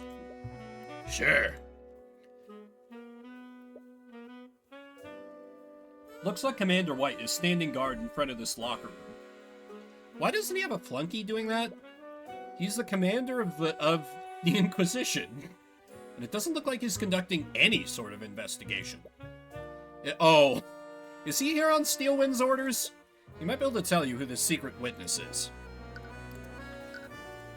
What was the headmaster talking to you about? Supposedly he has some items stored in one of the faculty lockers. The problem is, Steelwind says no one gets in or out of this room. Except for her and you two, apparently. She won't even let the other knights in here. Really? Is that normal? Nope, but things rarely are when she's calling the shots. Why would she give you access to the crime scene? She wasn't even letting the knights in. We don't know that this is the crime scene? Yeah, that's... Arya's acting a little weird. I don't know what her deal is, but she's been acting strange lately. She's been real paranoid, that girl. Frankly, I can't tell what's going through her head. You mentioned that the prosecutor has been paranoid lately. Do you think it has something to do with this case? Nah, it started way before that. Lately, she's been using the Inquisition to investigate a lot of non-magical homicides. What? Wouldn't it be easier to work with the relevant law enforcement for that? I don't know why, but she's convinced that these cases have magic involved. We scanned each and every one of those crime scenes. Nothing turned up. I gotta say, though, if it weren't for the scans, I might actually agree with her. Why do you say that? Those homicides. I haven't ever seen anything like them. They're probably some of the most screwed up cases I've ever handled.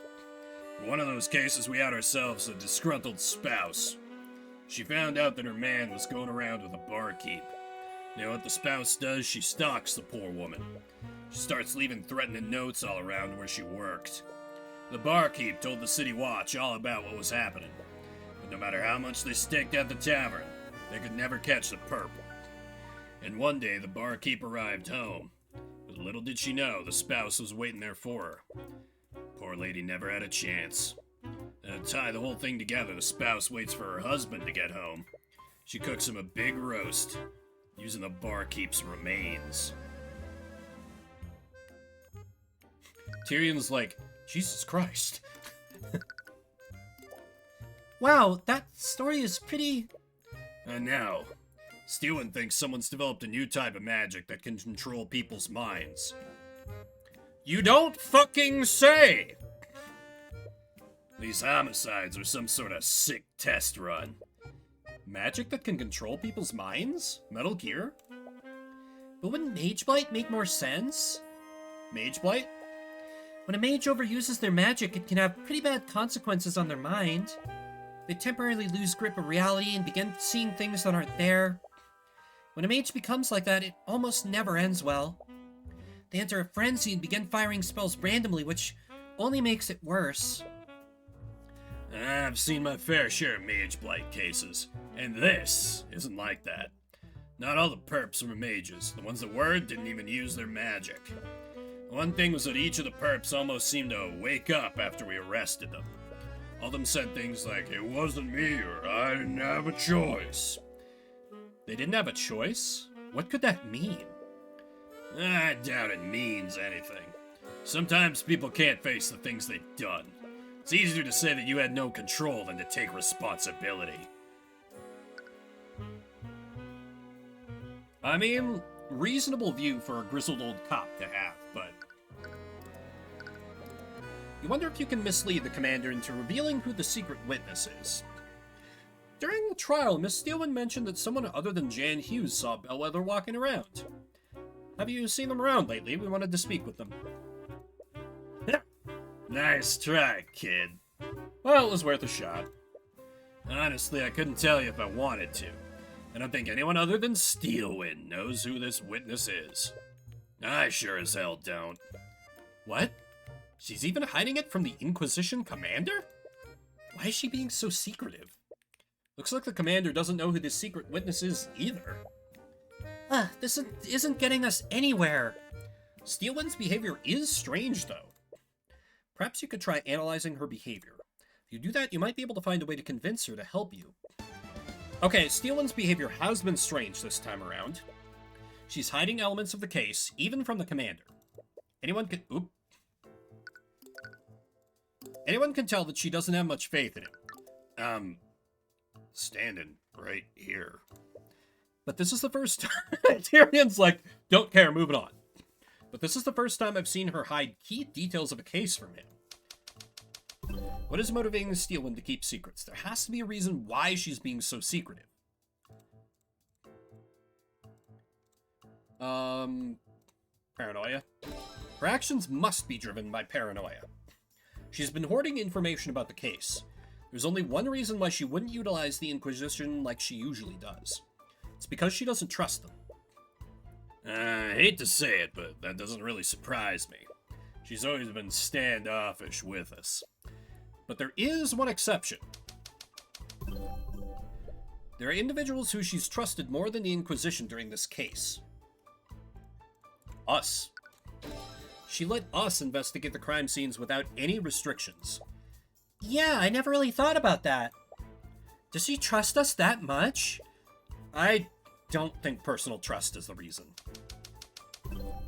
Why does Steelwind trust us this time? We don't usually interact with her.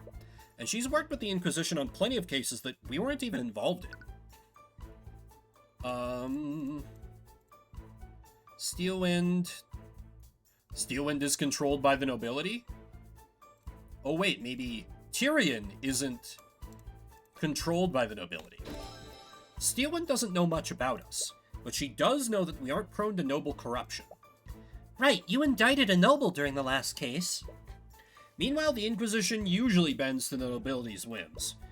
Well, can't argue with you there. What can you infer about the secret witness? Using my insight, I could tell that she's worried about the witness's family. And if she's worried about corruption from nobility, that can only mean one thing. The witness is a noble. The witness has to belong to a noble family. That's why she's so wary of interference. But we're obviously not going to do anything corrupt. Why is she hiding the witness's identity from us? I recall seeing a thought through the eye. That family is dangerous. I think she's worried about our safety. Yeah, I guess harassing a noble could put you in danger. But I'm the protege of the infamous Ruby Timora. Yeah, it's not as if we aren't already on the nobility's bad side. I'm sure the Pierce family still has it out for us. That can only mean the family we're dealing with is even more powerful than House Pierce. Prosecutors wary of them, they could even be as powerful as the Steelwinds.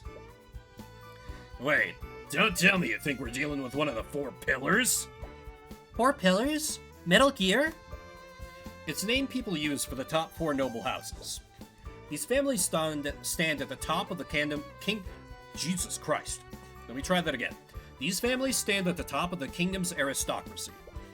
If I recall correctly, the 4 pillars are House Frege, House von Sanctus, House Sybil, and House Steelwind. Steelwind is a part of one of them? Yeah, which makes it so much weirder that she's serving as a prosecutor. Huh. What is it? Steelwind's weird behavior all started after she investigated this room. We were at the crime scene and she left to follow a lead. But an hour later, she came back to the lecture hall and booted everyone out. Her behavior changed after investigating this room. That means that she found something here. And that something must point to a family from the 4 pillars. The commander looks a bit anxious. You know, Steelwind's orders say I can't snoop around here. But you two, on the other hand, don't worry, just leave it to us. I have some school records that say which locker belongs to which student. You can use it to tell whose locker you're looking at. Nice. Thanks, Captain. Oh, there's an arcane construct in the back here. It's probably here to aid the students. Anyways, I don't think it's... There's a command... No, Tyrion, you idiot. They store commands they're given in command logs. We're just passing up a free treasure trove of information. Or a potential treasure trove of information. Anyways, I don't think it's relevant to our investigation. Or perhaps you should make a small note of it anyways. Use the legend that the commander gave you. You look carefully across the list and find some notable student names. Ninja is live on stream. I'm like, damn it, why isn't the protagonist as smart as me? How dare they not be?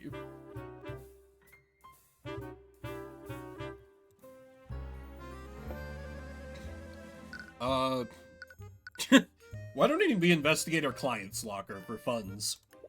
You open Wallace's locker. Inside you find a bottle of fragrant liquid and something that looks like a makeup kit? Oh, good for you, man. Huh, I didn't expect Wallace to use stuff like this. It does seem strange, but it's not your place to judge. Anyways, you should try looking through the other lockers.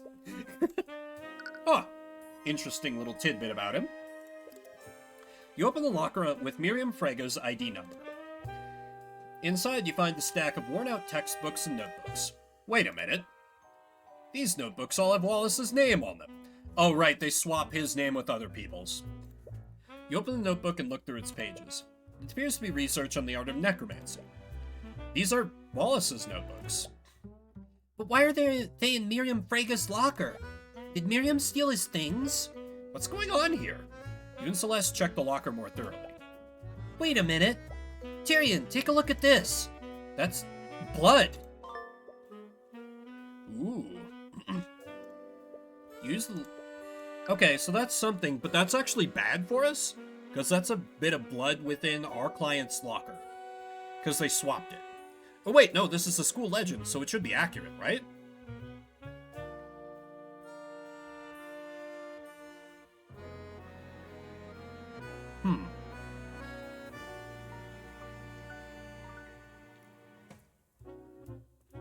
I feel like I'm getting bamboozled here. You open Jaden von Sanctus's locker. Inside, you find several bottles of some kind of transparent lotion. Lube. It's lube, it's fine. There's nothing but lotion in here. Oh. I wonder why a student would need this much lotion. You take one of the bottles to inspect it more closely. Whoa, wait! Tyrion, don't touch those with your hands! It's some kind of sanitizing liquid. It's a little strange, but it doesn't seem to be related to the case. Celeste knew exactly what those were. You open Warren Sybil's locker. Inside you find some textbooks and a neatly stacked deck of tarot cards. Oh, it's like those cards that fortune tellers use. Lotion and tissues. No, they specifically said transparent lotion. That's lube. That's lube. And that's why Celeste was like, don't touch it with your hands. Wonder if the student studies divination magic. But anyways, I don't think this is related to the case. We found a few things, but I can't really make sense of any of it. We should look at this from the prosecutor's perspective. Steelwind found something in one of the lockers.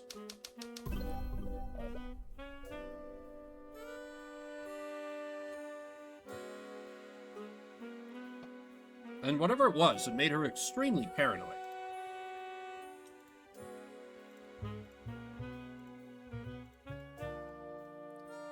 I guess I have to say, Frege, it's for when the plot fucks you over and doesn't let you investigate that code log thing. Fair. No matter how we look at it, we found some insanely suspicious things in Frege's locker. It had Wallace's notebooks and even some blood. But that blood is certainly strange. It implies that something bloody was stored there. Do you think someone stole it? No, actually. I think it was Steelwind who took it. Oh, right. Orion mentioned that she investigated this room. She must have taken the bloody item as evidence. But with that said, there's something else that's strange about Miriam Frege's locker. It had a lot of Wallace's possessions. It's possible that she really did steal these items from him. But it's more likely that this locker isn't actually hers. Okay, thank you, Tyrion. Remember what Wallace told us before? Sometimes the other students would steal the ID number off my locker.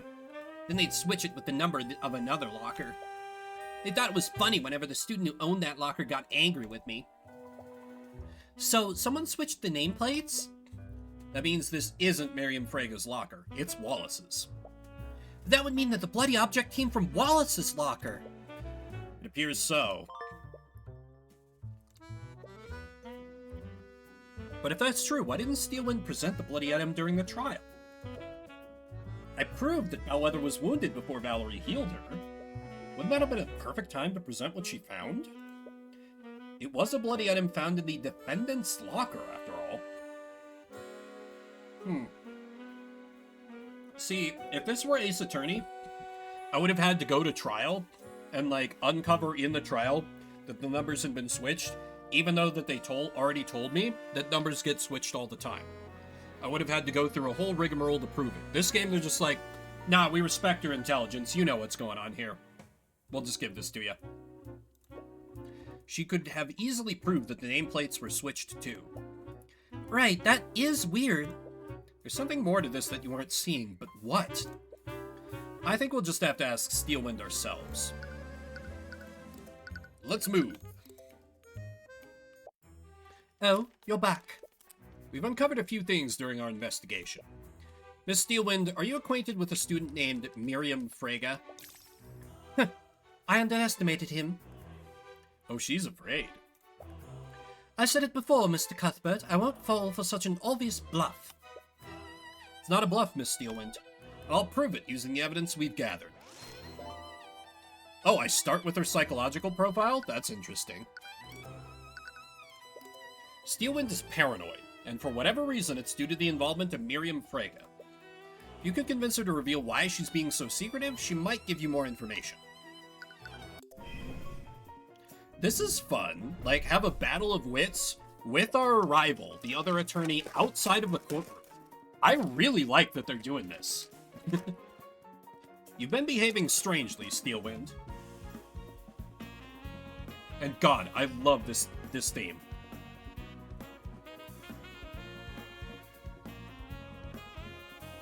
Just want to groove to it a little. Dancing in my chair. It's still the argument system from Gollum. No. No. No. Just no. You've been behaving strangely, Steelwind.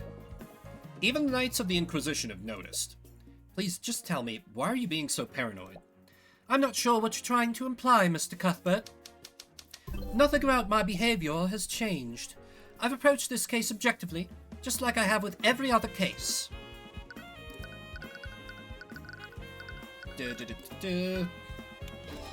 You've ordered the knights to stay away from the crime scene. You've even taken it upon yourself to conduct the investigation yourself. That is not normal behavior for a prosecutor. Yeah, I mean, it made a $1 million. Just like Morbius made a more $1 billion. Oh my god! I forgot to mention. At the convention I was at, they had, in the dealer's hall, they had, like, this charity booth. Where, they, had, like, they had a bunch of things that they were selling.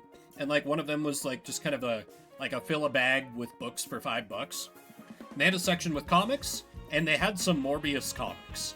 I was legitimately tempted to buy some Morbius comics just for the meme. But money is extremely tight right now, so... After I spent the money on tea and, like, one other thing, I was basically, like, done for the day. I was like, no, I can't spend any more money. I still have to buy groceries.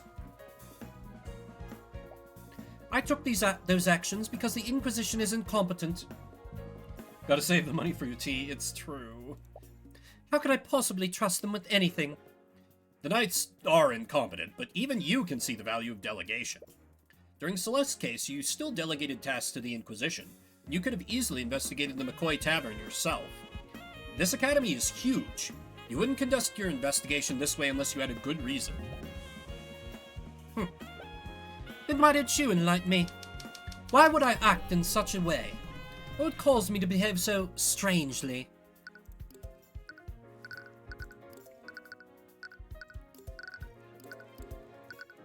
Oh. 4 pillar families.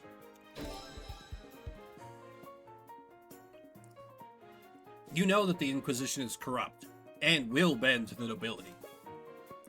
So what would happen if a powerful noble were publicly involved in this case? With that noble's influence, they'd probably order the Inquisition to conceal their involvement. A high-profile noble is involved in this case, Steelwind. She's like, Yes, I know, it's me. What do you mean? and I believe that noble is Miriam Frege. Again with this, do you think you can bluff me by throwing out the names of random nobles? Not every noble is a malevolent criminal like Garrick Pierce.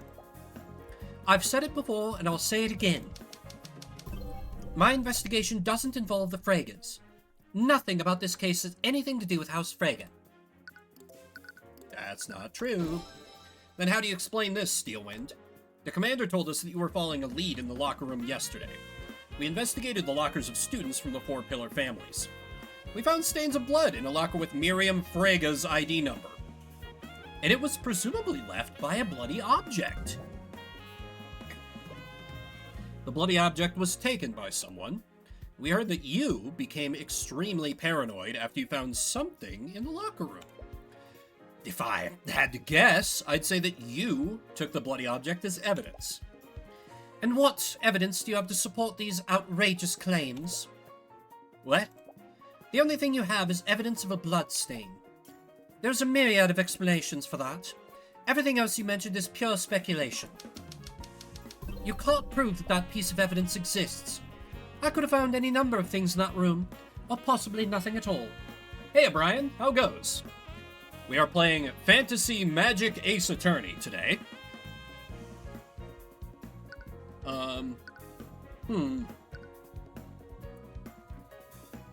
Oh, the threat is good. Very logical. Very inclined to hide Frege's involvement from the court. You found an object in the locker with Miriam Frege's nameplate on it. My favorite Capcom series, Dead Rising. The case does involve a necromancer, so... If you don't present what you found to the court, I'll have no choice but to pull the owner of that locker onto the stand. Oh my god, this artist draws angry women so well. I am feasting today. That's ridiculous. We both know that the locker in question belongs to Wallace Nightgrave.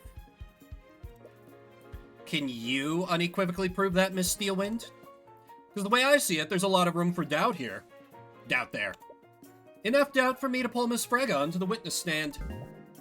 But if I had more context, maybe I wouldn't have to resort to that.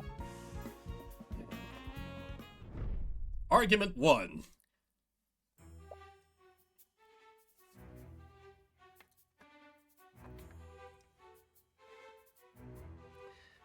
Well played, Mr. Cuthbert.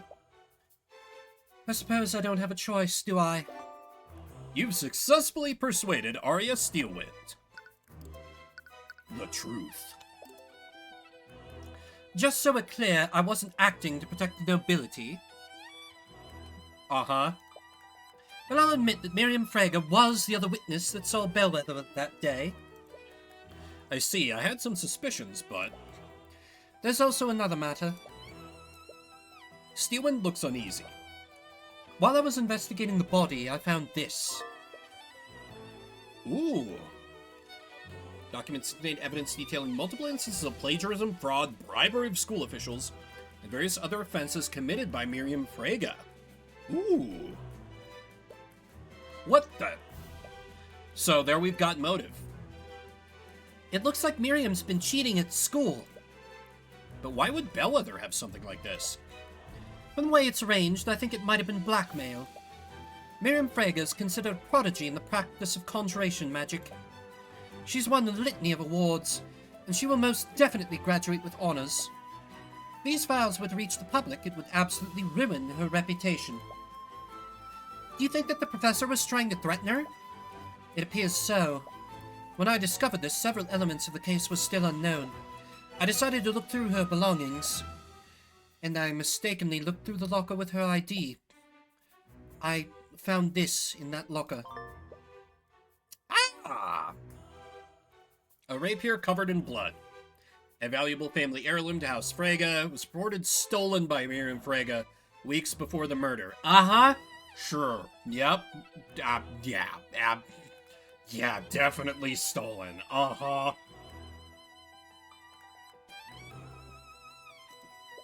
This is... It's very likely that this is the murder weapon. This rapier is a valuable family heirloom for House Frager. And a few weeks ago, Miriam reported that the rapier was stolen from her room. And then it was found in Wallace's locker. Not that I'm complaining, but why didn't you present this in court? To be honest, I'd like to avoid involving House Frager by any means necessary. I knew it! You're just protecting her, aren't you? Miss McCoy, do you recall how Wivengard's justice system works? To acquit a defendant, you need to unequivocally prove that they didn't commit the crime. To do that, they either need a solid alibi, or we need to prove that someone else committed the crime. What do you suppose will happen if you bring Miriam Frager onto the stand? House Frager won't allow one of its members to be indicted in a court of law. They'll plan to forge evidence to implicate your defendant, and they'll use the Inquisition to do so. So that's why you've been keeping them away from the investigation. Can't you do anything? The Steelwinds are powerful too, aren't they? I don't have the support of my house. Right now, I'm just a prosecutor, nothing more. Steelwind, you know that this isn't fair for us. Just do nothing. Do nothing and let us win. Celeste! We can't go near after Miriam, then you can at least help us save Wallace. I'm not going to do that. Why? What if Miriam Fraga is the real killer? Her sword is the murder weapon, and Bellwether was trying to blackmail her. I seem to recall another case where an innocent person's sword was used to frame them. But that's... As a prosecutor, it is not my place to decide who's guilty and who's not. I won't engage in corruption, even if it's to counter corruption from another noble house. I'm sorry. Do you know where Miriam is right now? Didn't you hear what I just said? You can't let her think that there's even the slightest possibility you'll indict her. She'll bring the entire wrath of House Fraga down on you. Regardless, I can't do anything for Wallace unless I know everything that happened. Fraga has the last piece I need to put everything together. Well, I suppose I don't have much of a choice, do I? Her dormitory is room 107. I imagine that she'll be there, considering that classes are suspended. Thank you, Steelwind. If I don't tell you, I'm sure you'll probably just find out using some other means. But please, Mr. Cuthbert, be careful. Let me just bask in her angry face a little bit. It's not as good It's not as good as Celeste's angry face, but it's still great. Anyway, enough of me being a degenerate. Dorm room 107. You follow Miss Steelwind's directions and find Miriam Frega's dorm room. The door leading inside seems a lot more ornately decorated than the other dorms. You go to knock on the door, but you don't realize that it's only partially closed. As your fist comes into contact with the wood, you accidentally push the door wide open. Ah! Excuse me, how dare you barge into my room? These insects have no respect. If you're not being a degenerate, then the channel is done? Fuck, you're not wrong. Sorry, I meant to knock, but... Construct, remove these hoodlums from my room. Acknowledged. Acknowledged. From the corner of the room, an arcane construct stands up and starts making its way toward you. Before you can protest, it raises its fist to hit you. I am blessed. I am blessed this day. I am blessed this day. Oh, I am blessed this day. Oh, I am blessed this day. You only have enough time to raise your arms and brace yourself for the impact. You close your eyes and wait for the blow, but instead you hear the clang of steel against steel. Confused, you open your eyes and see Celeste, standing between you and the construct. Her sword is drawn and she's using it to block the construct's fist. Upon taking a closer look at Celeste, the student stares curiously at her. Construct, stand down. Acknowledged. Wait, is Celeste like a secret daughter of this house? Like, she's very heavily implied to have noble blood. And she's clearly a prodigy, so she... I'm terribly sorry for that. I wasn't aware that this was your servant. Celeste is like, I am not done being angry. And by God, I love this for her. And for me! Celeste looks angry, but puts away her sword without a word. I haven't noticed you around campus. Are you a new student? If she has a personal attendant, she must be important. What? You see an opportunity. Yes, my... master just enrolled here recently. What? Celeste gives you a puzzled look, but you make a silent gesture back. After a moment, she seems to realize what you're doing. Yes, I just started here. I take it you're Miriam Frega? Yes, I'm honored that you recognize me. Name Miriam Frega. Status murderer. I mean, murderer. It is a pleasure to make your acquaintance, miss. I'm Celeste. She catches herself and pauses for an awkward moment. Steelwind. I'm Celeste Steelwind. You can't believe her. There's no way she's gonna believe. Steelwind? It's a pleasure to meet another member of such an esteemed house. She must be from a branch family. Maybe I can use her. Wait, she's actually buying this? Celeste Steelwind, it updated. I love it. I just moved in, and I thought that I should introduce myself. Seeing as you're a top student in the field of conjugation... Conjuration? Yes. Well, there's no backing out now. Miss Frega, I was wondering if we could ask you some questions about... Excuse me, I don't believe anyone has permitted you to speak. Oh, here we go. Celeste is still smiling, but you can faintly hear her grinding her teeth together. So, we heard about what happened to Professor Bellwether. I can't believe it. Yes, it's quite tragic what happened to her. I feel like I need to watch some Ruby, because I just need to do my best Weiss Schnee impression for this girl. Because, seriously, look at her. Look at her. She always has been an acquaintance of House Frega. She appears to be much more receptive to Celeste. Might be better to let her take the lead on the questioning.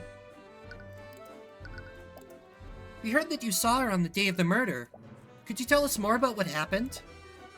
Oh, you heard about that from your relative, did you? If you don't mind me asking, why are you so interested? She's not like Arya, is she? Oh, you know, I'm just curious is all.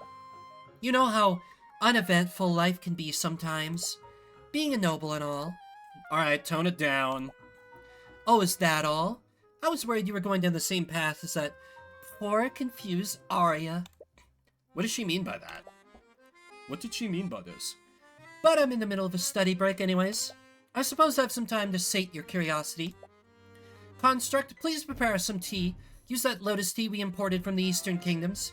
She could be useful if I can win her favor. Acknowledged. Lotus tea? You have lotus juice?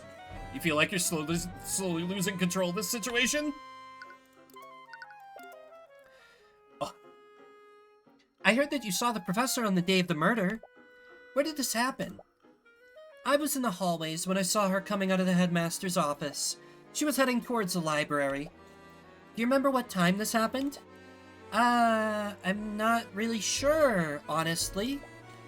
It's a little embarrassing, but I have a bad habit of getting too absorbed in my work. Yeah, sure. Sometimes I'll let entire hours pass by without noticing. Do you have a rough idea, at least? I think it was in the morning. She thinks it was in the morning. But anyways, did anything seem off about her? No, it was a short encounter. I merely greeted her and she responded in kind. Or at least that's what should have happened. That thought just now, what does it mean? You slowly glance at Celeste and catch her attention. In small motions, you shake her head to indicate that Miriam is holding something back. Were you and the professor really on good terms? I heard she was pretty mean towards the other students. Towards the riffraff, maybe, but not to students like us. She was a great ally to House Frege. Or at least she used to be. That's why we were planning on appointing her as the new headmaster. Wait, what did you just say? Did you just say that your family was going to appoint Bellwether as the new headmaster? Oh, I'm surprised you didn't know. House Frege holds several seats on the Academy's board. We're making plans to have her replace that lout Redmond. They were going to sack the headmaster? Did Headmaster Redmond know about this?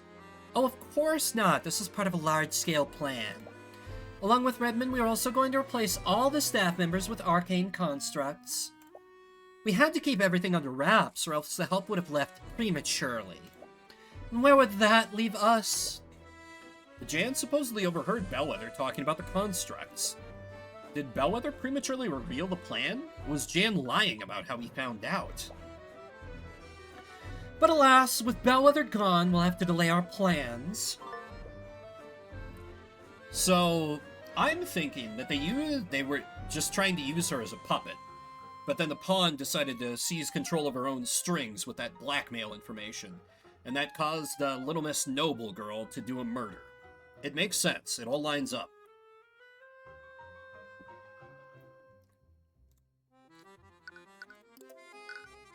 Your grades. It's a bad idea.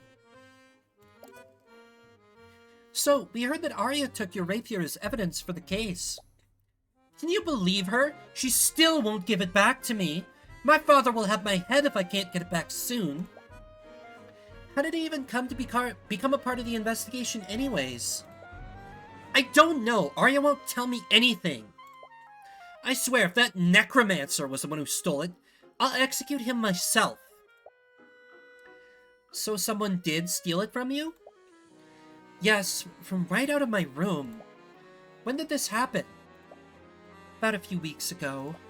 I noticed when I came back from one of my classes, someone removed the rapier from its display case in my room. How did they get into your room in the first place? Do you think someone used magic to teleport past the door? Please, I'm a master of conjuration magic. If someone attempted that, my enchantments would have shunted them out. That means the thief came in through one of the doors or windows. I bet it was that necromancer. I'm sure a street child like him just knows how to pick a lock. Celeste is like, on behalf of the lower classes, you're first up against the wall when the revolution comes, lady. Hey, how are your grades? I've heard that you're one of the Academy's top students. Your grades must be amazing. Of course, as an inheritor of House Frege, my grades are impeccable. It feels good to have my greatness recognized. All you gotta do is play to her ego and she gives you everything. That's strange. You don't see anything contradictory through the eye this time. So was it forged? I mean, even forged evidence would be enough to damage, because it doesn't matter if it's true or not. All that's needed is the rumor. She was aiming at reputational damage. You make a gesture towards Celeste to continue pressing her. What kind of magic do you study here? You must be joking. I study magic from the School of Conjuration. Just like most members of my house. School of Conjuration. That's the type of magic that specializes in spatial manipulation and teleportation, right? Visions of guillotines, yes. Yes, I consider myself quite the expert in that field. Why, the Crown Prince himself has asked for my assistance in a research study. It's nice to work with someone of my caliber. Again, you don't see any thoughts that contradict what she's saying. Does that mean she's not lying? I mean, granted, these are surface-level thoughts. If she is smart enough to get the Crown Prince's attention, why would she be cheating? Again, it's reputational damage. You said something about my wayward relative before. Were you talking about Arya? I'm terribly sorry if I offended you, but I'm sure it must pain you to see the way that she's been acting lately. Yes, it's been extremely hard. Hang in there, Celeste. Did you know that she even interrogated me about the murder yesterday? Can you believe it? A steel wind running around the crime scene like a common knight. Why, if I tried something like that, my father would disown me. Does the nobility not approve of Steelwind becoming a prosecutor? You always thought that it is strange. What is motivating her to do this? She wants reform, just like you, Tyrion. Come on. That should be obvious by now. Aster deserves better. Honestly, she probably thinks she can do anything just because of her betrothed. Celeste's eyes perk up upon hearing this. You'd be lying if you weren't also curious about who this Aster is, but you showed her a stern look that tells her to stay focused. Yeah, it would immediately out us if she was like, "Oh, who is that?" You can't risk blowing your cover for some gossip. Yeah, we'll have to get the tea some other way. You have an arcane construct in your room. I thought they only had them in the library and the locker room. This construct was a gift from House Von Sanctus. I have to say they're quite convenient to have around. They look really cool. Maybe I should get one. You should. A construct would be far more useful than this attendant of yours. Murder, murder, murder, murder, murder, murder, murder. Unfortunately, there are still some issues with their intelligence. Their intelligence? There are issues when you give them complex commands. Might be easier to show you. Miriam turns to the construct and begins gesturing towards it. Construct, please retrieve my textbooks and bring them here. Then cast Steelwind Strike at this location. After that, retrieve some plates and set them out at this table. Acknowledged. What? The construct stands up and retrieves Miriam's textbooks from one of the shelves in the room. It brings them to the table you're sitting at, just like she ordered. But then it suddenly stops moving. Wait, what happened? Construct obviously can't cast Steelwind Strike, so my second command was impossible to carry out. But did you notice something else? It ignored your third command, too. Correct, my third command was possible to carry out. So why did it ignore that command? Constructs execute a series of commands in the order that they are given. But let's say one of those tasks is impossible to complete. When the construct gets to that task, it will deem the entire series impossible to complete. As a result, it will stop executing the series altogether. So if a task in a series of commands is impossible, then that command will interrupt the sequence of commands. Exactly. That's very important to know. I wasn't expecting that. Huh.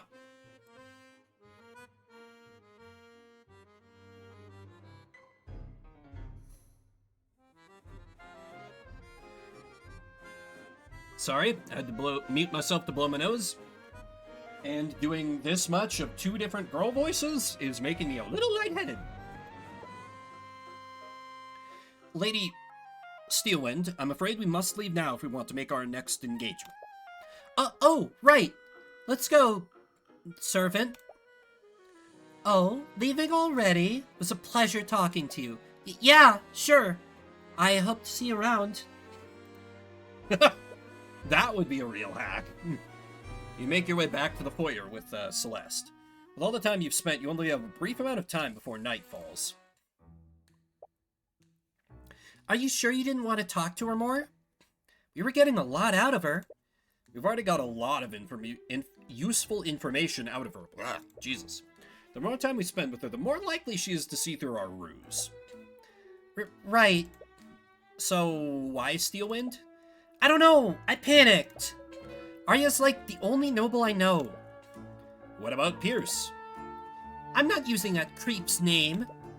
Well, hopefully Steelwind doesn't mind us borrowing her name. And we got her statement on what she saw that day. And there's also what she said about her rapier. I bet she was lying when she said it was stolen. No, really, Celeste? She was probably trying to establish an alibi. I'm not so sure. Why do you say that? Doesn't it feel too obvious? If she was lying about the rapier being stolen, that would imply that she planned all of this in advance. But if she had to choose a murder weapon, why would she choose something that literally has her name on it? I'd understand if the murder was a spur-of-the-moment decision. She might have just used something nearby in this case. Oh no! Oh no! Oh no! Oh no! I've cracked everything! I've cracked the entire case! Noble Girl is innocent. Our client is actually guilty, but he's been mind-controlled by creepy goth girl because she is the one that's causing the wave of fucked-up murders that the commander was talking about. And that's why it was found in his locker, Occam's razor. Occam's razor. He did the murder with the rapier. Yeah, shit, I think we're actually defending the murder, though not the real mastermind here. That's a little out there, but I think I'm cooking with this one. I think I'm cooking with this one. But if this was a premeditated murder committed by Miriam, that rapier would be the last weapon she would choose. Right, I guess that makes sense. There's also the evidence of academic dishonesty. It doesn't match up with what we heard from Miriam. You mean all that stuff about working with the crowned prince? She's probably just making things up to look good in front of me. I have an insight when it comes to things like this. Under normal circumstances, I can usually tell when someone is lying. And a lie as grandiose as that would be something I would definitely see through. People can subconsciously shield themselves from the eye of Horus, even if they don't know about it. But when they do that, you usually can't see any thoughts from them. You also saw that she was lying about her encounter with Bellwether. You would have seen dissonant thoughts if she was lying about her grades. Well, I guess I'll trust your insight. But what does this mean? I don't know. Even with everything we found, I'm still not sure who the real culprit is. At the very least, I think we should still try to pull Miriam onto the stand. If she testifies in court, I might be able to find something I can use. But that's a big maybe. If you don't play your cards right, you might spook the Fregas enough for them to pay off the judge. Either way, it's getting late. We'll probably have to turn in soon. Yeah. Just hope you did enough to acquit Wallace.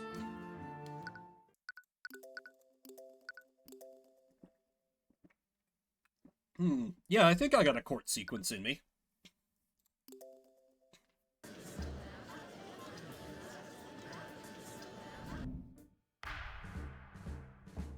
Court is now resumed for the trial of Wallace Nightgrave. Let us review the proceedings from yesterday. It was revealed that the trace of necromancy may not have been left by the defendant. It may have been left by a witness who used necromancy to attempt to heal the victim. However, the victim was seen by witnesses well after her time of death. This could only be explained if the defendant was using necromancy, to animate the victim's body. This leaves the question, where did the murder take place? Does the prosecution have an answer for this? Based on the testimonies of several witnesses, it is very likely that the murder took place in the library. Interesting. What led you to this conclusion, Miss Steelwind? First, I'd like to remind the court where the victim was sighted before the body was found. It began when the victim had a meeting with the headmaster near the center of the building. Our meeting was scheduled for 12 p.m. According to my schedule for the day, our meeting lasted for an hour. This brings us to the statement of the next witness, a student at the academy. This student saw the victim walking in the hallways. I saw her coming out of the headmaster's office. She was heading towards the library. Which means that our first witness saw Bellwether leave the headmaster's office. Presumably this would have happened after meeting her there. That would time this encounter at around 1 p.m. The other event is the discovery of the body, which was when Valentina Iannis contacted security. I suddenly spotted the professor lying in a pool of blood in the classroom. Valentina used the communication device to call for help while I tried to save her. As we've already established, this event occurred at 3:04 p.m. But the significance of this time is in what occurred before the body was discovered. The second witness, a member of the cleaning staff, spotted the victim in the West Wing hallway. Bellwether knocked over a vase, and there were shards and dirt everywhere. Sorry, I hiccuped. It's probably 20 to 30 minutes before the twins found the body. This means that this encounter must have happened no later than 2:30 p.m. And this implies the victim was near the library between 1 p.m. and 2:30 p.m. According to the defendant's statements, he was in the library during this time period. Furthermore, the time of death was at 2:07 p.m. Drinking that barbecue whiskey. God, no. This means that Mr. Hughes saw the victim's animated body. Okay, I can already blow a giant hole through that. I see. Your deduction certainly tracks, Miss Steelwind.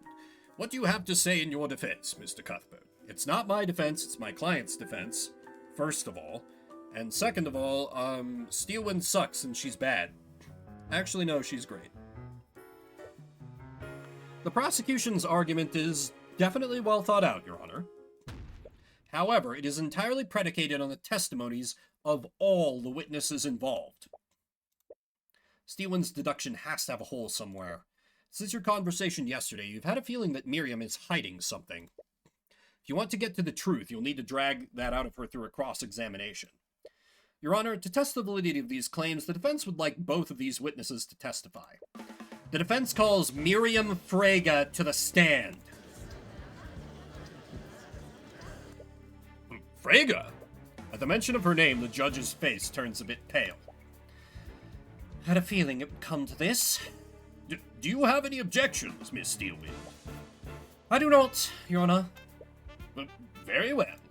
Bailiff, please escort Lady Frege to the stand. Witness, please state your name and occupation for the...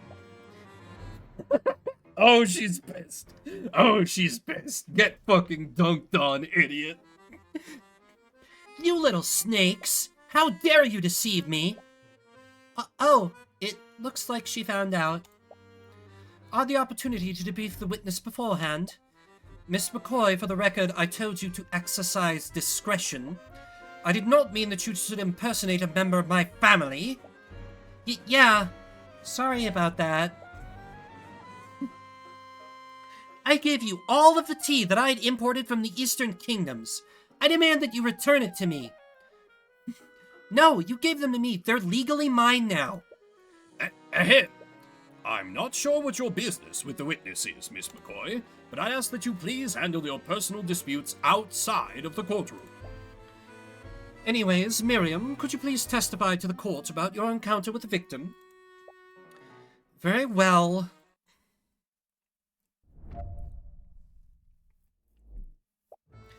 I was working on a research project in my dorm room when I decided to take a break. I left my room and went on a walk. That's when I saw Professor Bellwether exiting the headmaster's office. She was walking in my direction, so I greeted her and she responded in kind. After that, she headed towards the library. Short time after that, I went back to my room and continued my work. Very vague. I see, so it was only a brief encounter. However brief it was, the witness's testimony verifies two things. One is that Miss Frege saw the professor exiting the headmaster's office. The other is that she witnessed the victim head towards the library. This gives us a rough timeline of where the victim was before her death. That does seem consistent. Did Bellwether really enter the library that day? Yes, she did. We were there, you idiot.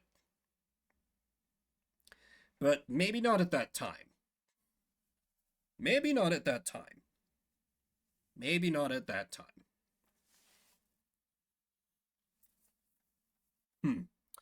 We'll see where this goes. You feel like you would have seen her there if she did. Mr. Cuthbert, you may begin your cross-examination.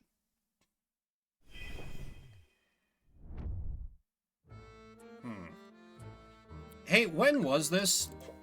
Was this research project a part of your schoolwork? It was an independent study to develop a new conjuration spell formula. The project is being sponsored by the Crown Prince himself. Arya's like, yeah, that's a big win for their house. I wasn't aware that he was involved in such a study. Of course you didn't. You expect to know every aspect of his life, dear Is she engaged to the prince? Oh shit. You sense a bit of aggression. Cat fight, cat fight, cat fight, cat fight. If you don't keep an eye on him, House Frege might just steal him back from you. As if His Highness would align himself with your rapacious family. Ha! Our banking houses form the economic infrastructure of our kingdom. But perhaps he'll come to the Steel Ones if he needs to clear a den of goblins. With all due respect, may we please focus on the matter at hand?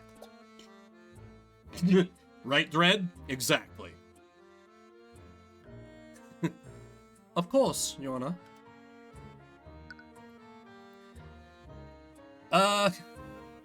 Again, when was this? And you're sure that you saw her? You're sure that you saw? You're sure that you? God damn it! And you're sure that you saw her exit the headmaster's office? Yes, I remember it clearly. I was surprised that she was still meeting with the headmaster at all. She must be talking about how they were plotting to replace him. Did you interact with the professor at all, Miriam?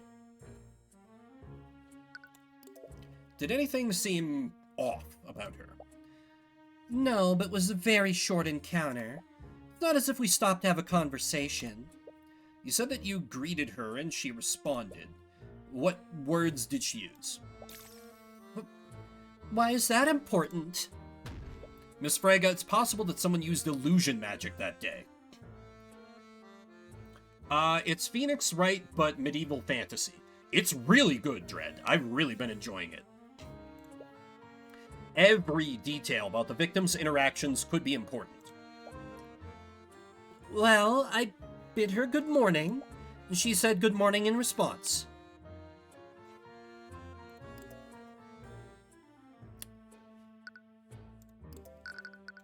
Steelwind's deduction is now complete nonsense.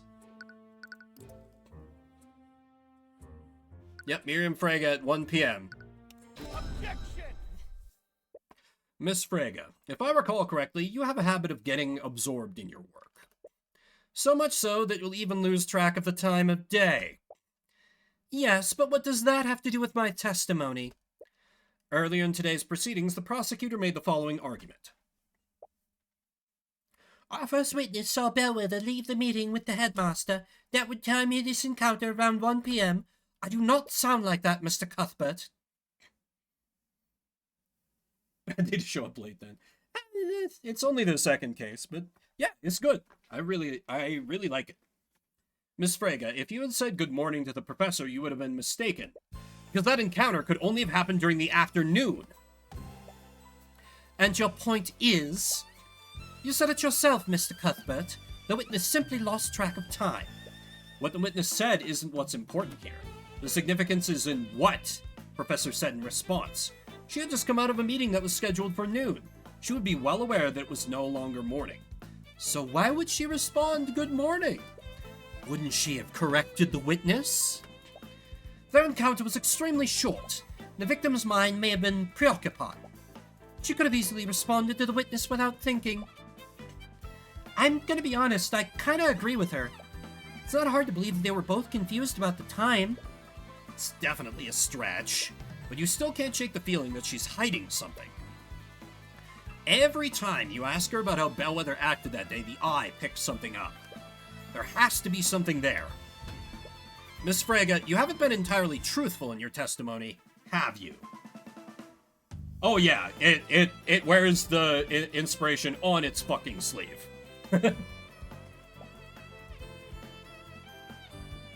That's absurd! What reason would I have to lie? Such a small detail, why does he even care? But it's Phoenix Wright with mind-reading powers! Every detail about how she acted is important, Miss Frege. What aren't you telling us? Mr. Cuthbert, you have no basis to accuse the witness of perjury. Yes, you will stop this at once. Miss Frege, you're lying about how Bellwether responded to your greeting, aren't you?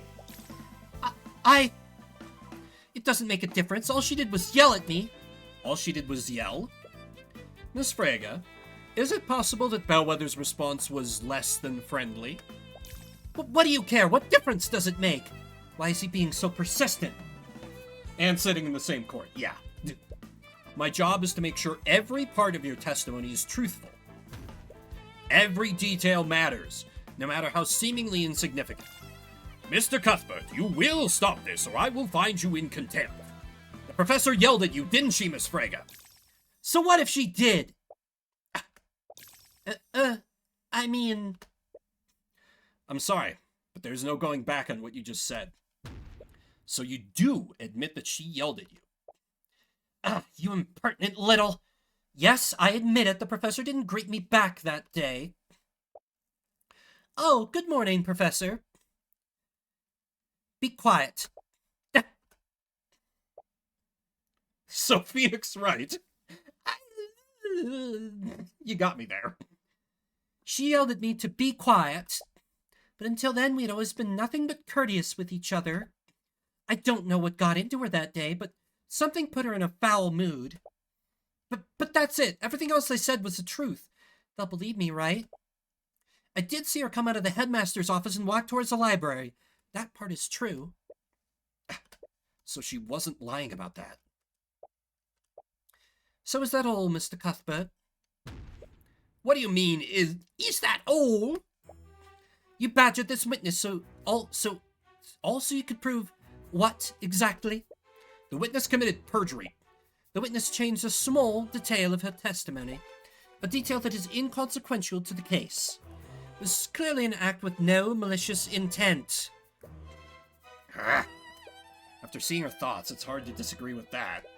You were so sure that the eye would lead you somewhere, but Frege was only lying to save face. The witness saw the victim leave the headmaster's office and head toward the library. Do you have any concrete evidence to refute that, Mr. Cuthbert? No, I suppose I don't. Well, wait, is this really okay? At this rate, this will be the only chance you have to cross-examine her. I don't think she's lying anymore. That was really pushing my luck earlier. If I continue pressing her, the judge might actually charge me with contempt. But if Miriam isn't the one that's lying, then... The defense has no further questions for the witness, Miss Steelwind. The prosecutor stays silent for a while. She almost looks disappointed. Very well, Miriam, you are dismissed. Miriam still looks like she's fuming, but she leaves the room without protest. There is an art to dealing with people of that high rank without making them want to use their resources to murder you. I've dealt with a real-life princess before. I have experience with this. The judge breathes a sigh of relief as the young noble is escorted out of the room. Now with that out of the way, what else do you have, Mr. Cuthbert? The only way to refute the prosecutor's theory is to cast doubt on one of the witnesses. If it wasn't Miriam, then... Steelwind, to test your theory, we must question every witness that saw the victim that day. So with that said, the defense would like to call Mr. Jan Hughes to the stand. I hope you understand, Mr. Cuthbert. Your entire case rests on the assumption that one of the witness accounts is incorrect. If your cross-examination, Mr. Hughes, leads nowhere, then I hope you're ready to concede. You don't like the sound of it, but she's right. Unless you can find something in Jan's testimony, you won't really have anything to disprove her theory. Bailiff, please bring in Mr. Hughes. Witness, please state your name and occupation for the courtroom. Witness, name and occupation. Oh my god, she even has the Edgeworth bit where she has trouble getting witnesses to state their names and occupations. Perfect. Right. My name is Jan Hughes. I'm on the cleaning staff of the academy. Mr. Hughes, please testify to the court about your encounter with the professor that day. Sure.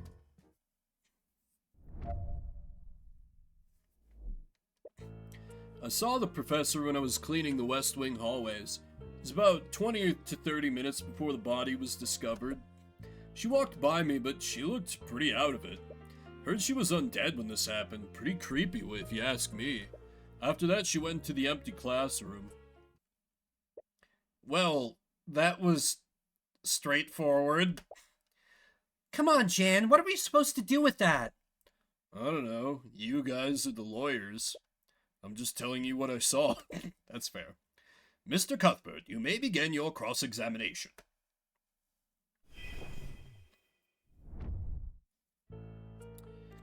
What do you mean by out of it? Did anything else look off about her? I mean, yeah, she was an undead after all. That remains to be proven.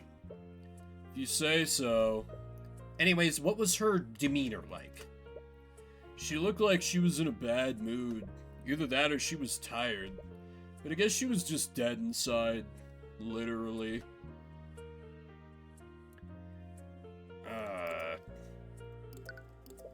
I believe you've forgotten a few details about what the professor did. Yeah? Sorry, it's hard to remember these things sometimes. Which details should you ask him for? Did she make any sounds? Did you hear her make any sounds? Oh, yeah. After she knocked over the vase, she yelled at me to be quiet. But I didn't even say anything. This detail could be extremely important. Please add it to your testimony, Mr. Hughes. Whatever you say, man. Which is pretty creepy because she yelled at me. Objection! Zombies can't talk. Objection! Mr. Hughes, you said that Bellwether yelled at you. What were her exact words? I think she yelled at me to be quiet. What? I thought it was weird. I didn't even say anything. But I know better than to talk back to her. That's the thing, Hughes. The prosecution's theory is as such. The professor was murdered in the library and was reanimated using animate corpse. With a quick illusion spell, no one would notice that she was undead. However, if what you saw was truly the undead Bellwether, how did she speak to you? Huh? This doesn't make any sense. Mr. Hughes, undead can follow simple orders, but they don't have the intelligence to speak. Perhaps the witness was mistaken. No, I'm sure I heard her yell at me. I remember because what she said didn't make any sense. Exactly. He didn't say anything, but she still yelled at him to be quiet. Wait a minute. I'm afraid I don't understand. We've already established that the victim was dead long before her encounter with Mr. Hughes. But if what he saw wasn't an undead, what was it? It had to be an undead. What other explanation is there? The arcane construct that's in Weichne's room. It couldn't have been a major illusion. Otherwise, it wouldn't have been able to shove Jan out of the way or knock over the vase. Whatever it was, someone probably used illusory disguise to make it look like Bellwether. Does that mean it was a person? No, if it was a person, how did Bellwether's body end up in the lecture hall? Bellwether wouldn't have been able to turn herself invisible if she was dead. And whatever Jan saw, it needs to be something that could have transported Bellwether's body unseen. It would have also needed to have a mass and the ability to speak. Or at the very least, it needs to be something that can recreate Bellwether's voice. What could have done that? Arcane Construct! Ah! That's it! But do you have an answer for us, Mr. Cuthbert? What did the witness actually see? Your Honor, the witness didn't actually hear the dead victim speaking. What he actually heard was her voice being recreated using magic. Are you trying to say that her voice was recreated using a spell? Not a spell, Steelwind. It was artificery. And whoever the murderer is, they had the perfect piece of artificery available to them. One programmed with Catherine Bellwether's voice. You can't possibly mean... That's right, Steelwind. What Mr. Hughes saw was an arcane construct. An arcane construct. Think of it as a magically animated suit of armor, Your Honor. But we ruled out such a possibility, hadn't we? Construct or not, no one could disguise themselves and carry the body to the classroom. A person wouldn't have been able to do it. But arcane constructs are a different thing entirely. Those suits of armor are extremely large, but more importantly, they're hollow. I see. That means that theoretically, someone could have placed the victim's body inside it. The arcane construct wouldn't just transport the body. With an illusory disguise, it would also confuse and mislead anyone who saw it. Objection! Of course. I commend your deduction, Mr. Cuthbert.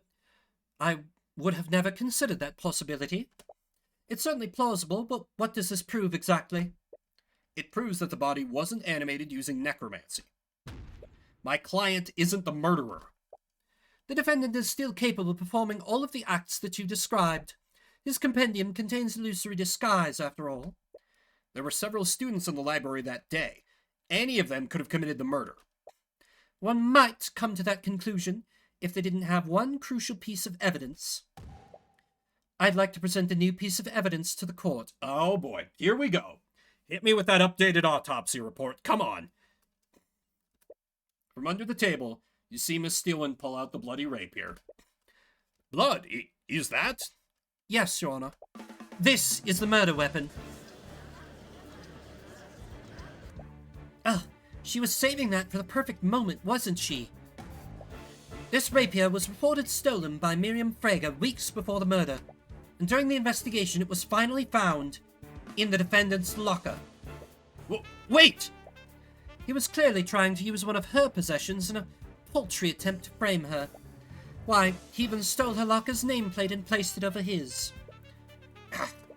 Damn it, that's not what happened! But honestly, it sounds more plausible than what really took place. We're basically back to square one, aren't we? Anyone could have told that construct to do all those things.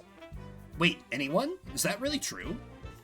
The construct transported the professor's body, and someone used an illusion to make it look like her. They even used a pre-recorded voice to make the illusion more convincing. Oh shit, it's the headmaster.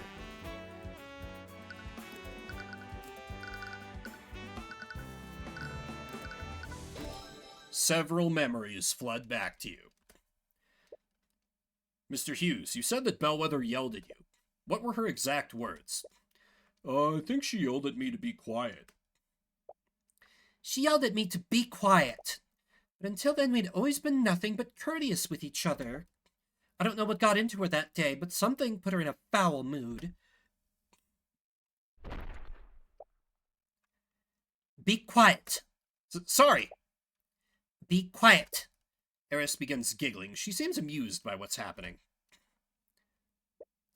The construct's voice is just a series of pre-recorded messages. Not sure if you noticed, but it uses the voice of Professor Bellwether. Unfortunately, you can't make them say something other than what's recorded. Only the headmaster can change those settings. No, it can't be him. What is it, Tyrion? Did you figure something out? Also, she was not making that scary JoJo-ass pose when it actually happened. Unless that was her, like, using whatever her weird mind control magic was on us, and, like, we just broke through that in this moment of epiphany. I did. But is he seriously the one behind all of this? Miss Steelwind, earlier you said that my client could have orchestrated this entire ruse. But that's simply not true. How so? Anyone could have ordered the construct to carry out the victim's body. Yes, but not everyone can change what the constructs are able to say. Only one individual has the credentials for that. Theodore Redmond, headmaster of the Imperial Academy. And see, where we're going wrong with this is that Eris mind-controlled the headmaster to do this on her behalf. We saw her mind-control him earlier when he started to ask her where she had got a spare spell compendium from, then he was like, oh, never mind. We're barking up the wrong tree here. We are getting Danganronpa V3. I dare not say any more, but if you play the game, you know exactly what I'm talking about. Or if you've beaten the game, rather. Wait, you're not serious, are you? You think the headmaster did all this? I don't want to believe it, but he's the only person who could have done it. That's completely ridiculous. Headmaster Redmond would never do something like this. Miss Steelwind, there's one common element between each of the witnesses' encounters with Bellwether. It's what Bellwether said to them. She yelled at both of them to be quiet. Miriam Frege was particularly surprised. She had a good relationship with the professor, but when greeted by the professor, Bellwether just shouted at her. Almost as if the professor was responding indiscriminately. And recall her encounter with Jan Hughes. The professor knocked over a vase and shouted at him to be quiet immediately after, even though he hadn't said anything. She was responding to a sound of the vase breaking. Now let me ask you this, Steelwind. Where did Bellwether come from before she encountered Miss Frege and Mr. Hughes? A meeting. With the headmaster.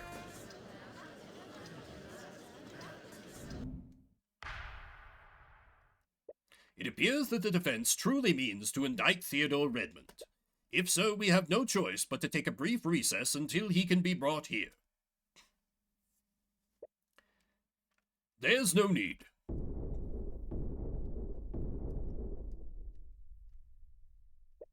Fortunately for you, I'm already in the gallery. In the galley, yes. He's cooking us all up a delicious meal. God damn it, me. The headmaster stood up from the gallery seats behind you and slowly walked onto the witness stand. Has he been here the entire time? It's a murder case involving the academy that he oversees. Of course he's here. Now, please correct me if I'm wrong, Mr. Cuthbert, but do you think I am the one who committed this crime? I'm sorry, Redmond, but no matter how I look at it, everything I found points to you. No, there's no need to apologize. In fact, I should commend you on the lengths that you're going to defend dear Wallace. The court appreciates your understanding, Mr. Redmond. Now then, to clear the air, I suppose I should give my testimony on what happened that day. But how deep does the rabbit hole go? Is he being mind-controlled right now into... No, probably not. Probably not. That day, I had a meeting scheduled with the professor at noon. She showed up at the expected time, and we discussed various administrative matters. Our meeting went on for an hour, after which she left to prepare for her next class. Despite our many disagreements, we still knew how to be civil with one another. After all, I had no reason to bear a personal grudge against her. Well, I already know what to object to there. I just can't see it. He seems like such a nice person. Is he really the person we're looking for? He has to be. No one else could have orchestrated this entire plot. Nobody else is capable of all this. Nobody else. Nobody else is capable of this plot. Nobody else could have masterminded this. I can't think of anybody else who could possibly be guilty here. You just need to find out how. And why. By the way, if you're just listening, you missed me, like, just pull up Goth Girl's profile and repeatedly circle her face with my mouse. Okay, anyway, I already know what to do here. No reason to waste time. Where is the evidence of her scheme? 4 pillars, C1's orders, spell compendium. No, I have this in evidence somewhere, right? Unsourced logic. Yeah. Bellwether's plan. Objection! Redmond, did you really hold no animosity toward Professor Bellwether? Of course not. I did have strong opinions about her methods of teaching, but I always remained professional. We both did. Frankly, I find that hard to believe.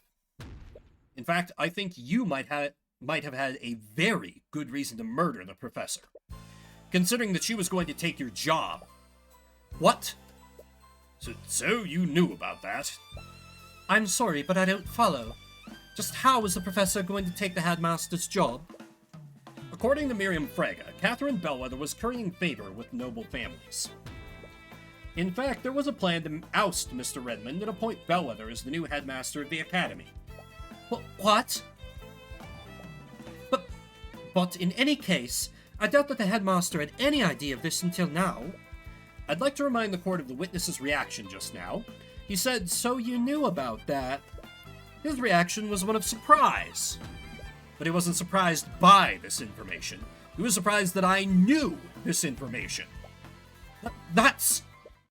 Please, dear Arya. I may be a frail old man, but I'm perfectly capable of defending myself. If you have an explanation, Mr. Redmond, then by all means, I'd love to hear it. Gladly.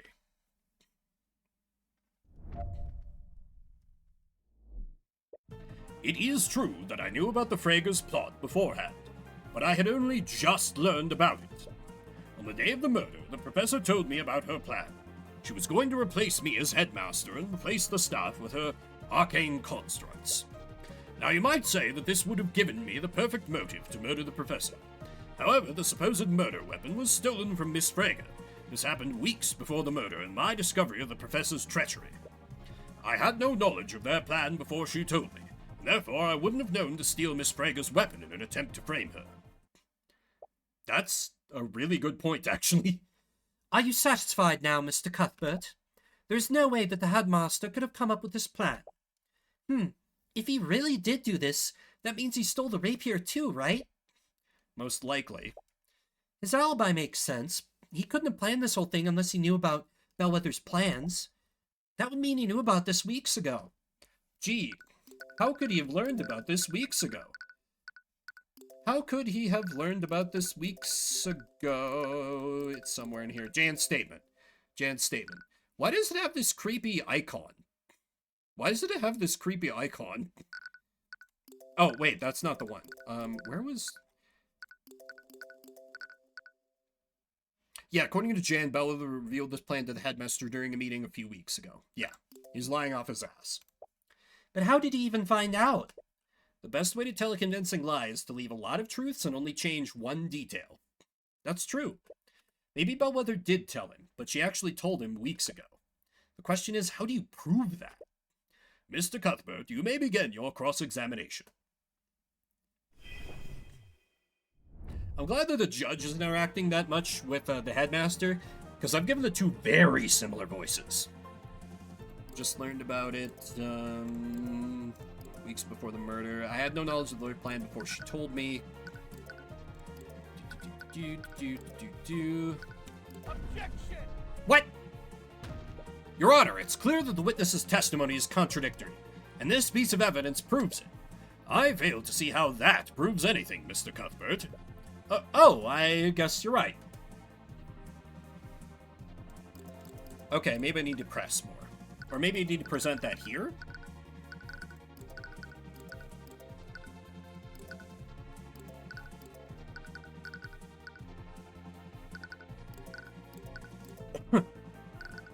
God damn it, where is it? Yelled at him to be quiet. King constructs. Objection! Okay, let me stop trying to one-shot kill this. So you only learned about it recently. Doesn't that seem a bit too convenient for you? It may appear that way, yes. But The day of the murder, the professor told me about the plan. That must have infuriated you. Your colleague betrayed you and attempted to steal your job. I'm only human, of course. I was taken aback. I've been headmaster of the Imperial Academy for decades. To think that the professor and the board would go around my back like that.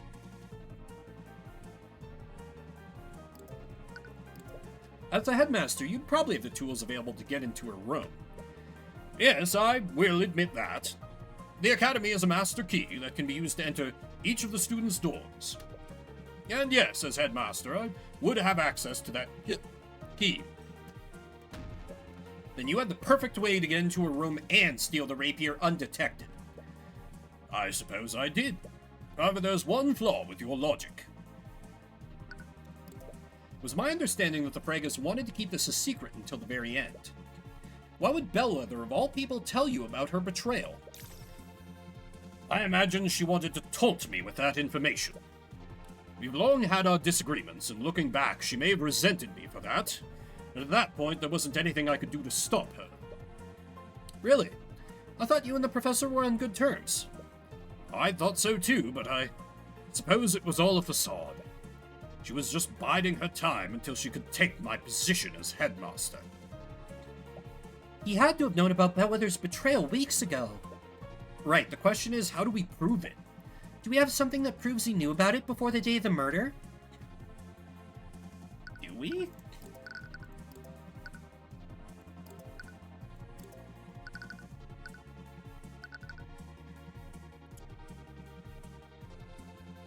Wait, no, the chemical reaction wouldn't.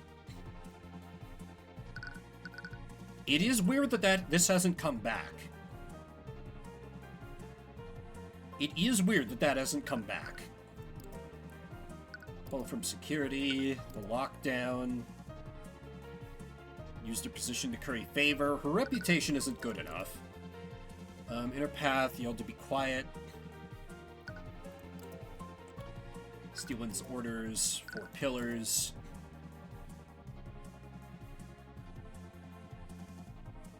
Arcane construct in the Academy locker room. I don't think it's the time for that yet. Stain of blood.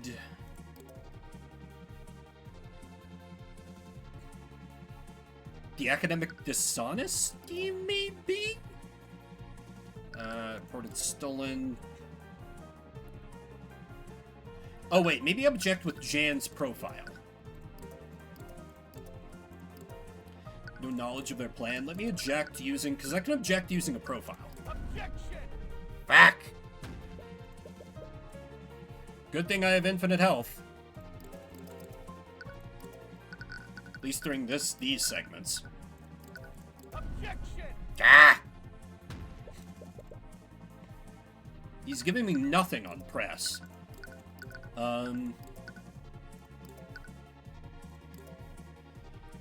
According to Jan, Bellwether review. This feels like it would be the perfect kill shot.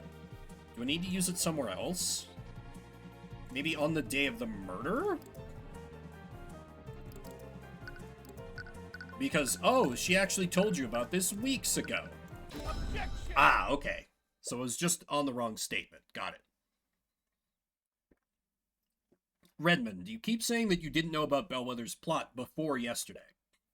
Do you still plan on standing behind that claim? Of course I am, because it's the truth. I'm sorry, Redmond, but you should really close your doors during your meetings. What? Did someone see? Big reaction. It is true that Bellwether revealed her plan to you during one of your meetings. In fact, Jan Hughes happened to overhear that same meeting. But he only overheard the part where the staff would be replaced. And that's the strangest part, Redmond. According to Mr. Hughes, this meeting occurred weeks ago. You can't accuse the headmaster of perjury based on a rumor. Everything you've just said is based on second-hand information. Mr. Hughes distinctly overheard that the staff would be replaced with arcane constructs. That is too specific and too accurate to assume that he misheard a different conversation. The professor probably only revealed her plan for the arcane constructs. That still doesn't prove that he knew about her treachery beforehand. Professor Bellwether had no authority over the cleaning staff's employment. Wouldn't make sense for her to just reveal her plan for the arcane constructs. It would only make sense if he knew that Bellwether would be taking his job. So tell me one thing, Redmond. Why did you find the need to lie about this? Is it because you saw a need to protect yourself from my accusations? Redmond, I asked you a question. Did you murder Catherine Bellwether? Ooh, What a fine mess this is. I'm not done, not yet. Headmaster? So you truly plan on pushing this, are you? Well, your thesis sounded promising, Mr. Cuthbert. But I believe your arguments could use a little work. Also, he looks very wide in this sprite. It's Inception time, baby! You think I killed Catherine Bellwether? Me? I am an elderly man in his late 80s. I was also alone and had nothing to overpower Bellwether with. I can barely walk, much less wield a rapier.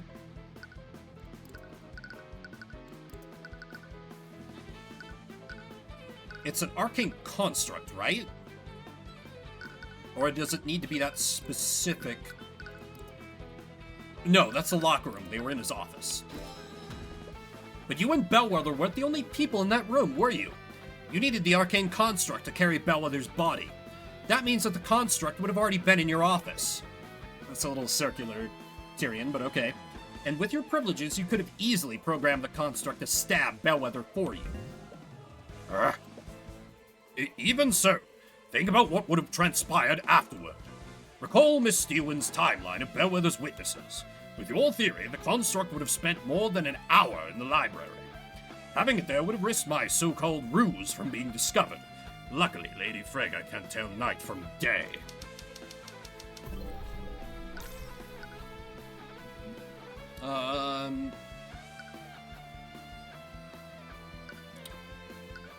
Contradict displayed emotion. Contradict thoughts seen through the eye. I think it's intuition. The timing deduced from Miss Frege's testimony is predicated on one thing. She saw Miss Bellwether exit your office after your meeting. However, if we assume that you're lying about when this meeting ended, your entire argument falls apart. Miss Frege would have encountered Bellwether after her death at 2:01 p.m. Miss Frege wouldn't have made a mistake like that. Miss Frege thought it was morning when she saw Bellwether. She can't reliably tell the time. Then what about where the rapier was placed? If I really was the murderer, then that would mean I planted the weapon in young Wallace's locker. Several of the students had lockers there that I had access to. I wouldn't have placed incriminating evidence in that locker.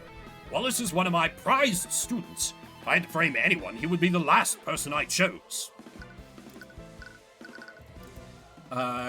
Where's there information about them being switched? Yep, the switch. You're right, Mr. Redmond. You wouldn't try to frame Wallace. But you would try to frame Miriam Frege. It would have been the perfect act of revenge, wouldn't it? You murder your treacherous co-worker and frame the daughter of the family that helped her. But something went wrong, didn't it, Redmond?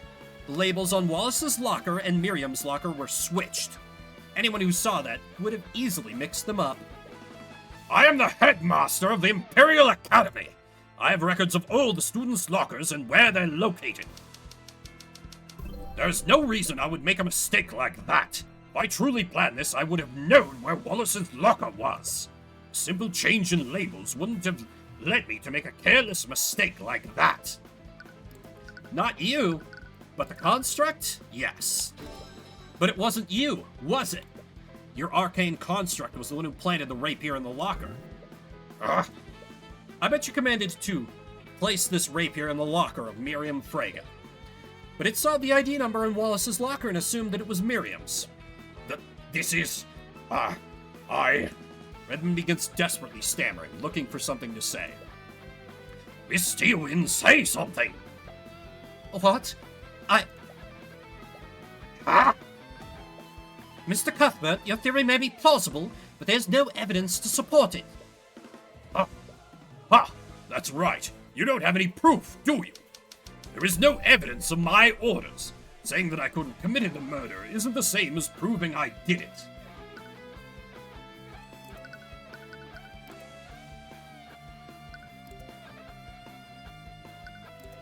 Oh, command log!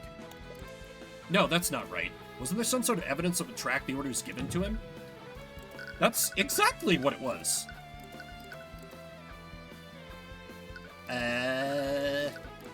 Oh god, I can't stumble here.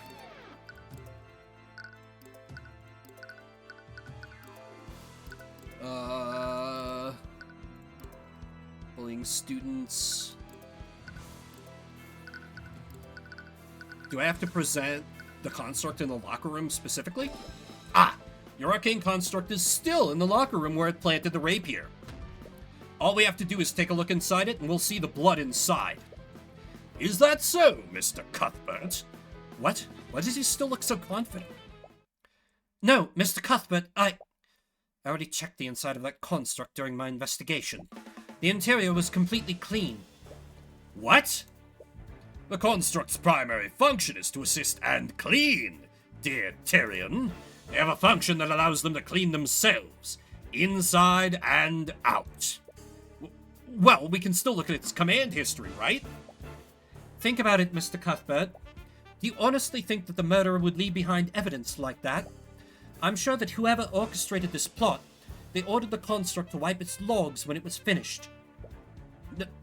No. That's right, Mr. Cuthbert. Your case against me is theoretical at best. But I suppose I can still give you marks for trying. Damn it, he thought of everything. Is he seriously able to get rid of all of the evidence? You're running out of options. But you still have one tool left. Ha! It's unbecoming to glare like that, young Tyrion. He's doing it again. Bring yourself back to that moment with Garrett Pierce. Think about what's at stake for Wallace, just like you did with Celeste. His life and his future are in your hands. Naught can remain concealed. Empowered Eye. You activated the Empowered Eye again. Redmond did a good job of covering his tracks, but there has to be something that he forgot to get rid of. He wasn't able to access his locker. Why am I thinking of this now? Related to the construct's actions? The logic limitation, maybe? The construct's orders were clear. Plant the body in Lecture Hall 2B, and then plant the evidence in Freyga's locker. It was supposed to head to the storage room afterward. What happened? Interesting, the construct wasn't supposed to be in the locker room? Okay, that's something.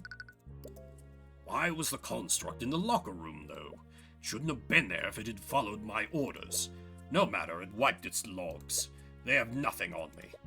So he did order it to wipe its logs. In order to cover all of its tracks, it probably would have done this last. Wait, he ordered the construct to go to the storage room. It would have done that after it was finished planting evidence in the locker room. But we found it in the locker room. What stopped the construct from leaving the locker room? That's an excellent question. No one has been able to access it. Couldn't be the logic limitation itself. It's asking what caused the logic limitation?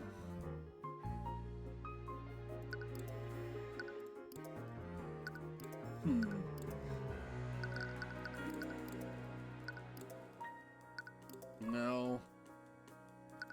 No. I'm so close. Could it be a spell?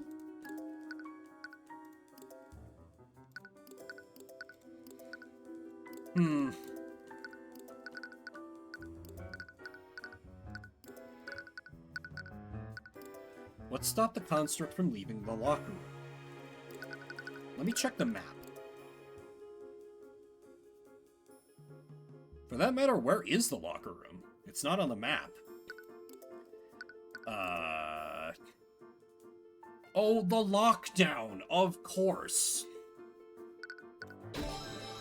Right, the body was probably reported earlier than Redmond expected. This means he probably started the lockdown before the construct was finished in the locker room. How did the lockdown affect the construct's actions? Does this change anything? Redmond's series of commands was interrupted by the lockdown. Right, the series of commands would have been interrupted. Wait a minute! Constructs execute a series of commands in the order that they are given. Let's say one of those tasks is impossible to complete. When the construct gets to that task, it will deem the entire series impossible to complete. As a result, it will stop executing the series altogether. So if a task in a series of commands is impossible, then that command will interrupt the entire series. The construct's final command was to wipe its memory. But if its orders were interrupted by the lockdown, then... Miss Steelwind, I have nothing more to ask this witness. What? You're not giving up, are you? Do you even have to ask? Yeah, I thought so. But how are you going to prove he did it if he's not testifying? Don't worry, the next witness's testimony will be all I need. Next witness? That look on your face isn't one of defeat. Just what are you planning? Ha! It's nothing but desperate bravado. Now, if you'll excuse me... You've let your quarry get away, Mr. Cuthbert. I hope you know what you're doing. I do, Miss Steelwind. First, I'd like for the Inquisition to bring in the arcane construct in the Academy's locker room. We've already established that the murderer could have wiped its history. Please, just humor me for a second, Miss Steelwind. Very well. Bailiff, please relay Mr. Cuthbert's request to Commander White. Well, here's your construct. I hope you know what you're doing, Mr. Cuthbert. Construct! What are your orders? Please recite your command history. Reporting. Command 1, stand by in Headmaster's office. Command 2, await vocal signal attack from Theodore Redmond. You hear Redmond stand up from the gallery. Seeing this, the prosecutor watches him and carefully clutches the handle of her cane. Command 3, treat Catherine Bellwether as a hostile entity and neutralize. Construct, wipe your... Huddle. Before he can finish his sentence, the prosecutor points her cane at the headmaster. Magical energy shoots from it and collides directly with him. Magic wreathes around his body and stops him from moving. He is clearly trying to struggle against it, but it looks like he can't even move his mouth. Miss Steelwind. Excuse the interruption. Please continue. Command 4, await vocal signal, leave from Theodore Redmond. Command 5, move to classroom 2B. Reply to any inquiries with voice line number 3. Command 6, remove Catherine Bellwether from interior frame and place on floor. Thank you, Construct. You can stop now. I think we all know the rest. But just to be clear, who gave you this series of commands? Commands were approved by Headmaster Theodore Redmond. How? How? I ordered the construct to wipe its command history. Mr. Redmond, constructs don't follow the same logic that humans do. They're prone to error when their commands are impossible to execute. Impossible? In what way were my commands impossible? You were the one that made it impossible. You activated the lockdown system. The lockdown? The body was found earlier than you'd like. You had no choice but to immediately activate the lockdown system when it was reported.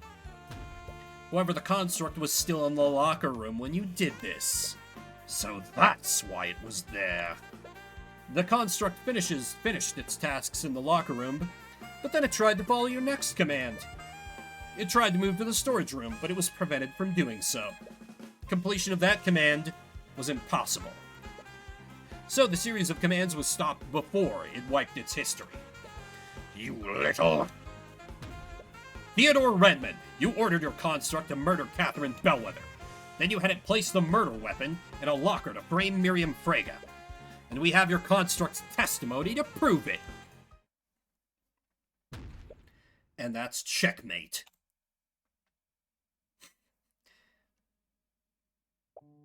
I can't believe it. How could you do something like this, Headmaster? She was going to take everything from me. My position, my academy, my students. Everything would be gone. It's going to be stolen by her and the Fragas. Why didn't you say anything to me? I could have...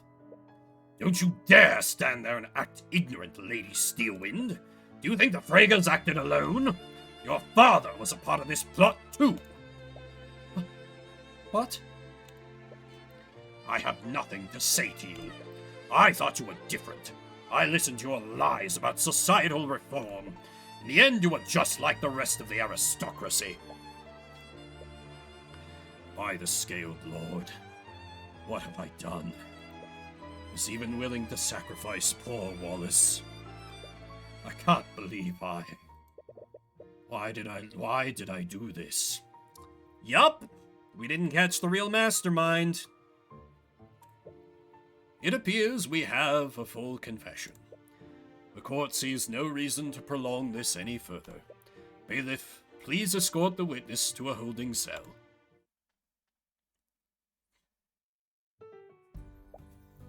Mr. Cuthbert, you really did it. It feels amazing, right? Like a big weight being lifted from your shoulders. It does, but I can't believe the headmaster was the one who did this. Right, despite everything Redmond did, he was the one that allowed Wallace to pursue his dreams. I'm sorry. I'm sure this is bittersweet for you. What am I gonna do now? Headmaster Redmond was the only reason I could even attend the academy. With him gone... Come on, don't think like that. You got acquitted. I'm sure it'll all work out. You want to agree, but necromancy is basically taboo. Without Redmond's support, there aren't many places he could learn it legitimately. And then there's the Imperial Academy. Hey, don't you get all sad on me too. Sorry, I was just thinking. With Redmond gone, the Fragas will probably just appoint another sycophant as the headmaster. Valentina, Valerie, and Jan, they're all going to lose their jobs. Come on! You found the truth and you put a murderer behind bars. You saved Wallace. She's right. As you start to exit the courtroom, you're greeted by Miss Timora. Was she in the gallery this entire time? At the end of the day, you saved Wallace from a wrongful conviction. You should be proud of yourself for that. I suppose you're right. Maybe I am just overthinking things. But the doubt still lingers in your mind. Now come on, I'm taking Wallace to that restaurant we went to last time. Do you remember how much that place cost? Don't worry, I have plenty of gold. Am I the only one in this team not making any gold? Why don't you meet us there, Celeste? I need to talk with Tyrion for a moment. Alright, let's go, Wallace. Okay. You activated the Empowered Eye again, didn't you? She doesn't appear to be praising you. I did. I didn't really have a choice. The Eye of Horus is a powerful tool, Tyrion, but that's twice now that you've used the Empowered Eye to get out of a tough spot. You can't keep relying on it if you want to grow as an attorney. One day you'll find a witness that the Empowered Eye won't work on. Gee, I wonder who could be immune to the Empowered Eye. Who could possibly have an immunity to this supernatural power that no one's ever heard of? Who could possibly be immune from a power like that? Who could we go up against who is definitely evil and is not going to be affected by it? I fucking wonder. It's worked for me this far, though. But I suppose you're right. I'll try to rely on it less next time. And that marked the end of another case in my career as a defense attorney. Another life saved and another murderer brought to justice. But I still couldn't shake this feeling of uneasiness. Was it guilt for what would happen to the faculty staff? Or was it something else? Episode end.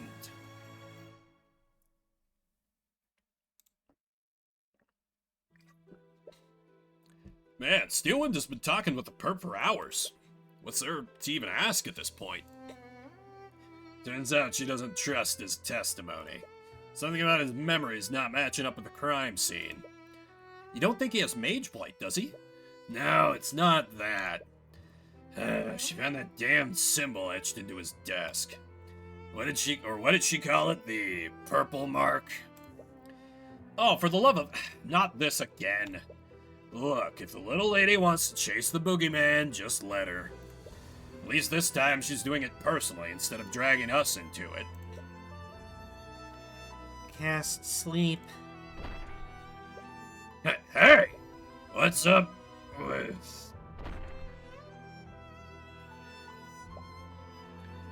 Who did this to your desk? What has gotten into you? I've already admitted to everything. What more could you possibly want from me? Where did this graffiti come from? What is this symbol? What is the purple mark? I don't know. A student must have done it at some point. Think very hard, Headmaster. When did you receive this purple symbol? Focus on the moment you received this.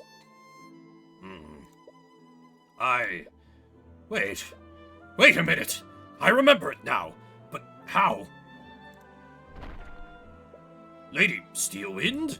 Lady Steelwind! Arya, what happened? Are you okay? That was close. My elation over meeting him almost made me forget. Eris, what are you doing here? Why? Wait. I remember now. It was you. You put those ideas into my mind. You're the one who told me to murder Bellwether. Oh, you humans never fail to amuse me. I didn't make you do anything. Everything you did that day, all the planning, all the preparation, that came from your own mind. And I have to say, I was quite entertained with the scheme you came up with. Why, you even broke into Miriam's room. I didn't know you had it in you, old man. You made me forget about our conversation, but how? Illusions can't affect the mind. Magic can't affect the mind. It's a shame, though. I would have much rather turned Wallace into the antagonist of this chapter. Could you imagine if he turned? It would have been spectacular. Armies of the undead running rampant in the streets. But alas, even I couldn't corrupt his pure soul. Answer me. Who are you? What are you? Who am I? I'm the Lord of the Sixth Circle. Ah! Whatever the hell that's supposed to mean. Well, on that ominous note, another case solved. Nothing is going wrong whatsoever. I really like the overarching narrative they're putting in this. This game's so good in so many ways. It feeds my degeneracy. It's got a good overarching story. I'm enjoying the hell out of it, and I hope you guys are too. But it has been 5 hours. I think I'm going to wrap it up there. Plus, end of the case. Good place to end it off. So that is going to do it for me. Thanks everybody for coming out. Spend a little bit of your morning, afternoon, evening, whatever time it may be for you. If you're watching the VOD after the fact, I see you. I appreciate you. Don't see anybody I know streaming, I think. So let's give a raid to good old Critter Vision. You know, offset that spooky stuff we had at the end with just some cute animals and some nature. So, I will return Wednesday with more gambling.